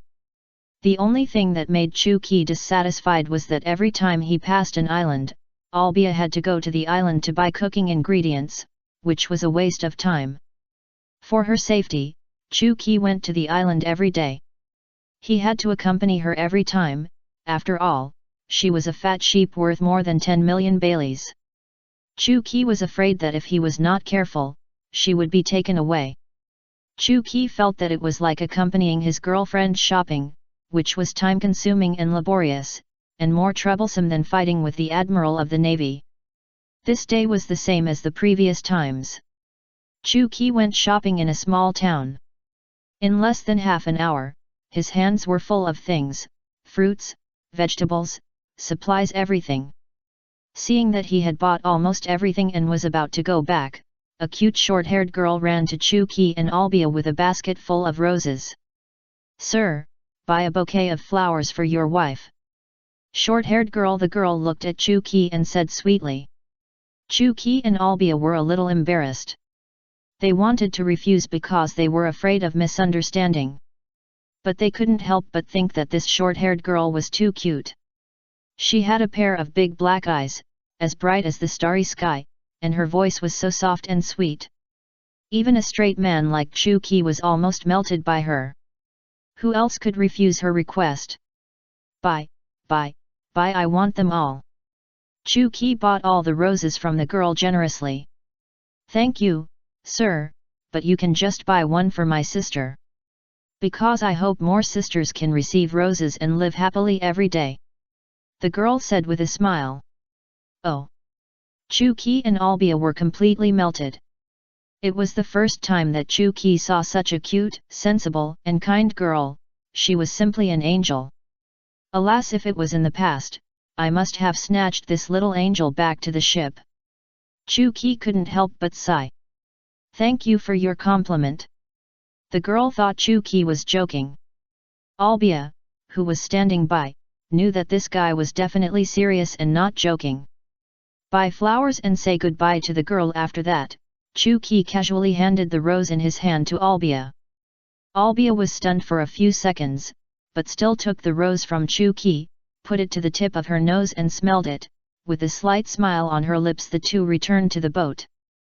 Albia looked at the rose in her hand and inadvertently thought of the little girl just now, and then thought of what Chu Qi had said before. After setting sail again, Albia hesitated for a long time, but still couldn't help it. She looked at Chu Qi and asked curiously, "Qi, didn't you say before that you can predict the future, and you also predicted that I will have a daughter in the future, is it true?" He Chu Qi smiled playfully, "You don't believe it, and now you ask me again, what do you mean?" "I just like it's just strange. Actually, I don't like children, but after seeing that little girl today, I suddenly felt that having a daughter seems to be not bad." Speaking of this, Albia couldn't help but smile. Hearing Albia's words, Chu Qi's face suddenly sank, and he seemed a little angry. In the One Piece comics, the most unqualified mother is Nicole Robin's mother, Nicole Albia. Nico Robin can be said to be the one with the worst life experience among the protagonists, no one else. Although the stories of the other protagonists are not very good, they at least have relatives or people who are better than relatives to accompany them during their growth. Robin has nothing. When she was a child, she was killed by others because of her devil fruit ability. Bullied. Then her home was destroyed, she suffered hardships and grew up alone. Until she met the Straw Hat Pirates, Robin finally had a partner and was no longer alone. In the comics, Robin is undoubtedly the most pitiful one. Chu Qi in his previous life cried several times after reading Robin's story. Chapter 85. I call you sister, you call me mom. Nico Robin has always been one of Chu Qi's favorite characters. Now that he heard Albia mention her daughter, how could Chu Qi not be upset? Albia seemed to notice that Chu Qi was in a bad mood, and asked in confusion, "What's wrong with you? Did I say something wrong?" After a moment of silence, Chu Qi asked Albia, "If you really have a daughter, can you take the responsibility of being a mother?" Hearing this question, Albia was stunned, bit her lip, and said nothing. Then let me change the way of asking. Find the historical text and the daughter, and let you choose one. How would you choose, daughter is more important, or historical text is more important? Albia gritted her teeth and thought for about 7 or 8 seconds, then sighed, "Indeed, I am not qualified to be a mother." Hearing Albia's answer, Chu Qi was really angry this time, and asked sternly, "Are those Po Wu, historical texts more important than a lovely daughter? You wait, I will find all the historical texts in a while, one by one. Destroy it without leaving any trace, Chu Qi said angrily. Hearing this, Albia's eyes were a little wet, and she said seriously, I am not looking for historical texts, but the truth. History should not be buried. People have the right to remember history and understand the truth of the world.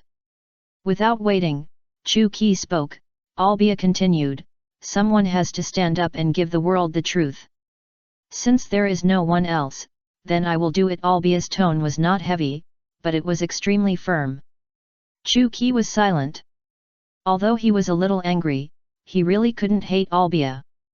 She may not be a qualified mother, but she is a great woman.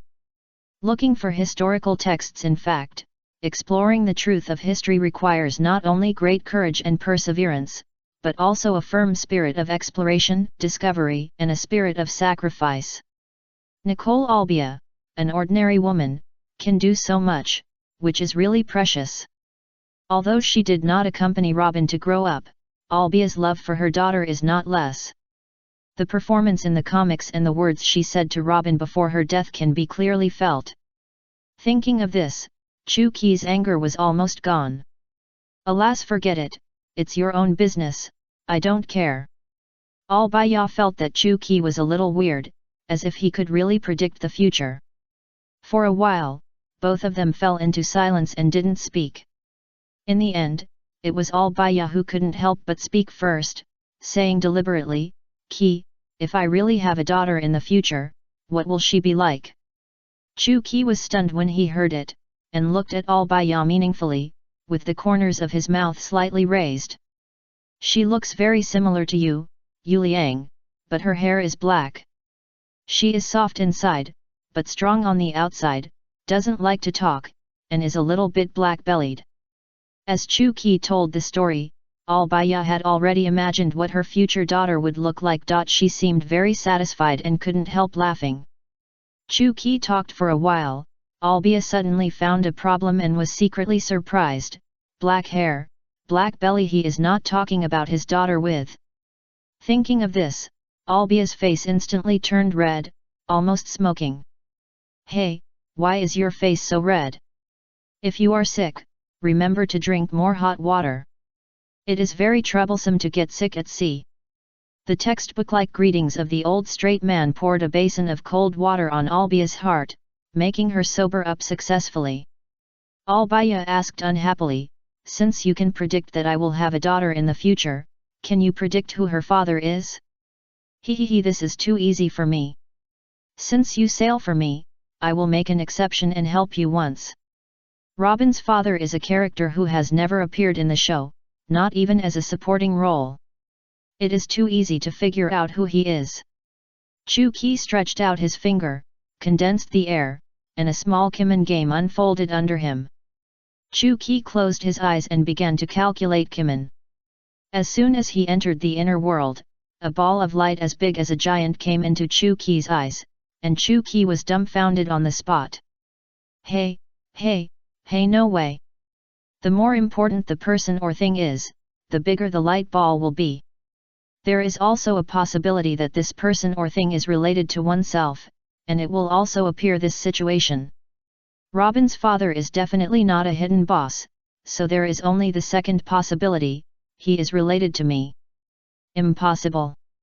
Chu Qi seemed to have guessed something, but in order to be 100% sure of his guess, Chu Qi punched the light ball hard, and the light ball broke outside the interior. In the real world, Albia looked at Chu Qi, who suddenly closed his eyes and stopped moving, and was a little confused. Albia was about to push him, but Chu Qi suddenly opened his eyes and spit out a mouthful of blood, almost spraying on Albia. Hey Qi, why are you spitting blood? Are you okay? Albia asked in a panic. It's okay, it's okay. I've been too angry recently and spit some blood. That's all. Just after he finished speaking, Chu Qi spat out another mouthful of blood. You watch first, I'll take a rest. Ignoring Albia's reaction, Chu Qi lay directly on the deck and soon fell asleep. After falling asleep, Chu-Ki seemed to have a dream in the dream. A beautiful girl with orange hair hugged his arm and said to a girl with long black hair, "From now on, we will talk about our own things. I will call you sister and you will call me mom." The black-haired girl said nothing, rummaged around, and suddenly pulled out a long knife and slashed at Chu-Ki. Philo reminds you, 3 things to read. Chapter 86. Arrived at Winter Island and met Vegapunk for the first time. After a few days of recuperation, the backlash of the heavenly way suffered by Chiang Chu-Ki has almost recovered. But since then, Chu-Ki's eyes when looking at Albaya have changed, becoming indescribable. Who can bear that his goddess will become his daughter? But Chu-Ki soon let it go and let everything go with the flow. After all, Chu-Ki only calculated the general direction of the future, not the established future. After many twists and turns, Chu-Ki and Albaya finally arrived at their destination, the Mechanical Island, the future country. The location of Bakimo. After landing, the two looked at each other in silence, because it was time to say goodbye. Chu-Ki didn't show much, but Albaya was obviously very disappointed and reluctant to part. "I'll lend you my silver shuttle.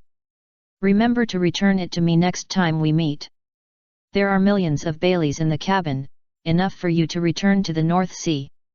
Chu-Ki looked at Albaya and said. "Well." Hearing this, Albaya's eyes lit up and her depressed mood eased a lot. "Ki, can we meet again?"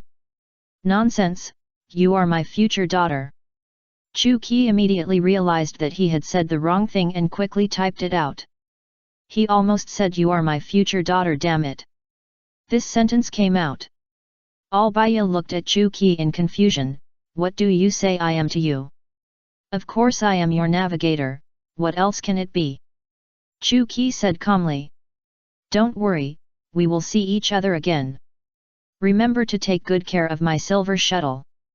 If you dare to damage it in the slightest." Speaking of this, Chu-Ki smiled evilly. "He, you know. He. Albaya was amused by Chu-Ki's appearance, and the sadness of parting had been completely dispelled. After bidding farewell to Albaya, Chu-Ki officially stepped onto the map of the Mechanical Island and walked towards the future country on the island, Bakimoya. The Mechanical Island is a winter island, which is covered with the snow covered the area and the temperature was extremely low, but Chu-Ki was definitely immune to this temperature. After officially entering Bakimo, Chu-Ki seemed to have traveled back to the real world. Street lights, strange cars, machinery factories, everything is available. Future country is truly worthy of its reputation. Compared with Bakimo, the country is simply an uncivilized barbarian. Now we can have fun. Chu-Ki was excited.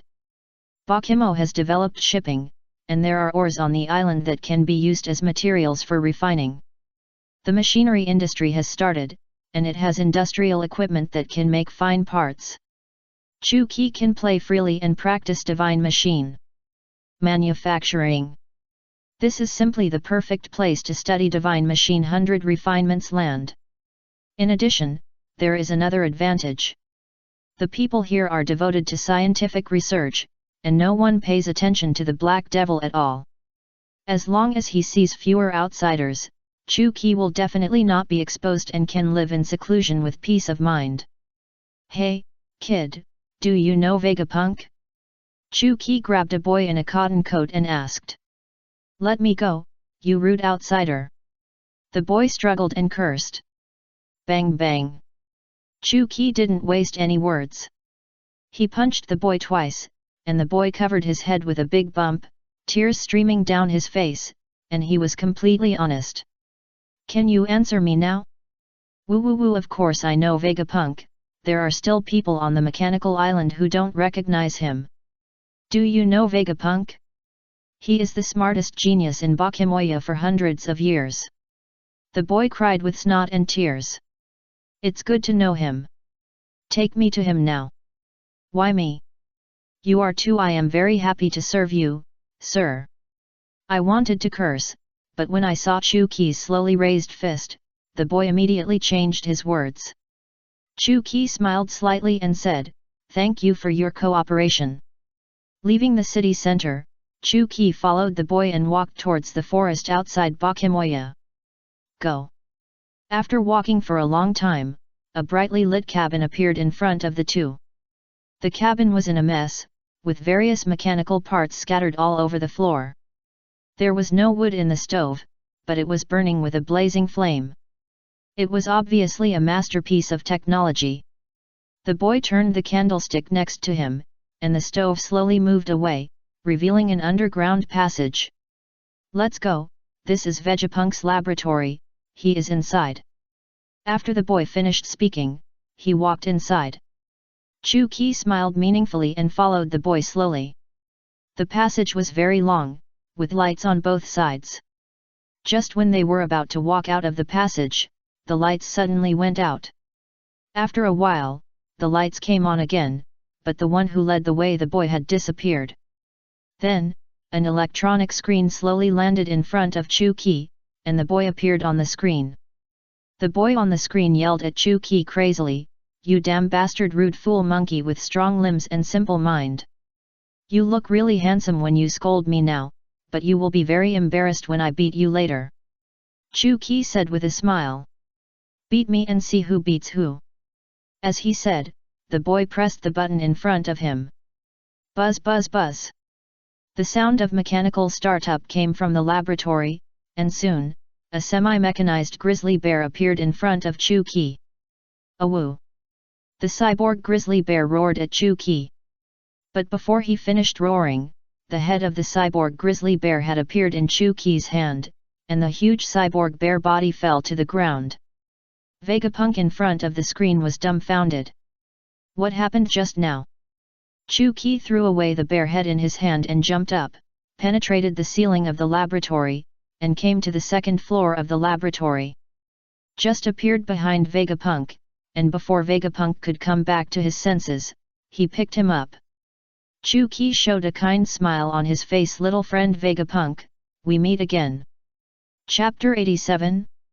The First Divine Puppet Type 0. As early as entering the underground laboratory, before entering the laboratory, Chu Qi had already discovered that this kid was Vegapunk himself. "Little brother, do you remember what I just said?" "Sir, no big brother, please forgive me, I know I was wrong." Vegapunk was horrified. He, it's too late. My principle is to keep my word. I will never show mercy if I say I will beat you up." After speaking, Chu Qi's fist had already fallen. Ah! For more than 10 minutes, Chu Qi folded his arms, crossed his legs, and sat on Vegapunk's chair, looking around at the technological equipment with interest. Vegapunk, with a bruised face, knelt in front of Chu Qi, his hands on his knees, and kept twitching. Crying. For troublesome women, Chu Qi usually just threatens them with a few dark words and won't really do anything. But for troublesome men, no matter. Old or young, Chu Qi is dark-hearted and his hands are even darker. As long as he can't be beaten to death, he will beat him to death. "Mr. Vegapunk, I came to you this time hoping that you can help me a little." Chu Qi said the most polite words in the most arrogant tone. "Get lost, I won't help you, I won't help you even if I die." Vegapunk said the most arrogant words in the most cowardly tone. "Okay, then I will beat you to death and then go find someone else to help." "Woo woo woo, how hate do you need me to do, big brother?" Vegapunk immediately gave in. What are you doing? You are so cowardly and arrogant. Who else should I beat if not you?" Looking at the dead kid in front of him, Chu Qi felt a little emotional. He didn't expect that the legendary scientist who surpassed human wisdom by 500 years would be like this. When he first came to Bakhimo, Chu Qi thought that even if Vegapunk was not an old man, he should be a young man in his 20s or 30s. He didn't expect him to be so young.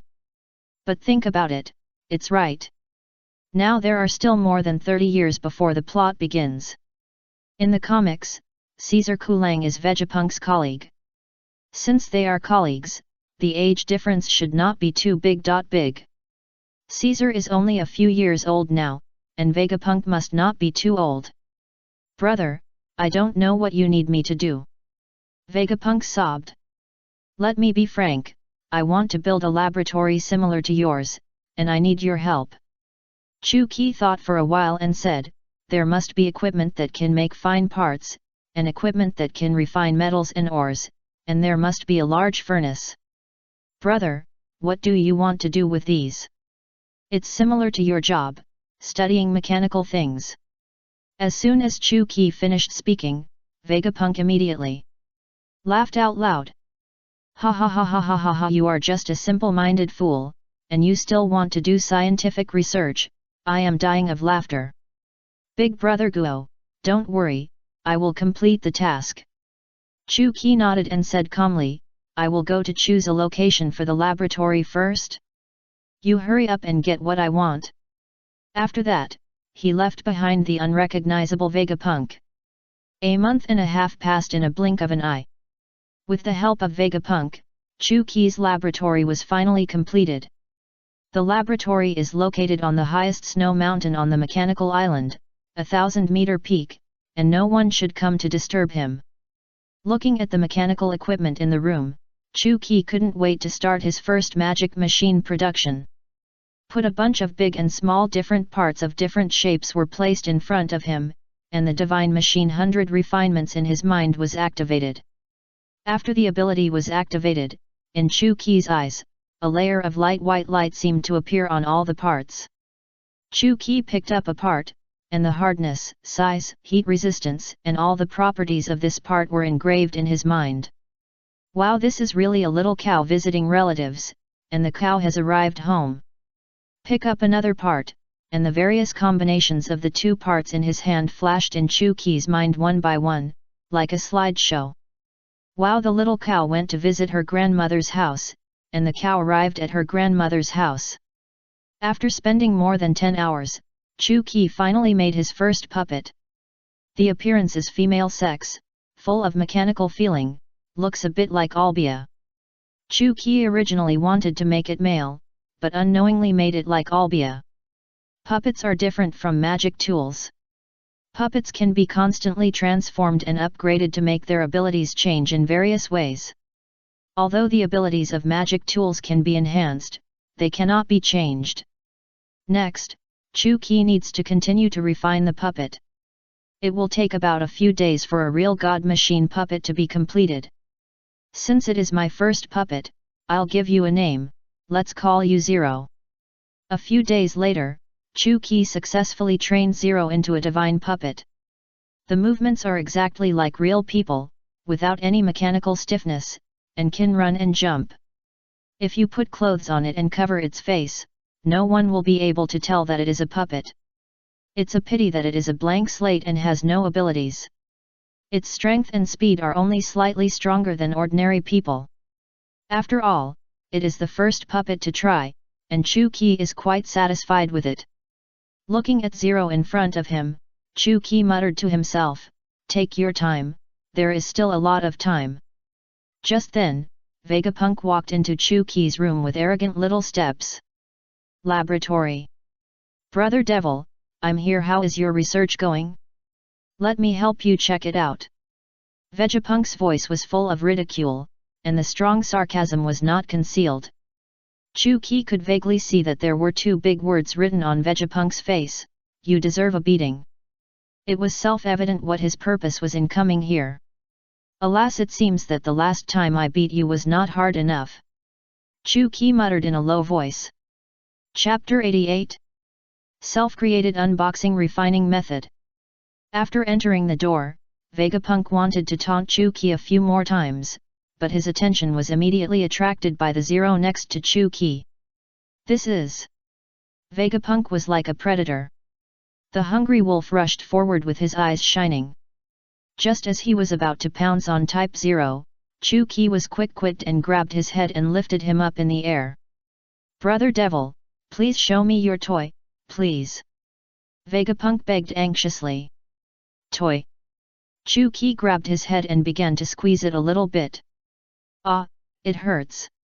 After being beaten up, Vegapunk observed Type 0 as he wished, but was strictly forbidden to touch it with his hands. What a delicate workmanship, this is a technology I have never seen before, it's amazing. Vegapunk turned his head and asked Chu-Ki, who was drinking hot tea, "Brother Devil, can it move?"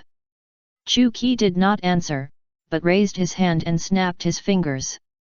Zero immediately started to move, walked to Chu-Ki, picked up the teapot, and filled his cup with hot tea. A set of movements was smooth and flowing, just like a real person. This is impossible. Seeing this scene, Vegapunk's face was full of disbelief, and he exclaimed, "A purely mechanical humanoid can never be so flexible. How did you do it?" Vegapunk pounced on Chu-Ki and asked loudly. "It's not just a machine, the things involved are very complicated, and it's hard to explain to a guy like you who is full of scientific research." Vegapunk hugged Chu-Ki's thighs, he said with tears streaming down his face, "Brother Devil, please let me study your toy, I really want to know its secret." Chu-Ki smiled and said, "Since you helped me build the laboratory, I will make another one for you to study, but it won't work." "Really?" Vegapunk burst into laughter instantly. "Keep your word, but I have to remind you, no matter however you study, there will be no results. I advise you to give up as soon as possible and don't waste time." "Ha ha ha ha, naive." Vegapunk laughed wantonly and said, "Who do you think I am? I am the genius with the highest IQ in Bakumo for hundreds of years. Nothing in the world can be difficult for me." When he asked for help and was beaten, he cried for his parents. After a few seconds, his true colors were immediately revealed. Chu-Ki was speechless. This guy could be abandoned. Just beat him to death. After that, Chu-Ki spent half a month to create a dozen mass-produced puppets with average workmanship, and uniformly named them Ruhwa to help him do odd jobs. In the first 2 days, Vegapunk came to bother Chu-Ki every day and asked for puppets. Chu-Ki was so annoyed that he threw a Ruhwa to him, and then he never appeared again. With Ruhwa's help, Chu-Ki's speed of practicing Shenji Bai Lian increased a lot. Small success in Shenji Bai Lian, proficiency 24%. Let's stop practicing Shenji for now. After all, refining is the core, and we have to quickly practice a few decent magic weapons. Chu-Ki had already thought about what to refine. His Reikari was not around, so he naturally had to refine a handy weapon for himself. And Chu-Ki thought of an excellent method of refining, which is to refine while casting. Instead of refining with a finished knife, everything starts from scratch, refining while casting the knife, a two-pronged approach. When the knife is cast, the magic weapon has also been refined. Chu-Ki gave this method of refining a name, called open box type refining method. Because there are too many uncertain factors when refining with this method, it is just like playing the game unboxing. Whether you get the best, defective, or waste products, it is all completely random. The game is a heartbeat, gamblers are ecstatic. After more than a month of twists and turns, Chu-Ki finally collected the first batch of unboxing materials. Various rare metal ores were obtained by Chu-Ki by stealing and robbing. After getting the materials, Chu-Ki spent another 10 days to learn the method of forging knives. You don't need to be too proficient, as long as you can forge knives. After all, refining is the most important thing. After everything was ready, Chu-Ki started his first unboxing and refining. A blazing flame ignited in the furnace. Chu-Ki threw some refined metal into the furnace, controlling the fire while injecting energy to nourish the weapon. Before the knife was formed, Chu-Ki had already practiced it to pieces, and the first unboxing failed. It's okay, the first failure is inevitable. Chu-Ki didn't care and immediately started the second unboxing. This time the knife was formed, but it was a defective product, so Chu-Ki threw it directly into the trash can. It's okay, the second failure is inevitable. Chu-Ki continued to comfort himself. But when the third and fourth failed, Chu-Ki had begun to doubt that this unboxing method he had come up with was a stupid way. Method. Looking down at the remaining metal materials, it should be enough for 2 more refinements. Chu Qi decided that if he failed again, he would give up this method and honestly use the ordinary method to refine the weapon. After taking a deep breath, Chu Qi began his 5th attempt. This time he was particularly serious and carefully controlled the temperature, using his energy to wrap the liquid metal, gathering it into a knife shape, and then letting it solidify. A knife with a nearly perfect blade gradually took shape, and Chu Qi was extremely surprised. Finally, it's going to succeed. However, at this moment, there was a click, and a crack appeared on the perfect blade, and the crack began to spread little by little. Damn, no way! Chu Qi began to input his energy with all his strength, he tried to repair the cracks, but it backfired. The cracks became more and more, densely covering the blade. Maybe the blade would be completely broken in the next second. Chapter 89. Chu Qi's Magic Sword Casting Plan. Looking at the blade that was about to break, Chu Qi suddenly realized. The blade that had not yet formed was relatively fragile, and Chu Qi's energy was too strong. It would definitely not be able to withstand it if it was used to nurture the weapon.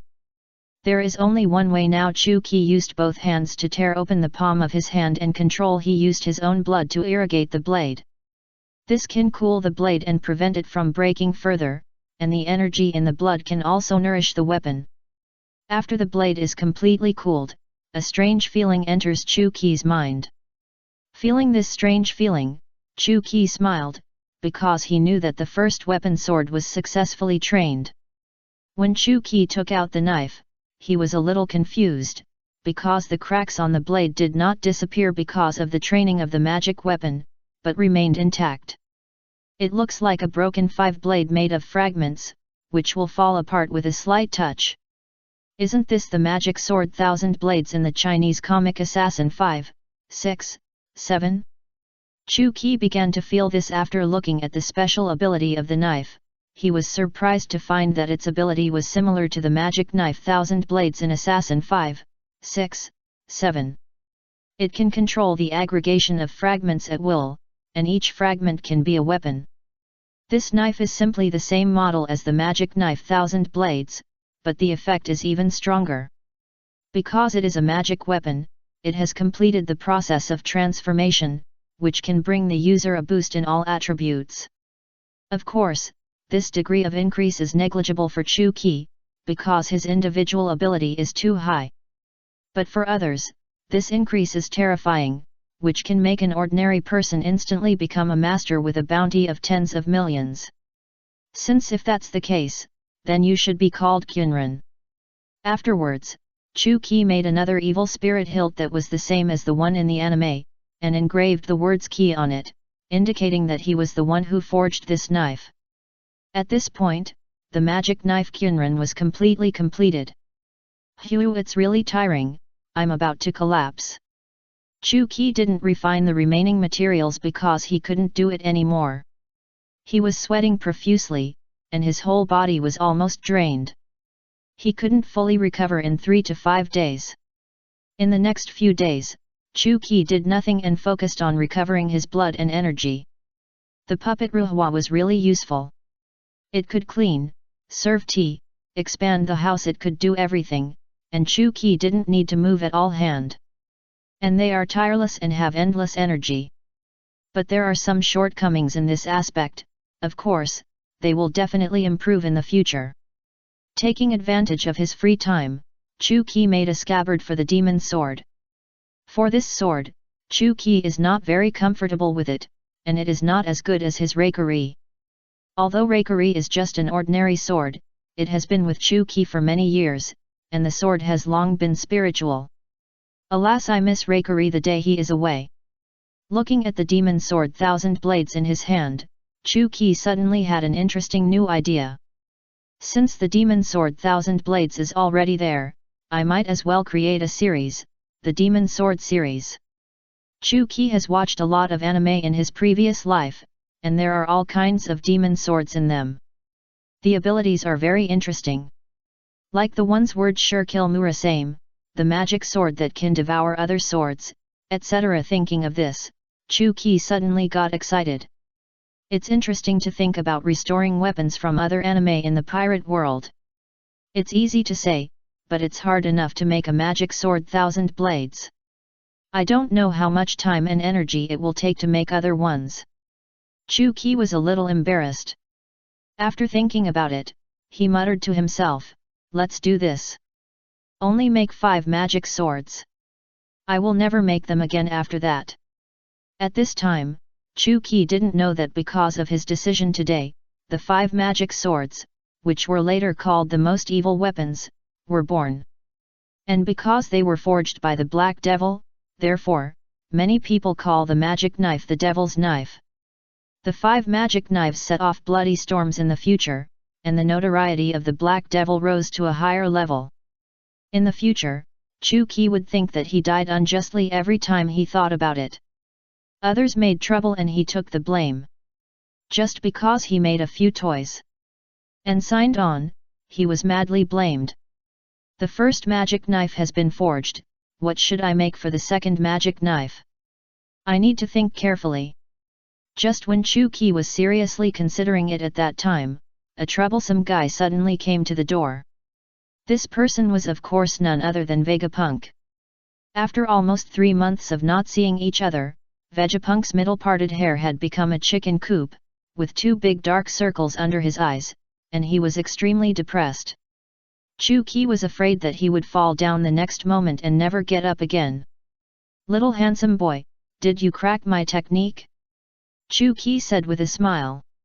After seeing Chu-Ki, Vegapunk suddenly regained his spirits.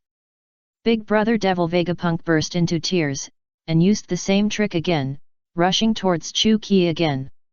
"Get out!" Chu-Ki raised his hand and slapped him to the ground. Vegapunk was like an invincible cockroach, hugging Chu-Ki's thigh quickly. "Brother Devil, please teach me this technique. If I can't solve the secret of the puppet, I will go crazy," Vegapunk cried. Chu-Ki suddenly understood why the future Vegapunk would be called a scientist who surpasses human wisdom by 500 years. The high IQ is one aspect, and this kind of shameless learning spirit is also worthy of recognition. It's useless to beg me. I don't plan to pass this technique to others for the time being, and even if I give it to you, you can't learn it. Chu-Ki laughed secretly. "I haven't figured out Shenji Bai Lian myself, how can I teach you and use Shenji Bai Lian? It requires a lot of physical energy to support. Vegapunk's small body definitely can't hold it." Chapter 90. Anti-Chu Alliance. The first action begins. Looking at Vegapunk's face full of despair, Chu-Ki chuckled and said, "I will pass on this technology, but not now. I will hide it. If you are lucky enough to find it, it will be your ability." Vegapunk turned from sadness to joy. "Okay, I will definitely find it. Brother Devil, one last request, can you tell me the name of this technology?" Chu-Ki glanced at him and said lightly, "Shenji Balian." Shenji Balian is a good name, worthy of the word Shenji.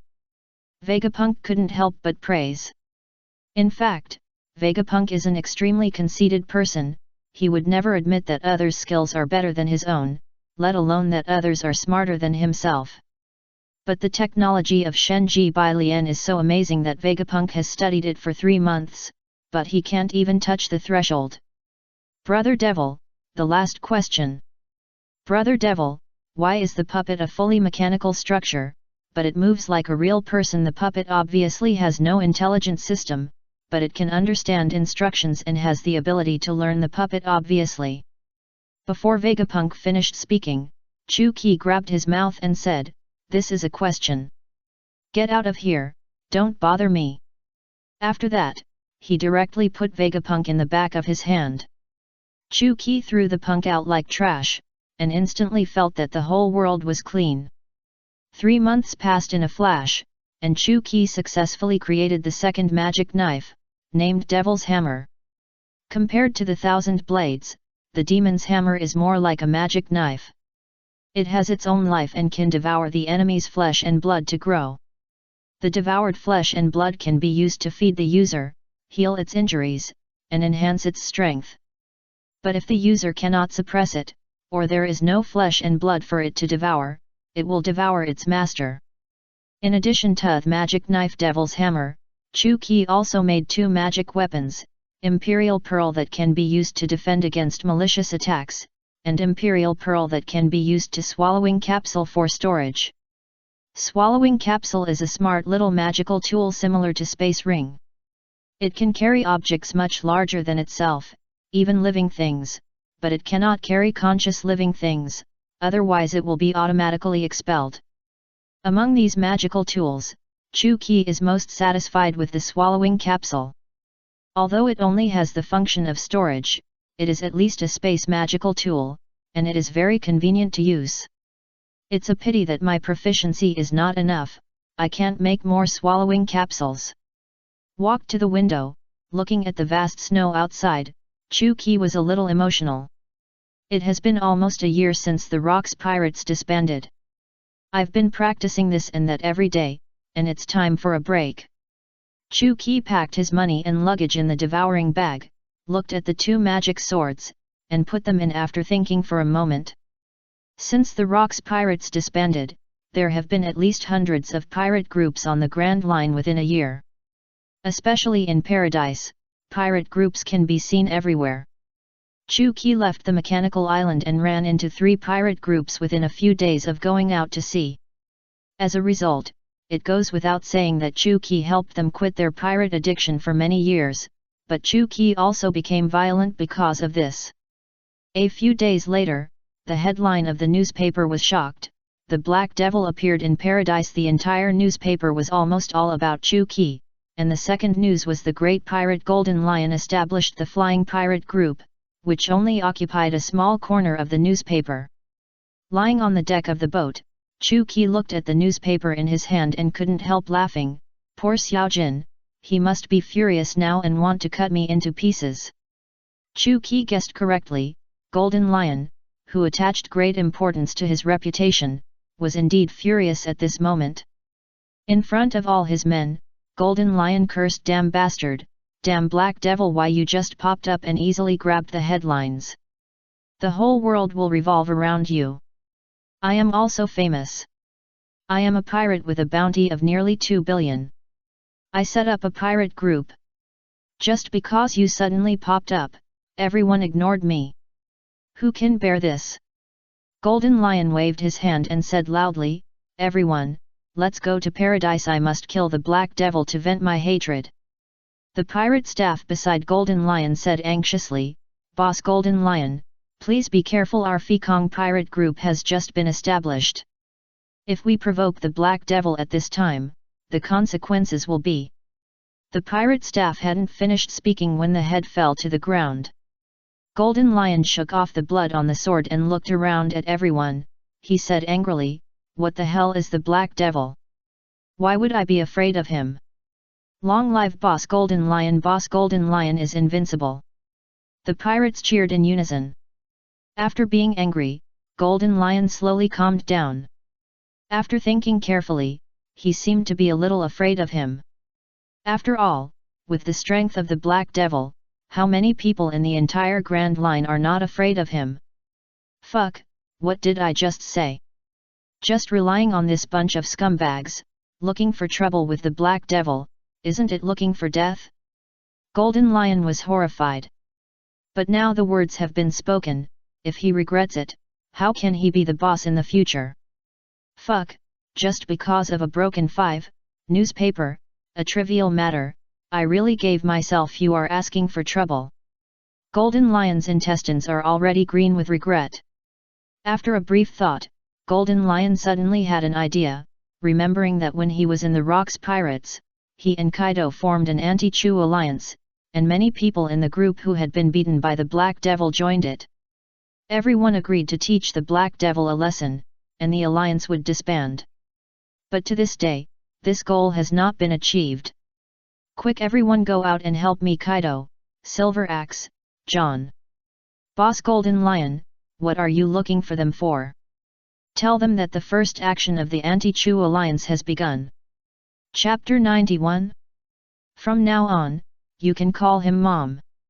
After Golden Lion found Kaido and others, he basically didn't waste any words, and everyone expressed their willingness to join the action.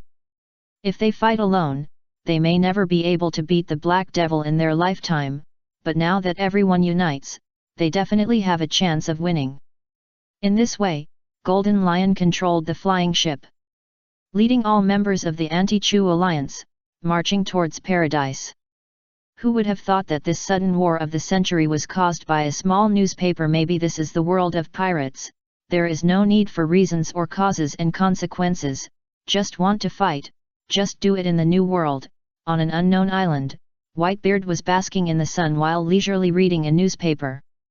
Beside Whitebeard stood a little boy with short blonde hair. He was a war orphan adopted by Whitebeard, named Marco.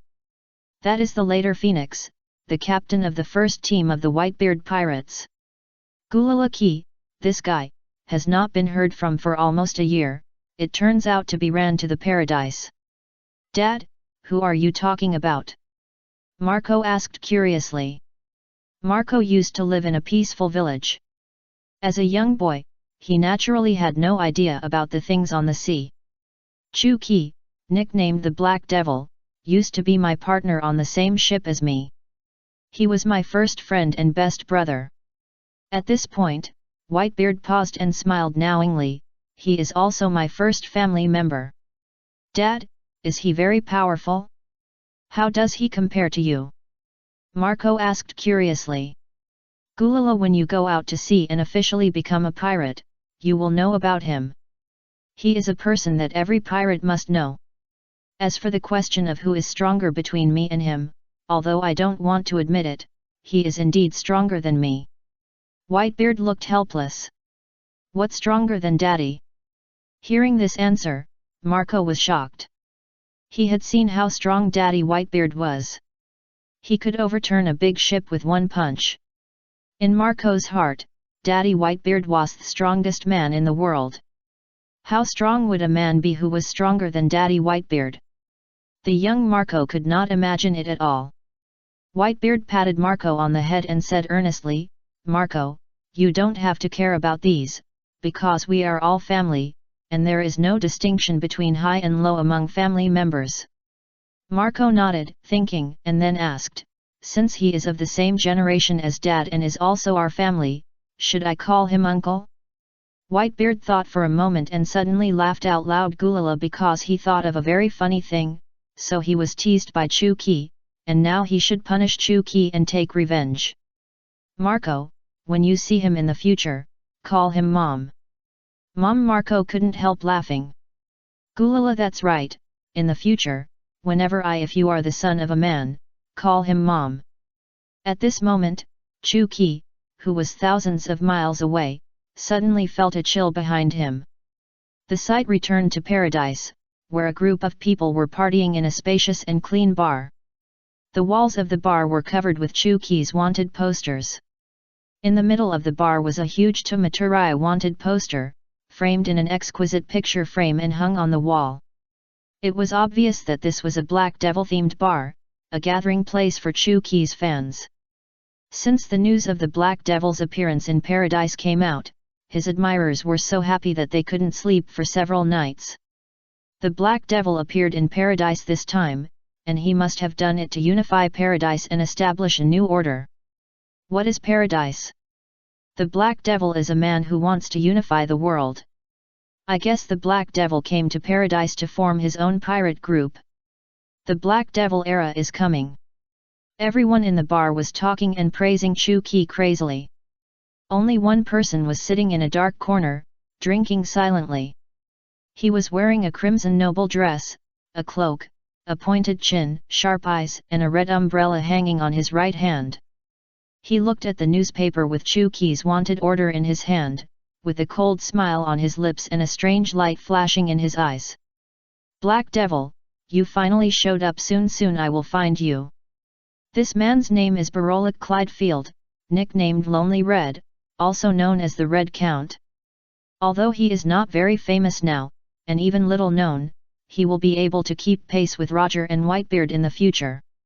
Since the Rocks pirates were disbanded by Chu-Ki, Barolik has been looking for him in the new world. After searching for almost a year, he found nothing. Who would have thought that this guy would actually go to paradise? After knowing the news that the Black Devil appeared in paradise, Beloric rushed here in a hurry.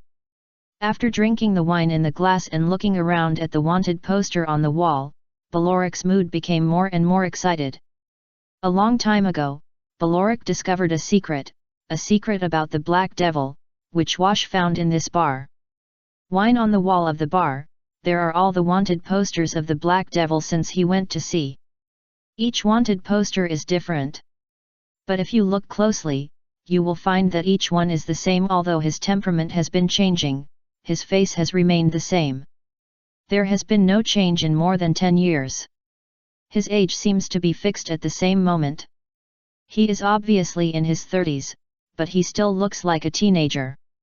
Immortality. He must have the secret of immortality. Thinking of this, Beloric could no longer suppress his excitement, picked up his umbrella, stood up and walked out the door. Not only the Anti-Chu Alliance led by Beloric and Golden Lion, but also the Navy of the Marine Headquarters Marineford began to gather and prepare to take some measures against Chu Qi. Chapter 92. Gifting the Demon Sword, Lonely Red appears. The Navy's top brass had long known about the news that the Black Devil was in paradise.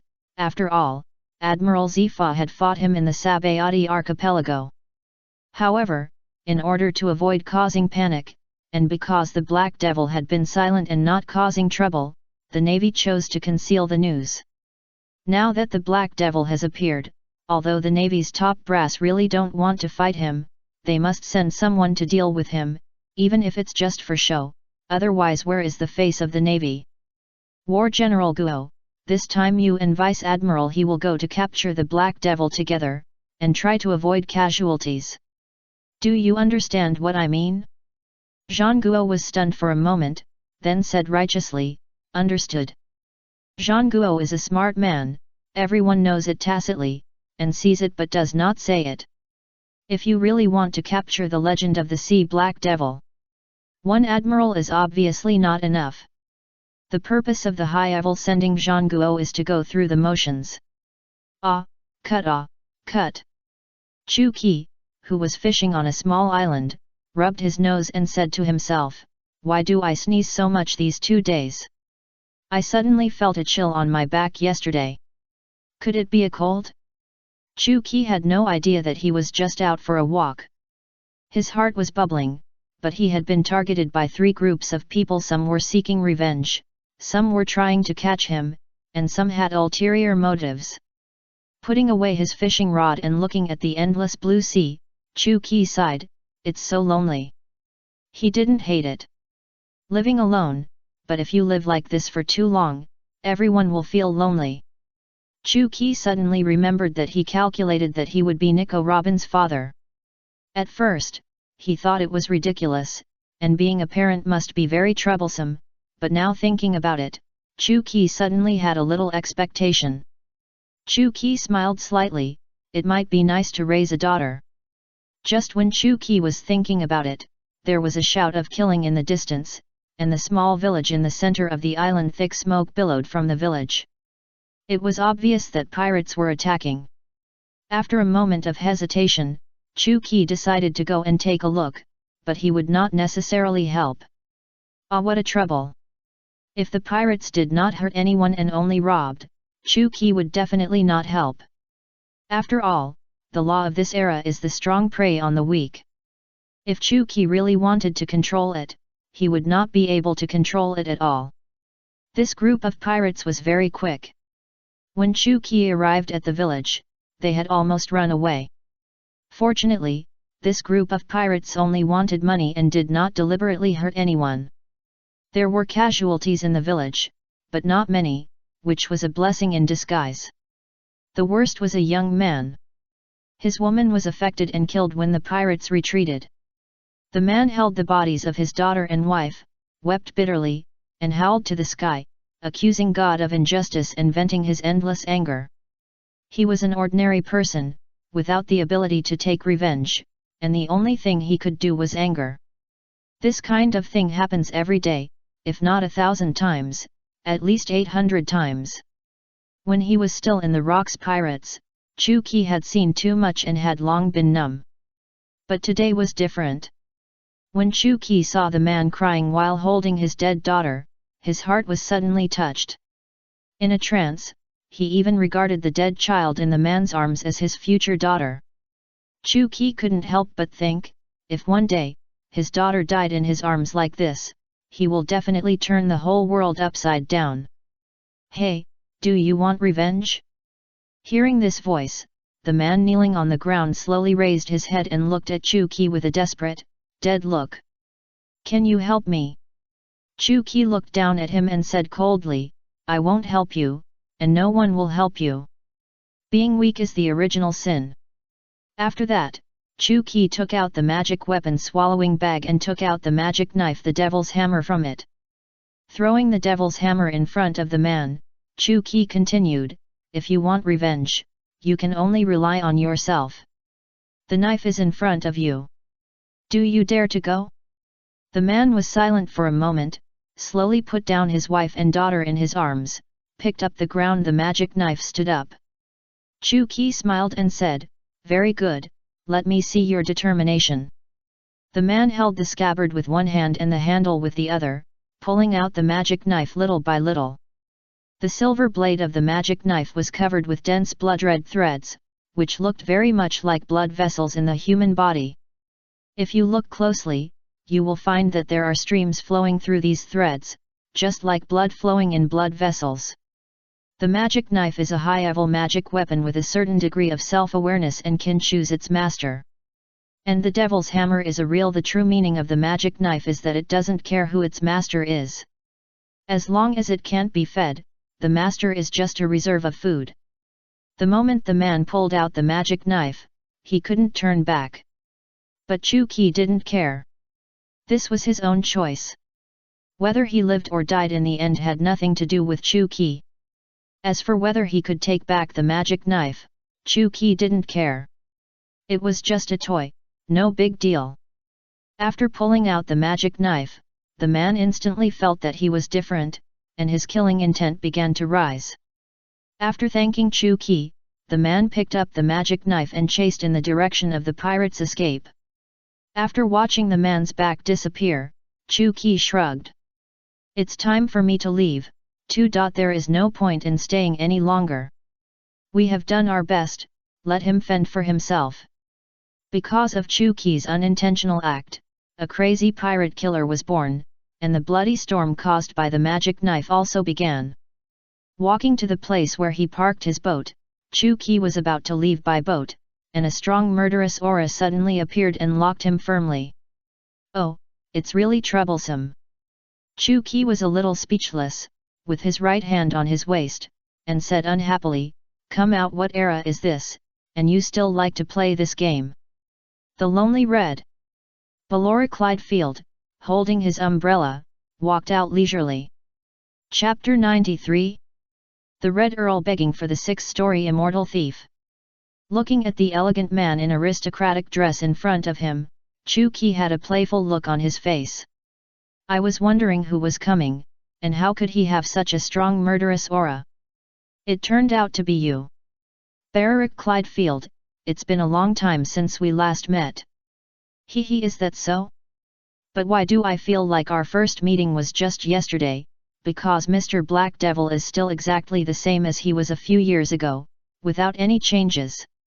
Beric's meaningful words made Chu-Ki immediately understand his intention. It turned out that this guy was craving his body. The Lone Red, Beric Clydefield, is not a character in the comic plot, but he does exist. The first time I saw Beric, Chu-Ki was very surprised. This guy is extremely powerful in the pirate game. He can compete with Roger and Whitebeard alone, and his strength is definitely above Golden Lion. Chu-Ki first met Balloric 4 or 5 years ago, when the Rocks Pirates had not yet disbanded. Balloric was spotted by Rox Jibek, who wanted to pull him into the pirate group, but Balloric refused directly, and the two fought for this. To everyone's surprise, although Balloric did not fight, he successfully broke through the heavy siege of the Rocks Pirates and escaped from Rock's hands. He is the only pirate who escaped from the Rocks pirates, and the only shame of the Rocks pirates. The reason why I haven't changed and look young is mainly because I take good care of myself and wear makeup when I go out. Chu-Ki said seriously. Barolik smiled coldly. Black Devil, stop pretending. I know that you definitely have the secret of eternal youth and immortality. Chu-Ki couldn't help laughing and said, if you don't believe me, I will take off my makeup and turn into an old man in seconds. Enough, I'm not in the mood to joke with you, Barolik threatened. If you don't tell me the secret of immortality, I will expose your secret and make you the target of public criticism. I believe no one will be interested in eternal youth. Pucci. After hearing Balorik's threat, Chu-Ki couldn't help but laugh. Chu-Ki looked at Balorik with an idiotic look. Who am I? I am the Black Devil, the Legend of the Sea, the Terminator of the Rocks era. Is there anyone who is the target of public criticism who stands higher than me? Balorik was a little confused. Yes, the secret of immortality would have no effect on him. Balorik suddenly realized a very important problem. He actually got the secret of the Black Devil's immortality. So he rushed to his house. In the end, he hadn't figured out how to get the secret out of him. Actually, I can tell you this secret. Chu-Ki suddenly changed the subject. Really? Balolik didn't believe it. Chu-Ki smiled and said, the reason why I am immortal is because I created a special skill. What kind of skill? Balolik's eyes lit up. Its name is Six Treasury Immortal Thief or Saint Thief, which can steal the vitality of heaven and earth and make oneself immortal. Without any reservation, Chu-Ki directly told Balolik about the existence of Six Treasury Immortal Thief. Now Chu-Ki is already strong enough, so even if he reveals the secret of the 8 wonders, he doesn't need to worry about the trouble. And Chu-Ki's original intention is to let the whole world know the existence of the 8 wonders, so he left 2 great wonders in Hachinos and God's Valley. The 6th-story immortal thief stole the vitality of heaven and earth immortality. Balolik repeated Chu-Ki's words, and the light in his eyes became more and more intense, and could be used for lighting. Balolik completely believed Chu-Ki's words and the existence of the 8 wonders. After all, with Chu-Ki's strength and status, there was no need to lie to him. And Chu-Ki didn't have to say it. If it was false, why would he say it? I have already taken the immortality. The secret of immortality tells you that your goal has been achieved, and you can get out of here quickly. Balolik thought about it and thought that this statement seemed to be correct. Chu-Ki was about to leave, but Balolik suddenly knelt in front of him. Balolik said very seriously, Mr. Black Devil, please teach me 6 Treasury Immortal Thief. As long as you are willing to teach me, I can do anything for you. Chu-Ki said lightly, I don't plan to give it to anyone now, but I will hide it somewhere in the Grand Line. You can look for it when the time comes. Maybe there is a chance. Mr. Black Devil. Balolik was a little excited and said loudly, I am different from you. I don't have eternal life, so I don't dare to use the remaining time to gamble on that slim chance. After a pause, Balorik raised his voice and continued, as long as you hand over the 6 Treasury Immortal Thief to me, I will be your slave from now on, your eternal slave. Chu-Ki smiled and said, your proposal is very good, but I am a principled person, so I reject your request. Balorik didn't speak, but stood up from the ground silently, changing his respectful attitude just now, revealing his fierce appearance. In this case, there is only one way to fight. Balorik raised the red umbrella in his hand and aimed it at Chu-Ki. Pa pa pa. Chu-Ki raised the corner of his mouth and patted. He praised, not bad, not bad. You look much cuter now than the bird-like one just now. Chu-Ki smiled and said, we are pirates, and we have to rob what we want. Mr. Black Devil, can I exchange your life for 6 Treasury Immortal Thief? Barolik said murderously. Of course, I totally agree. Chapter 94. Foreseeing the future and guessing the future. Barolik dared to fight with Chu-Ki because he had the confidence. First, he was very confident in his strength. Second, when passing through Fishman Island, Balorik learned that the Black Devil left his sword Rakery there to protect Fishman Island. When he saw him today, Balorik found that he really didn't bring a sword.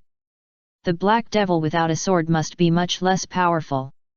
Last time you ran too fast, and I didn't have time to fight with you. Today I can finally try it. After speaking, Chu Qi tapped the ground with his toes, and a huge Kimen game unfolded, covering the entire island. Kunzi Tuheshe. The ground began to shake, and Balorik's eyes flashed red, and he jumped 10 meters away. After seeing where Balorik landed, Chu Qi was a little surprised. When a huge earth pillar rose from the ground when the enemy appeared from the ground, Balorik was standing on one of the earth pillars, then jumped down and slashed at Chu Qi with the umbrella sword in his hand. Chu Qi put one hand on his waist, remained calm, and let Balorik slash at him. When the slash was about to hit, a turquoise stone inlaid on the button of Chu Qi's coat flashed slightly. Bang! An invisible barrier blocked Balorik's attack, and several cracks appeared on the barrier. Although the barrier was invisible, the cracks that appeared out of thin air were clearly visible. What the hell is that? Balorik frowned slightly. Li Ziai Chi Lien. Before Chu Qi made a move, Balorik had already jumped to the seaside at a very fast speed. He spun the umbrella sword in his hand at a very fast speed, wrapping it with a whirlwind. It picked up the sea water and formed a huge water column, hitting Chu Qi. Chu Qi had just made a move at this time, and a giant flaming snake flew out from his burning palm, collided with the water column, and cancelled each other out. Chu Qi frowned and made another move. Triple Thunder Talisman, 5 combos. 5 Triple Thunder Talismans appeared beside Chu Qi, and 5 thunders were shot at the same time, flying towards Balorik from all directions. Balorik remained calm and dodged 4 thunders without bias, and another one hit from a blind spot. Seeing that it was about to hit, Balorik calmly opened his umbrella and blocked the last thunder. The whole process was clean and neat, without any unnecessary movements, as if Balorik already knew that Chu Qi. Where will the attack come from? Seeing that all his moves were perfectly predicted by Balorik, Chu Qi knew what was going on. Chu Qi looked at Buck with a playful look on his face and said, "This is the first time I have seen a perfect prediction of the future. And it seems that you can predict the future." Balorik smiled and pointedly said, "I can only see a little bit of the future, unlike Mr. Black Devil, who has grasped the entire future. The highest level of observation haki has the ability to predict the future, but those who can achieve it are rare. Lok's Jibe is not good either, his observation haki is not close to the highest level, and can only see some vague future. Chu Qi, after practicing observation haki for so many years, he can only see a vague future occasionally. If you want to practice observation haki to the highest level, it is impossible to rely on hard work alone, and you must have an excellent talent that is 1 in a million. In the comics, excluding the wall-hanging King Luffy, the only person who truly masters the highest level of observation haki is Katakuri too. There are many people who are stronger than Katakuri and have practiced longer than Katakuri too, but none of them can practice observation haki to the highest level. Since you can predict the future, then predict it. Can you dodge my next move?" Chu Qi asked with a smile. A red light flashed in Balorik's eyes, and the next second, his face changed drastically, as if he saw something strange. A good future. He rushed towards Chu Qi at the fastest speed, regardless of everything. He raised the umbrella sword high, hardened it with the armed color domineering, and then wrapped the red spiral sword energy around it, and stabbed Chu Qi with all his strength. Faced with the close attack, Chu Qi remained calm, but the turquoise on the buttons of his coat shone brightly. The invisible barrier appeared again, and it only blocked for a few seconds before it was successfully penetrated by Balorik's umbrella sword, and then continued to stab Chu Qi. It was about to be stabbed, but it was only an inch or two away at this time. Balorik suddenly stopped his move, followed by a big jump back, and distanced himself from Chu Qi. Chu Qi was not surprised at all by Balorik's sudden stop. Because he saw the future, Chu Qi also guessed the future. Alas Bar-Orik, you are boring now.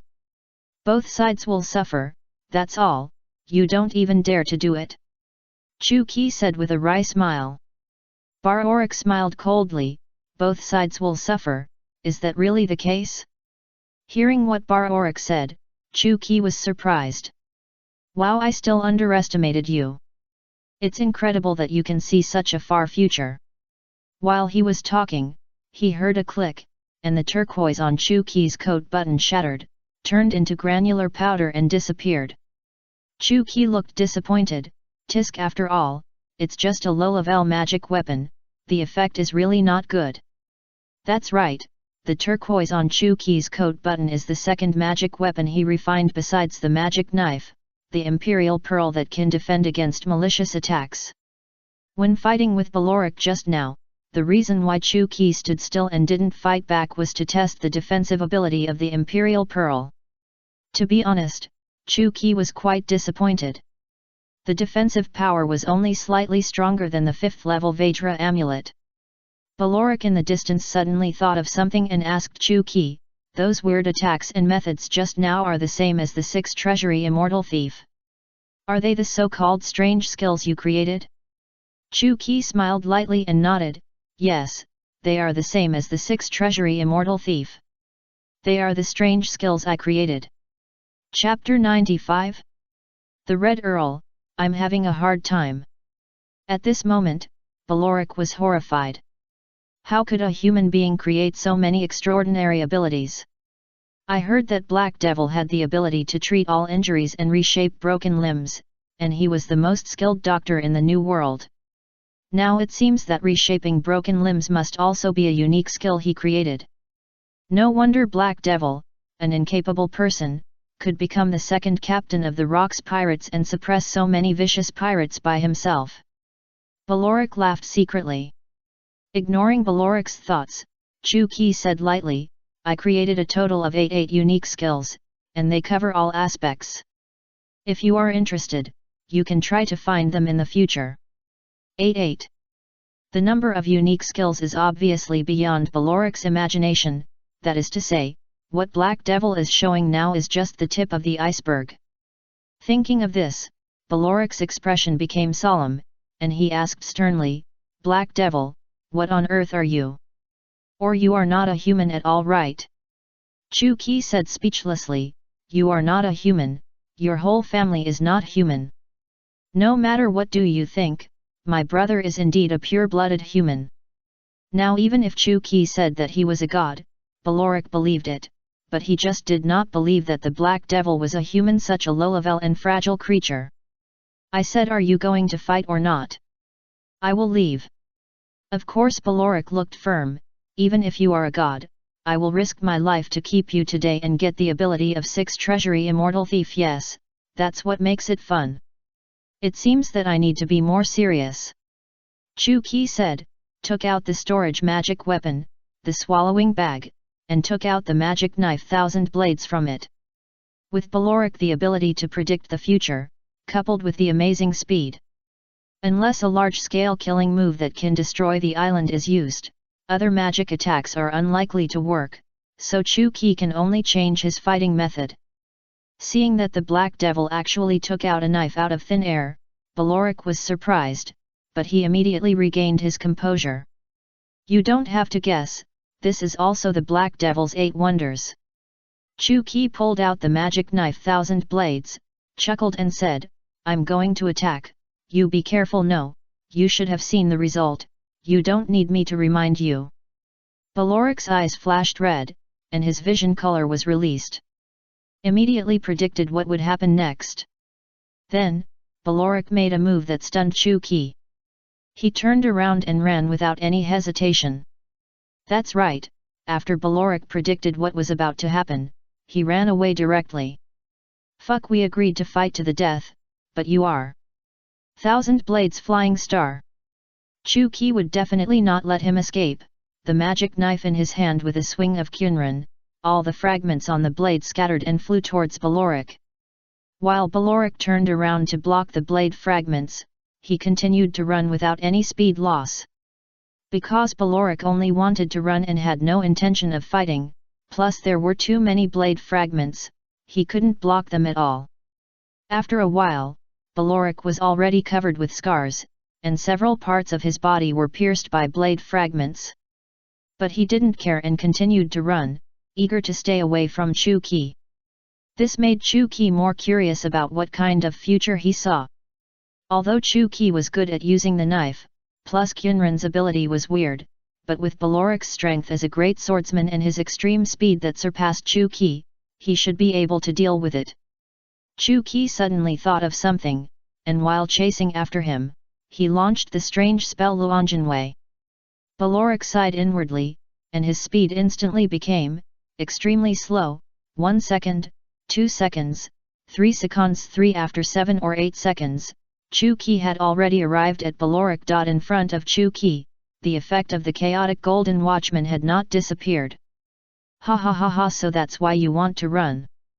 Chu Qi circled around Balauric, who was moving like a turtle, and counted, 8 seconds, 9 seconds, 14 seconds, 15 seconds.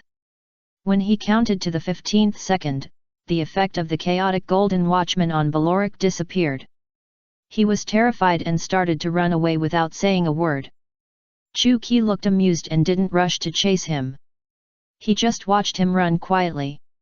Time was slowed down 20 times 20, and the chaotic golden watchman lasted for a full 15 seconds. This is the first time I have seen this situation. The use of the chaotic golden watchman consumes a lot of energy, unless it is a duel with a real strong man. Otherwise Chu Qi never uses it. The strength of the effect of the chaotic golden watch has nothing to do with the strength of the person being cast, but is related to his influence on the world. So for people like Rox and Garp who have a great influence on the direction of the world, it is already very good if it can last for a second or half a second. If it is used on Wang Luffy or Roger, the two children of destiny, it may be directly ineffective. Bararik is indeed powerful, but his existence is dispensable for this world. In other words, with or without him, the direction of the world will not be affected at all. Poor Zioba, this is too tragic. Chaotic golden watch. Chu Qi activated the chaotic golden watch again and frozen. Balauric ran away, and then came to him leisurely. Looking at each other with Balauric, Chu Qi couldn't help laughing and said, I finally know why you want to run away. Who can stand this, right? In the duel between top swordsmen, 1 or 2 seconds is enough to decide life and death. And Balauric's time was slowed down 20 times 20, lasting 15 seconds. This is no different from standing still for 15 seconds. Let alone 15 seconds, even 5 seconds, and 5 seconds is enough for Chu Qi to kill him more than a dozen times. How to fight this? Except running, what else can Balauric do? At this moment, Balauric is wailing in his heart, I am so hard. Chapter 96. The speed that surprised Chu Qi. Chu Qi stretched out his hand, flicked Balauric's nose, and said with a smile, Tell me, what should I do with you now? Balauric's life or death will not have any impact on the plot of Pirates and the direction of the world, so Chu Qi doesn't need to worry about killing him. The 15 seconds have passed, and the effect of the Golden Watchman has disappeared, but Balauric didn't run away this time. Because he also knows that he has become a toy in Chu Qi's hands, he can be manipulated at will, and he can't run away. I give up. Kill me if you want. I will die without regrets if I can fight with God. Balauric was disheartened and gave up struggling. Ah, this is meaningless. Balauric has used his observation haki to see more than a dozen futures, and there is no possibility of winning. At this moment, Chu Qi is a god in Bararik's heart. Control time, control life and death, take things out of thin air. If this is not God, then what is it? Although I can't become an immortal, I am satisfied to meet a perfect creature like you before I die. You say that, it makes me embarrassed to kill you. Bararik's mood is very complicated now, with resentment, jealousy, awe, but more of admiration. On the one hand, he hated Chu Qi for not giving him the chance of eternal life, but on the other hand, he admired him very much, two contradictory feelings coexisting. After a brief thought, Chu Qi said with lingering feelings, "It's really boring to use this method to win you. Why don't we do this? I don't need the golden watch, and you don't need the observation haki, and we'll fight again." Balola Locke's expression changed slightly, and he didn't say anything, which was considered as tacit agreement. With a glimmer of opportunity right in front of him, how could he refuse in that case? "Let's start the second game." Before he finished speaking, Chu Qi had disappeared from the spot, and the next second he appeared on the side of Balola Locke, swinging the magic knife 1,000 blades and slashing over. Shua! Balolak was chopped in half and then disappeared. Before Chu Qi could react, Balolak's sharp thrust had already hit him in the face. 1,000 blades scatter. The fragments on the 1,000 blades instantly scattered and flew towards Balolak at a very fast speed. Balolak had to withdraw his moves to resist. Chu Qi tightly grasped the 1,000 blades with only the handle left, and chopped at Balolak from bottom to top. 1,000 blades returned to one. In the process of swinging the knife, the 1,000 blades fragments gathered at a very fast speed and returned to their original state. Balolak instinctively raised his umbrella to block, and suddenly thought of something, and immediately turned from defense to offense, stabbing Chu Qi. The knife and umbrella collided and went straight through. Balolak's umbrella, the spike hit Chu Qi's shoulder, and Chu Qi's 1,000 blades also slashed across Balolak's chest. The two injured people jumped back at the same time and distanced themselves. The blood that flowed from Chu Qi's shoulder flowed back again, and the wound was repaired quickly at a speed visible to the naked eye. For this scene, Balolak was not surprised at all. After all, the opponent was a god, and it must not be that easy to hurt a god. Chu Qi patted the hole on his coat and praised Balolak, "Not bad, you actually noticed the characteristics of this knife in an instant." The characteristic of the magic knife 1,000 blades is that it can only attack but not defend, so if you want to deal with it, you can only attack, not defend, because the 1,000 blades cannot be blocked. Balolak didn't say anything, just looked at his chest. The wound on his chest was bleeding profusely, and then he attacked Chu Qi again. This time, Balolak was faster than before. He was like a ghost, with 5 or 6 clones, attacking Chu Qi from all directions. So fast! Balolak was too fast, and Chu Qi couldn't resist for a while, and was cut by several sword wounds. 5-fold God Travel Talisman. Chu Qi quickly accelerated himself. Although he still couldn't catch up with Balolak's speed, he could barely resist. Balolak was far behind Chu Qi in terms of strength, but his speed was completely overwhelming Chu Qi. In terms of speed, among the opponents Chu Qi encountered, Balolak was undoubtedly the fastest. "We can't go on like this 1,000-blade storm."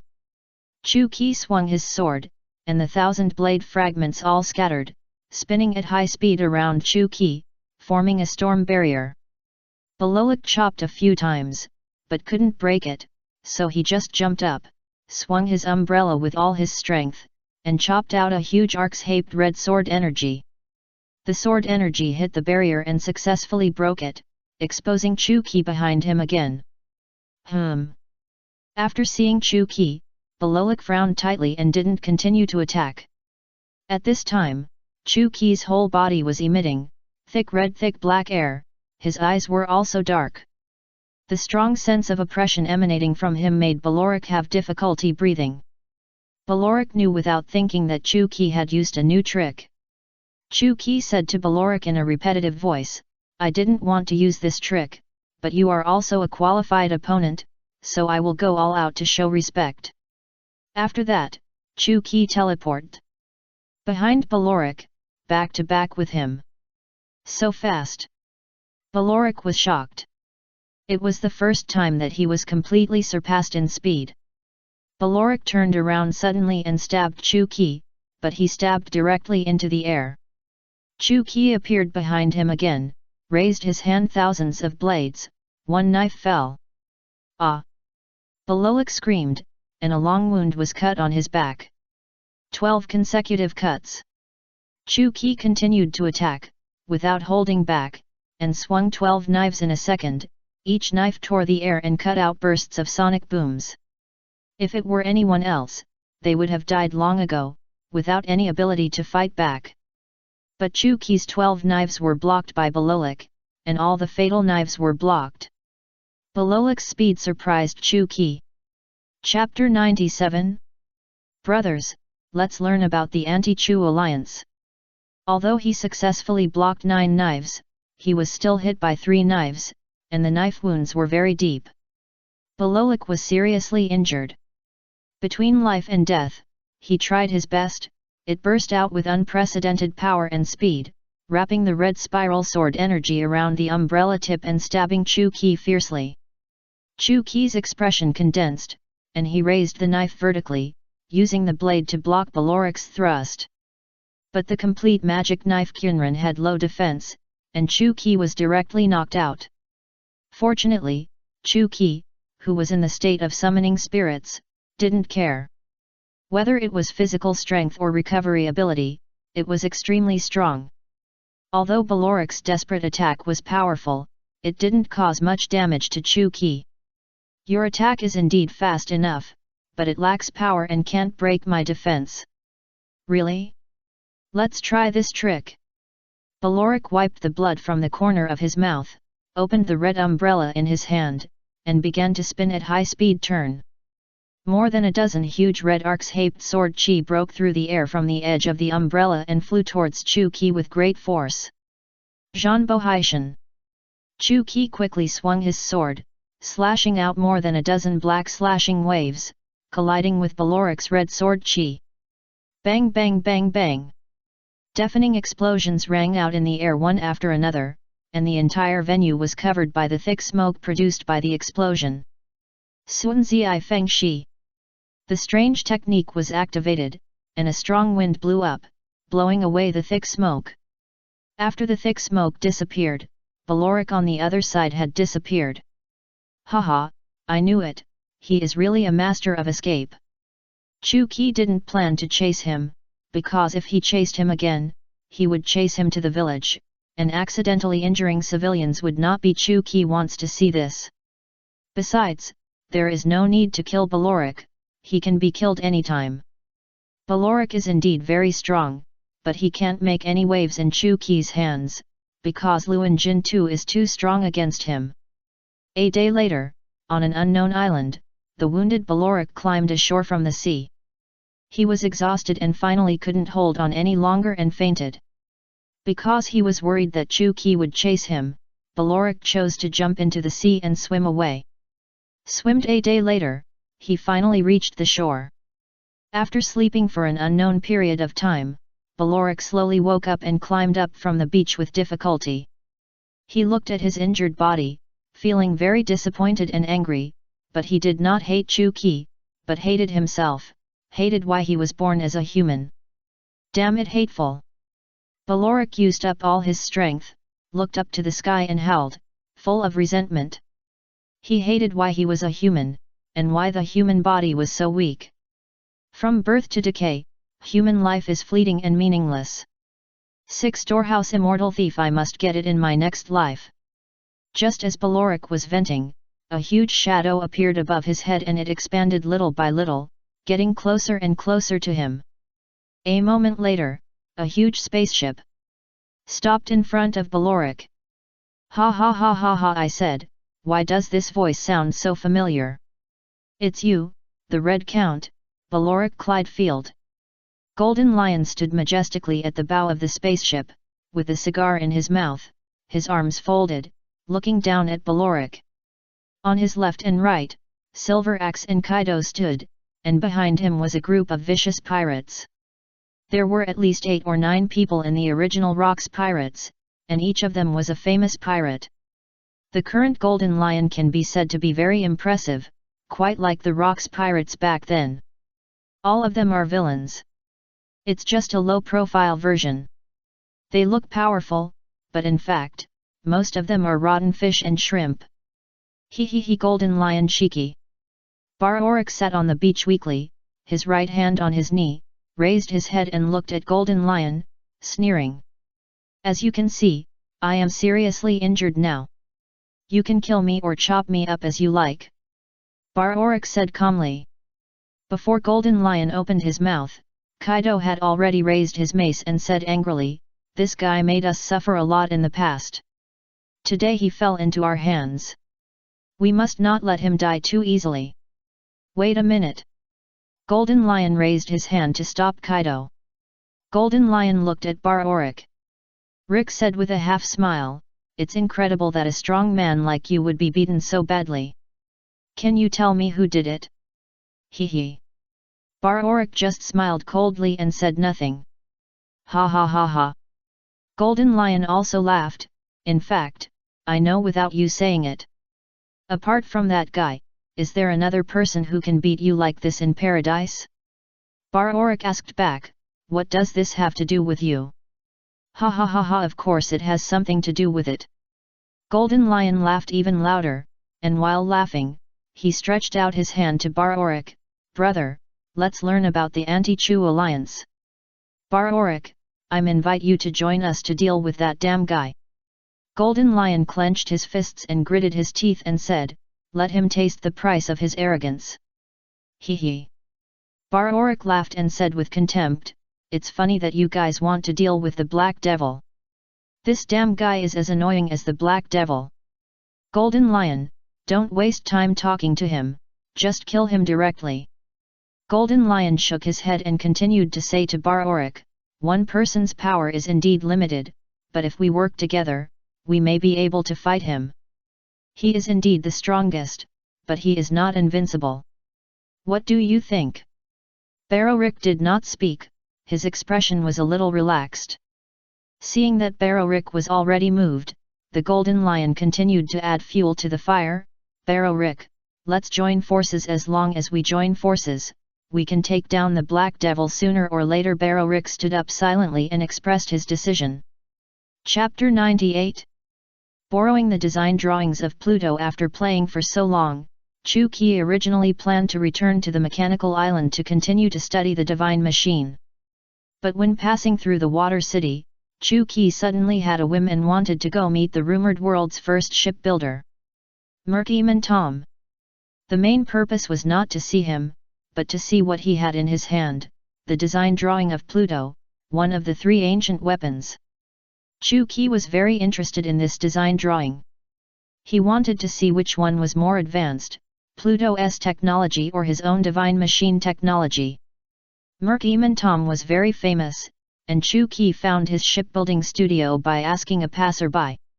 Pushing the door open, Chu-Ki saw a light yellow-skinned, huge and fat Merkman cleaning. When he heard the doorbell ring, Tom put down what he was doing, turned around and said, "Welcome to Tom's studio. Do you need a ship built?" Chu-Ki, after looking at Tom, he said, "I'm not here to build a ship, I'm here to find you. Wait for me." Tom rubbed his eyes, looked at Chu-Ki and said in surprise, "You are the Black Devil." Chu-Ki smiled and said nothing, which was considered as tacit agreement. Tom said excitedly, "Mr. Black Devil, you actually appear here. It's such an honor to meet you." As a fishman, Tom certainly knew that the Black Devil sheltered the Fishman Island. It can be said that the Black Devil is the benefactor of all the fishmen and the hero in their hearts, and Tom is no exception. Chu-Ki said directly, "You're welcome. I came to see you today because I have an unwelcome request. I hope you agree." Ha ha ha. Tom patted his chest and laughed, "If you need anything, Lord Black Devil, just ask. Show me the design of the ancient weapon Pluto." Chu-Ki's words were shocking, and Tom was stunned. After a long time, he said in a heavy tone, "Lord Black Devil, how did you know?" "You don't have to worry about it, but don't worry, I'm the only one who knows, and I won't tell anyone else." Tom looked solemn and said righteously, "Sorry, Lord Black Devil, Pluto is too dangerous, I can't leak it out." Chu-Ki said lightly, "I don't care about Pluto, I'm just interested in its technology." "Technology?" Tom looked puzzled. "Right." Chu-Ki nodded. "Strictly speaking, I am also half a craftsman. I created a technology called Divine Machine 100 Refinements, and I want to compete with the top skills of making Pluto : let's see who is better. Chu-Ki took out the swallowing capsule and took out a ruhua from it. This is one of my works, you. After saying that, Ruhua walked in front of Tom with an expressionless face. Tom was so shocked by this scene that he couldn't speak. His curiosity exploded instantly. He began to look up and down at Ruhua, touch, and concentrate on observing Ruhua's mechanism structure. He was deeply attracted by Ruhua's divine machine technology and completely ignored Chu-Ki. After half an hour, Tom barely came back to his senses. This is really a magical skill. The Black Devil's great. You are definitely the most skilled craftsman in history. Tom was amazed. Even the legendary shipbuilding technician who built Pluto couldn't match your skills. After saying that, Tom turned around and walked into the room. After a moment, he took out a stack of old design drawings and handed them to Chu-Ki. I believe what you said. With your skills and character, there is no need to covet Pluto. Please take a look. Thank you. Chu-Ki took the design drawings of Pluto and looked through them carefully. It must be admitted that the manufacturing technology of Pluto is very advanced and superb. But it is a completely different type of technology from the divine machine, and there is no way to compare them. If you have to compare which one is stronger, Chu-Ki's divine machine is still more advanced. It took Chu-Ki 4 hours to finish reading all the design drawings of Pluto. After reading, Chu-Ki raised the corners of his mouth high. This trip is really worth it. The manufacturing technology of Pluto is really helpful to Chu-Ki's divine machine research. The design drawings. After reading all of them, the proficiency of Shenji Bai Lian actually increased by 5%. Pluto is a super battleship with a very advanced weapon system, which Chu-Ki can use on the Shenji puppet. In addition, there are many technologies that can be improved and then applied to the Shenji. After returning the design drawings of Pluto to Tom, Chu-Ki said, "Thank you very much for your generosity. I will not read your drawings in vain. Let's do this. I will give you this puppet Ruhua as a return gift." This hearing that Chu-Ki was going to give Ruhua to him, Tom was ecstatic but very hesitant. He wanted to refuse, but he couldn't speak for a long time. Because he really wanted it too much. The mechanism technology on the puppet Ruhua, as long as he studied it well, would be very helpful to improve his shipbuilding technology. Chu-Ki saw his entanglement and laughed, "Tom, don't be polite to me. It's just an ordinary puppet. I can make 2 or 3 a day. It's no big deal." After that, Chu-Ki walked to the puppet Ruhua in front of him. He rewrote its program. "Tom, it's yours now. You can give it instructions directly with your mind. Try it." Chu-Ki said to Tom with a smile. "Thank you very much, Lord Black Devil." Tom was a little excited and tried it quickly. The puppet Ruhua really started sweeping the floor according to his wishes. "Amazing skills, amazing skills!" Tom exclaimed repeatedly. "Lord Black Devil, can you tell me the name of this technology again?" "Shenji Bai Lian." Shenji is indeed worthy of its name. After saying goodbye to Tom, Chu-Ki left the water city by boat and prepared to return to the mechanical island. Soon after Chu-Ki left, a small navy boat quietly followed. To read the ununderlined version of the novel, please download Fae. Chapter 99. Why did we fight first? After leaving the water city, Chu-Ki controlled the boat forward with his mind while taking a rest on the deck. After sailing for a long time, Chu-Ki suddenly frowned, noticed something, and curled his lips. "Alas, my nap time is over again." Speaking, Chu-Ki pulled a hair from his forehead, and the process of controlling objects and transforming objects was completed instantly, and then hardened with armed color domineering. Several shells were hitting Chu-Ki's boat Hedon, and the hair in his hand flew out with a whoosh, and while penetrating a bomb, the armed color domineering had completely shattered its internal structure. After intercepting all the bombs, the hair continued to fly forward without slowing down, flying towards a naval warship. General Zhang Guo was standing at the bow and staring, with the hair towards his eyebrows. My heart was flying away at high speed. Zhang Guo remained calm, raised his hand, and pinched the thin hair with his thumb and index finger. All troops keep their distance, and do not approach him without my order. Keep firing. Zhang Guo knew Chu Qi's strength very well. If he really started fighting, it would only increase casualties. Anyway, it was just a formality, just firing a few shots to show his respect, and then returning to the headquarters, maybe in time for dinner, happy. Zhang Guo was different from Garp and Zephyr. Facing a battle with no chance of winning, he would never try. And he was a general, and it was his task to command the overall situation. He would only take action when it was absolutely necessary. Bang bang bang. The bombs hit and exploded one after another, but the target was actually a Navy warship. What? Zhang Guo was shocked looking up. A huge spaceship was slowly descending from the sky, and the flag of the flying pirates on the top of the flagpole was fluttering in the wind. At this time, Chu Qi also controlled the small boat and slowly floated over. The three parties formally met. Sengoku, Golden Lion, and Chu Qi looked at each other, and the atmosphere on the field was very subtle. Chu Qi found that there were quite a lot of people on the Golden Lion side, including Silver Axe, Kaido, even the Red Count Balorik from a few days ago was there. It seemed that they should have joined forces. Chu Qi was not afraid, but it was really troublesome to deal with it, so Ling the machine suddenly moved, and an idea came to mind. Hey Zhang Guo, Golden Lion, long time no see. Black Devil, you really made me look for you. Chu Qi said with a smile, I just want to ask, what are you two doing here? Of course I'm here to beat you up, of course. The two said in unison. Looking at the two men with aggressive momentum, Chu not only sighed, could it be that he was the black attracting physique, he didn't do anything, but troubles came one after another. Golden Lion, didn't expect to deal with me, you actually teamed up with the Navy, I strongly despise you. Chu Qi pretended to be angry and raised his middle finger at him.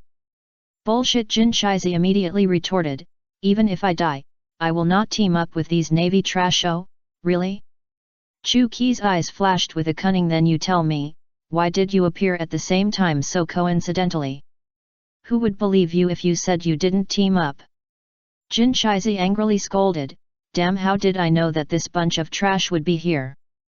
Jin Shizi really wanted to defeat Chu Qi, but he had his own principles and bottom line. It was absolutely impossible for him to team up with the Navy. If Chu Qi was not so strong, he would not even want to team up with anyone and defeat him with his own strength. Our Navy will never associate with pirates. Zhang Guo's current situation can be said to be very embarrassing. If they fight, the two groups of pirates are likely to unite against the outside world. Chu Qi smiled slightly. If that's the case, then prove it to me. Okay Black Devil, wait until I get rid of these Navy trash first, then I'll deal with you. Golden Lion was furious. After saying that, Golden Lion activated the ability of the floating fruit, controlling dozens of bombs to smash the Navy warships. Damn it!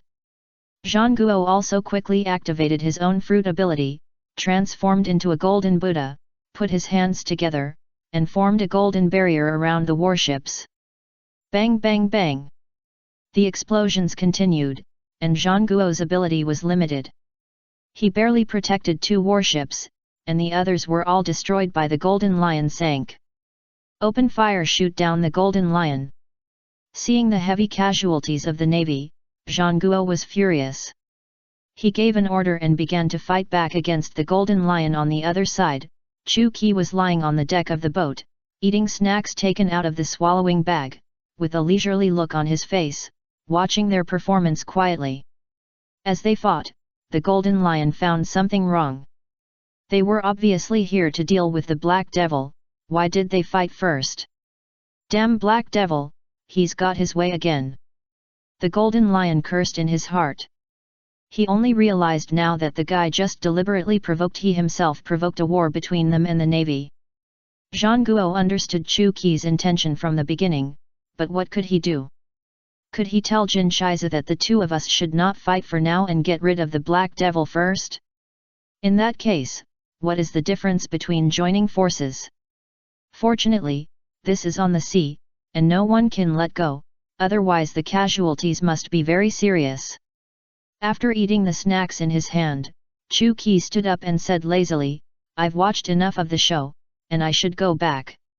After speaking, the huge Kimen bureau has unfolded under his feet. Kanza waterfall. Qi the gate technique was activated, the sea surface began to roll, and the waves surged. A huge tsunami was lifted high, like a beast coming down the mountain, crushing towards the fleet of Zhangguo and Jin Shiza. Zhangguo and Jin Shiza both stopped fighting, facing the huge tsunami that was close at hand. Everyone cursed at the same time, "Damn Black Devil!" Boom! The huge tsunami instantly submerged everything, leaving only a mess. Chu Qi whistled, his expression indifferent, and controlled his boat to sail away. Philo reminds you, 3 things to read. Chapter 100. 5 years later, a new era begins. Have you heard that the fleet led by the Admiral of the Navy and the flying pirate group of Golden Lion ambushed the Black Devil in the Paradise, and they were all wiped out by the Black Devil alone? Everyone knows that it is said that Golden Lion has united many big pirates, but still failed to defeat the Black Devil. It's really terrifying. It's a pity that the Black Devil didn't form a pirate group, otherwise this era would be called Black Devil. Since that naval battle, everyone thought that Chu Qi single-handedly solved the Navy fleet and the flying pirate group. The Black Devil punched the Admiral of the Navy and stepped on the big pirate Golden Lion. The image of Lion, who swept through thousands of troops alone, gradually gained popularity. As for the truth, the Navy did not say it, and neither did Golden Lion and his men. We couldn't tell them that the two groups of people had not yet fought with the Black Devil, but they started fighting first, and then the Black Devil took advantage of them. That would be too embarrassing. In this way, the first action of the Anti-Chu alliance ended in the most aggrieved way of failure. Although Golden Lion and his men were indignant, they quickly cheered up and agreed to develop themselves and improve their strength first. After a few years, they would look for opportunities to fight together. Pay the Black Devil. After returning to the mechanical island, Chu Qi began to devote himself to the practice of the divine machine 100 refinements. This time, the Golden Lion and the pirates joined forces, which made Chu Qi feel a sense of crisis.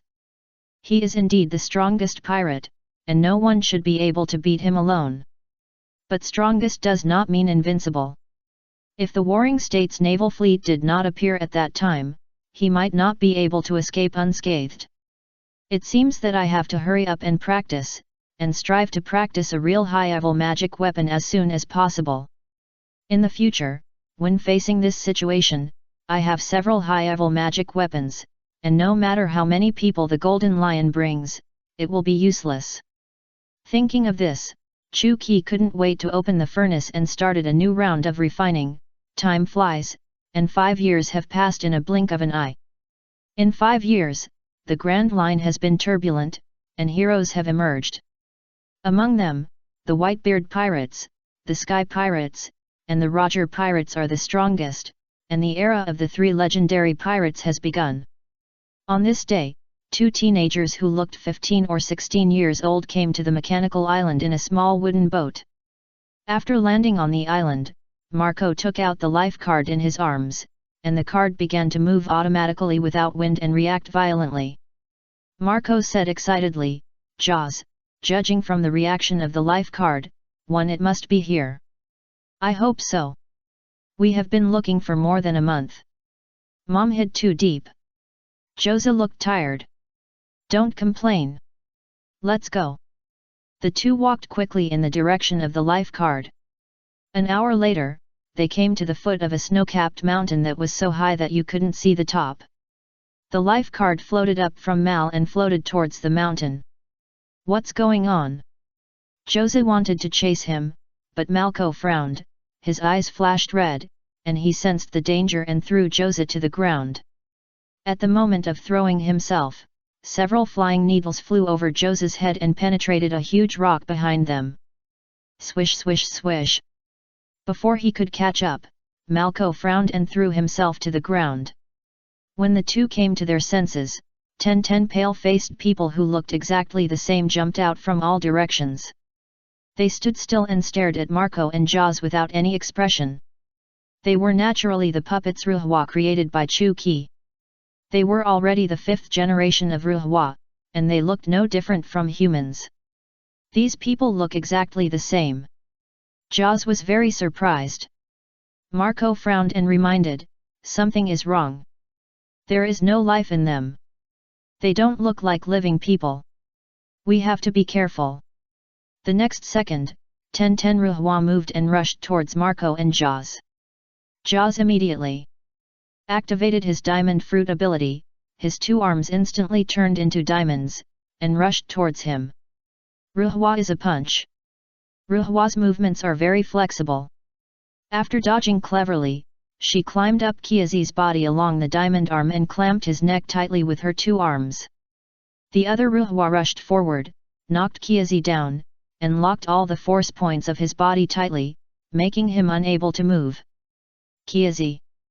Marco was very anxious and was about to help, but a Ruhwa flew and kicked him. Marco had to give up and concentrate on dealing with the remaining 3 Ruhwa. The 5th generation Ruhwa is not only swift and powerful, but also very good at physical skills. Marco's physical skills are not weak either. He can easily deal with the pincer attack of 3 Ruhwa alone. Ruhwa made a mistake in coordination, and Marco seized the opportunity to use the foot wrapped in armament haki kicked one of the Ruhwas on the head. How is it possible? Ruhwa's head was kicked away, which also allowed Marco and Jaws on the ground to see the true face of Ruhwa.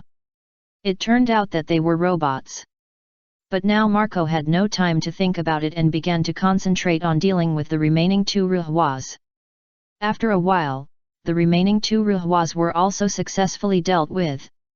Just when Marco breathed a sigh of relief, a black shadow rushed out and punched Marco. The speed was too fast, Marco had no time to react, and was hit in the stomach and flew backwards. After barely stabilizing his body, Marco saw the appearance of the black shadow, which was also a robot. But unlike before, its appearance was female, with a mechanical feel all over her body, not like a human. Before Marco could come back to his senses, Zero rushed towards him again at an extremely fast speed. So fast! Marco was extremely surprised. Zero had already appeared in front of him, hitting him in the chest with an elbow, followed by an uppercut, knocking him away.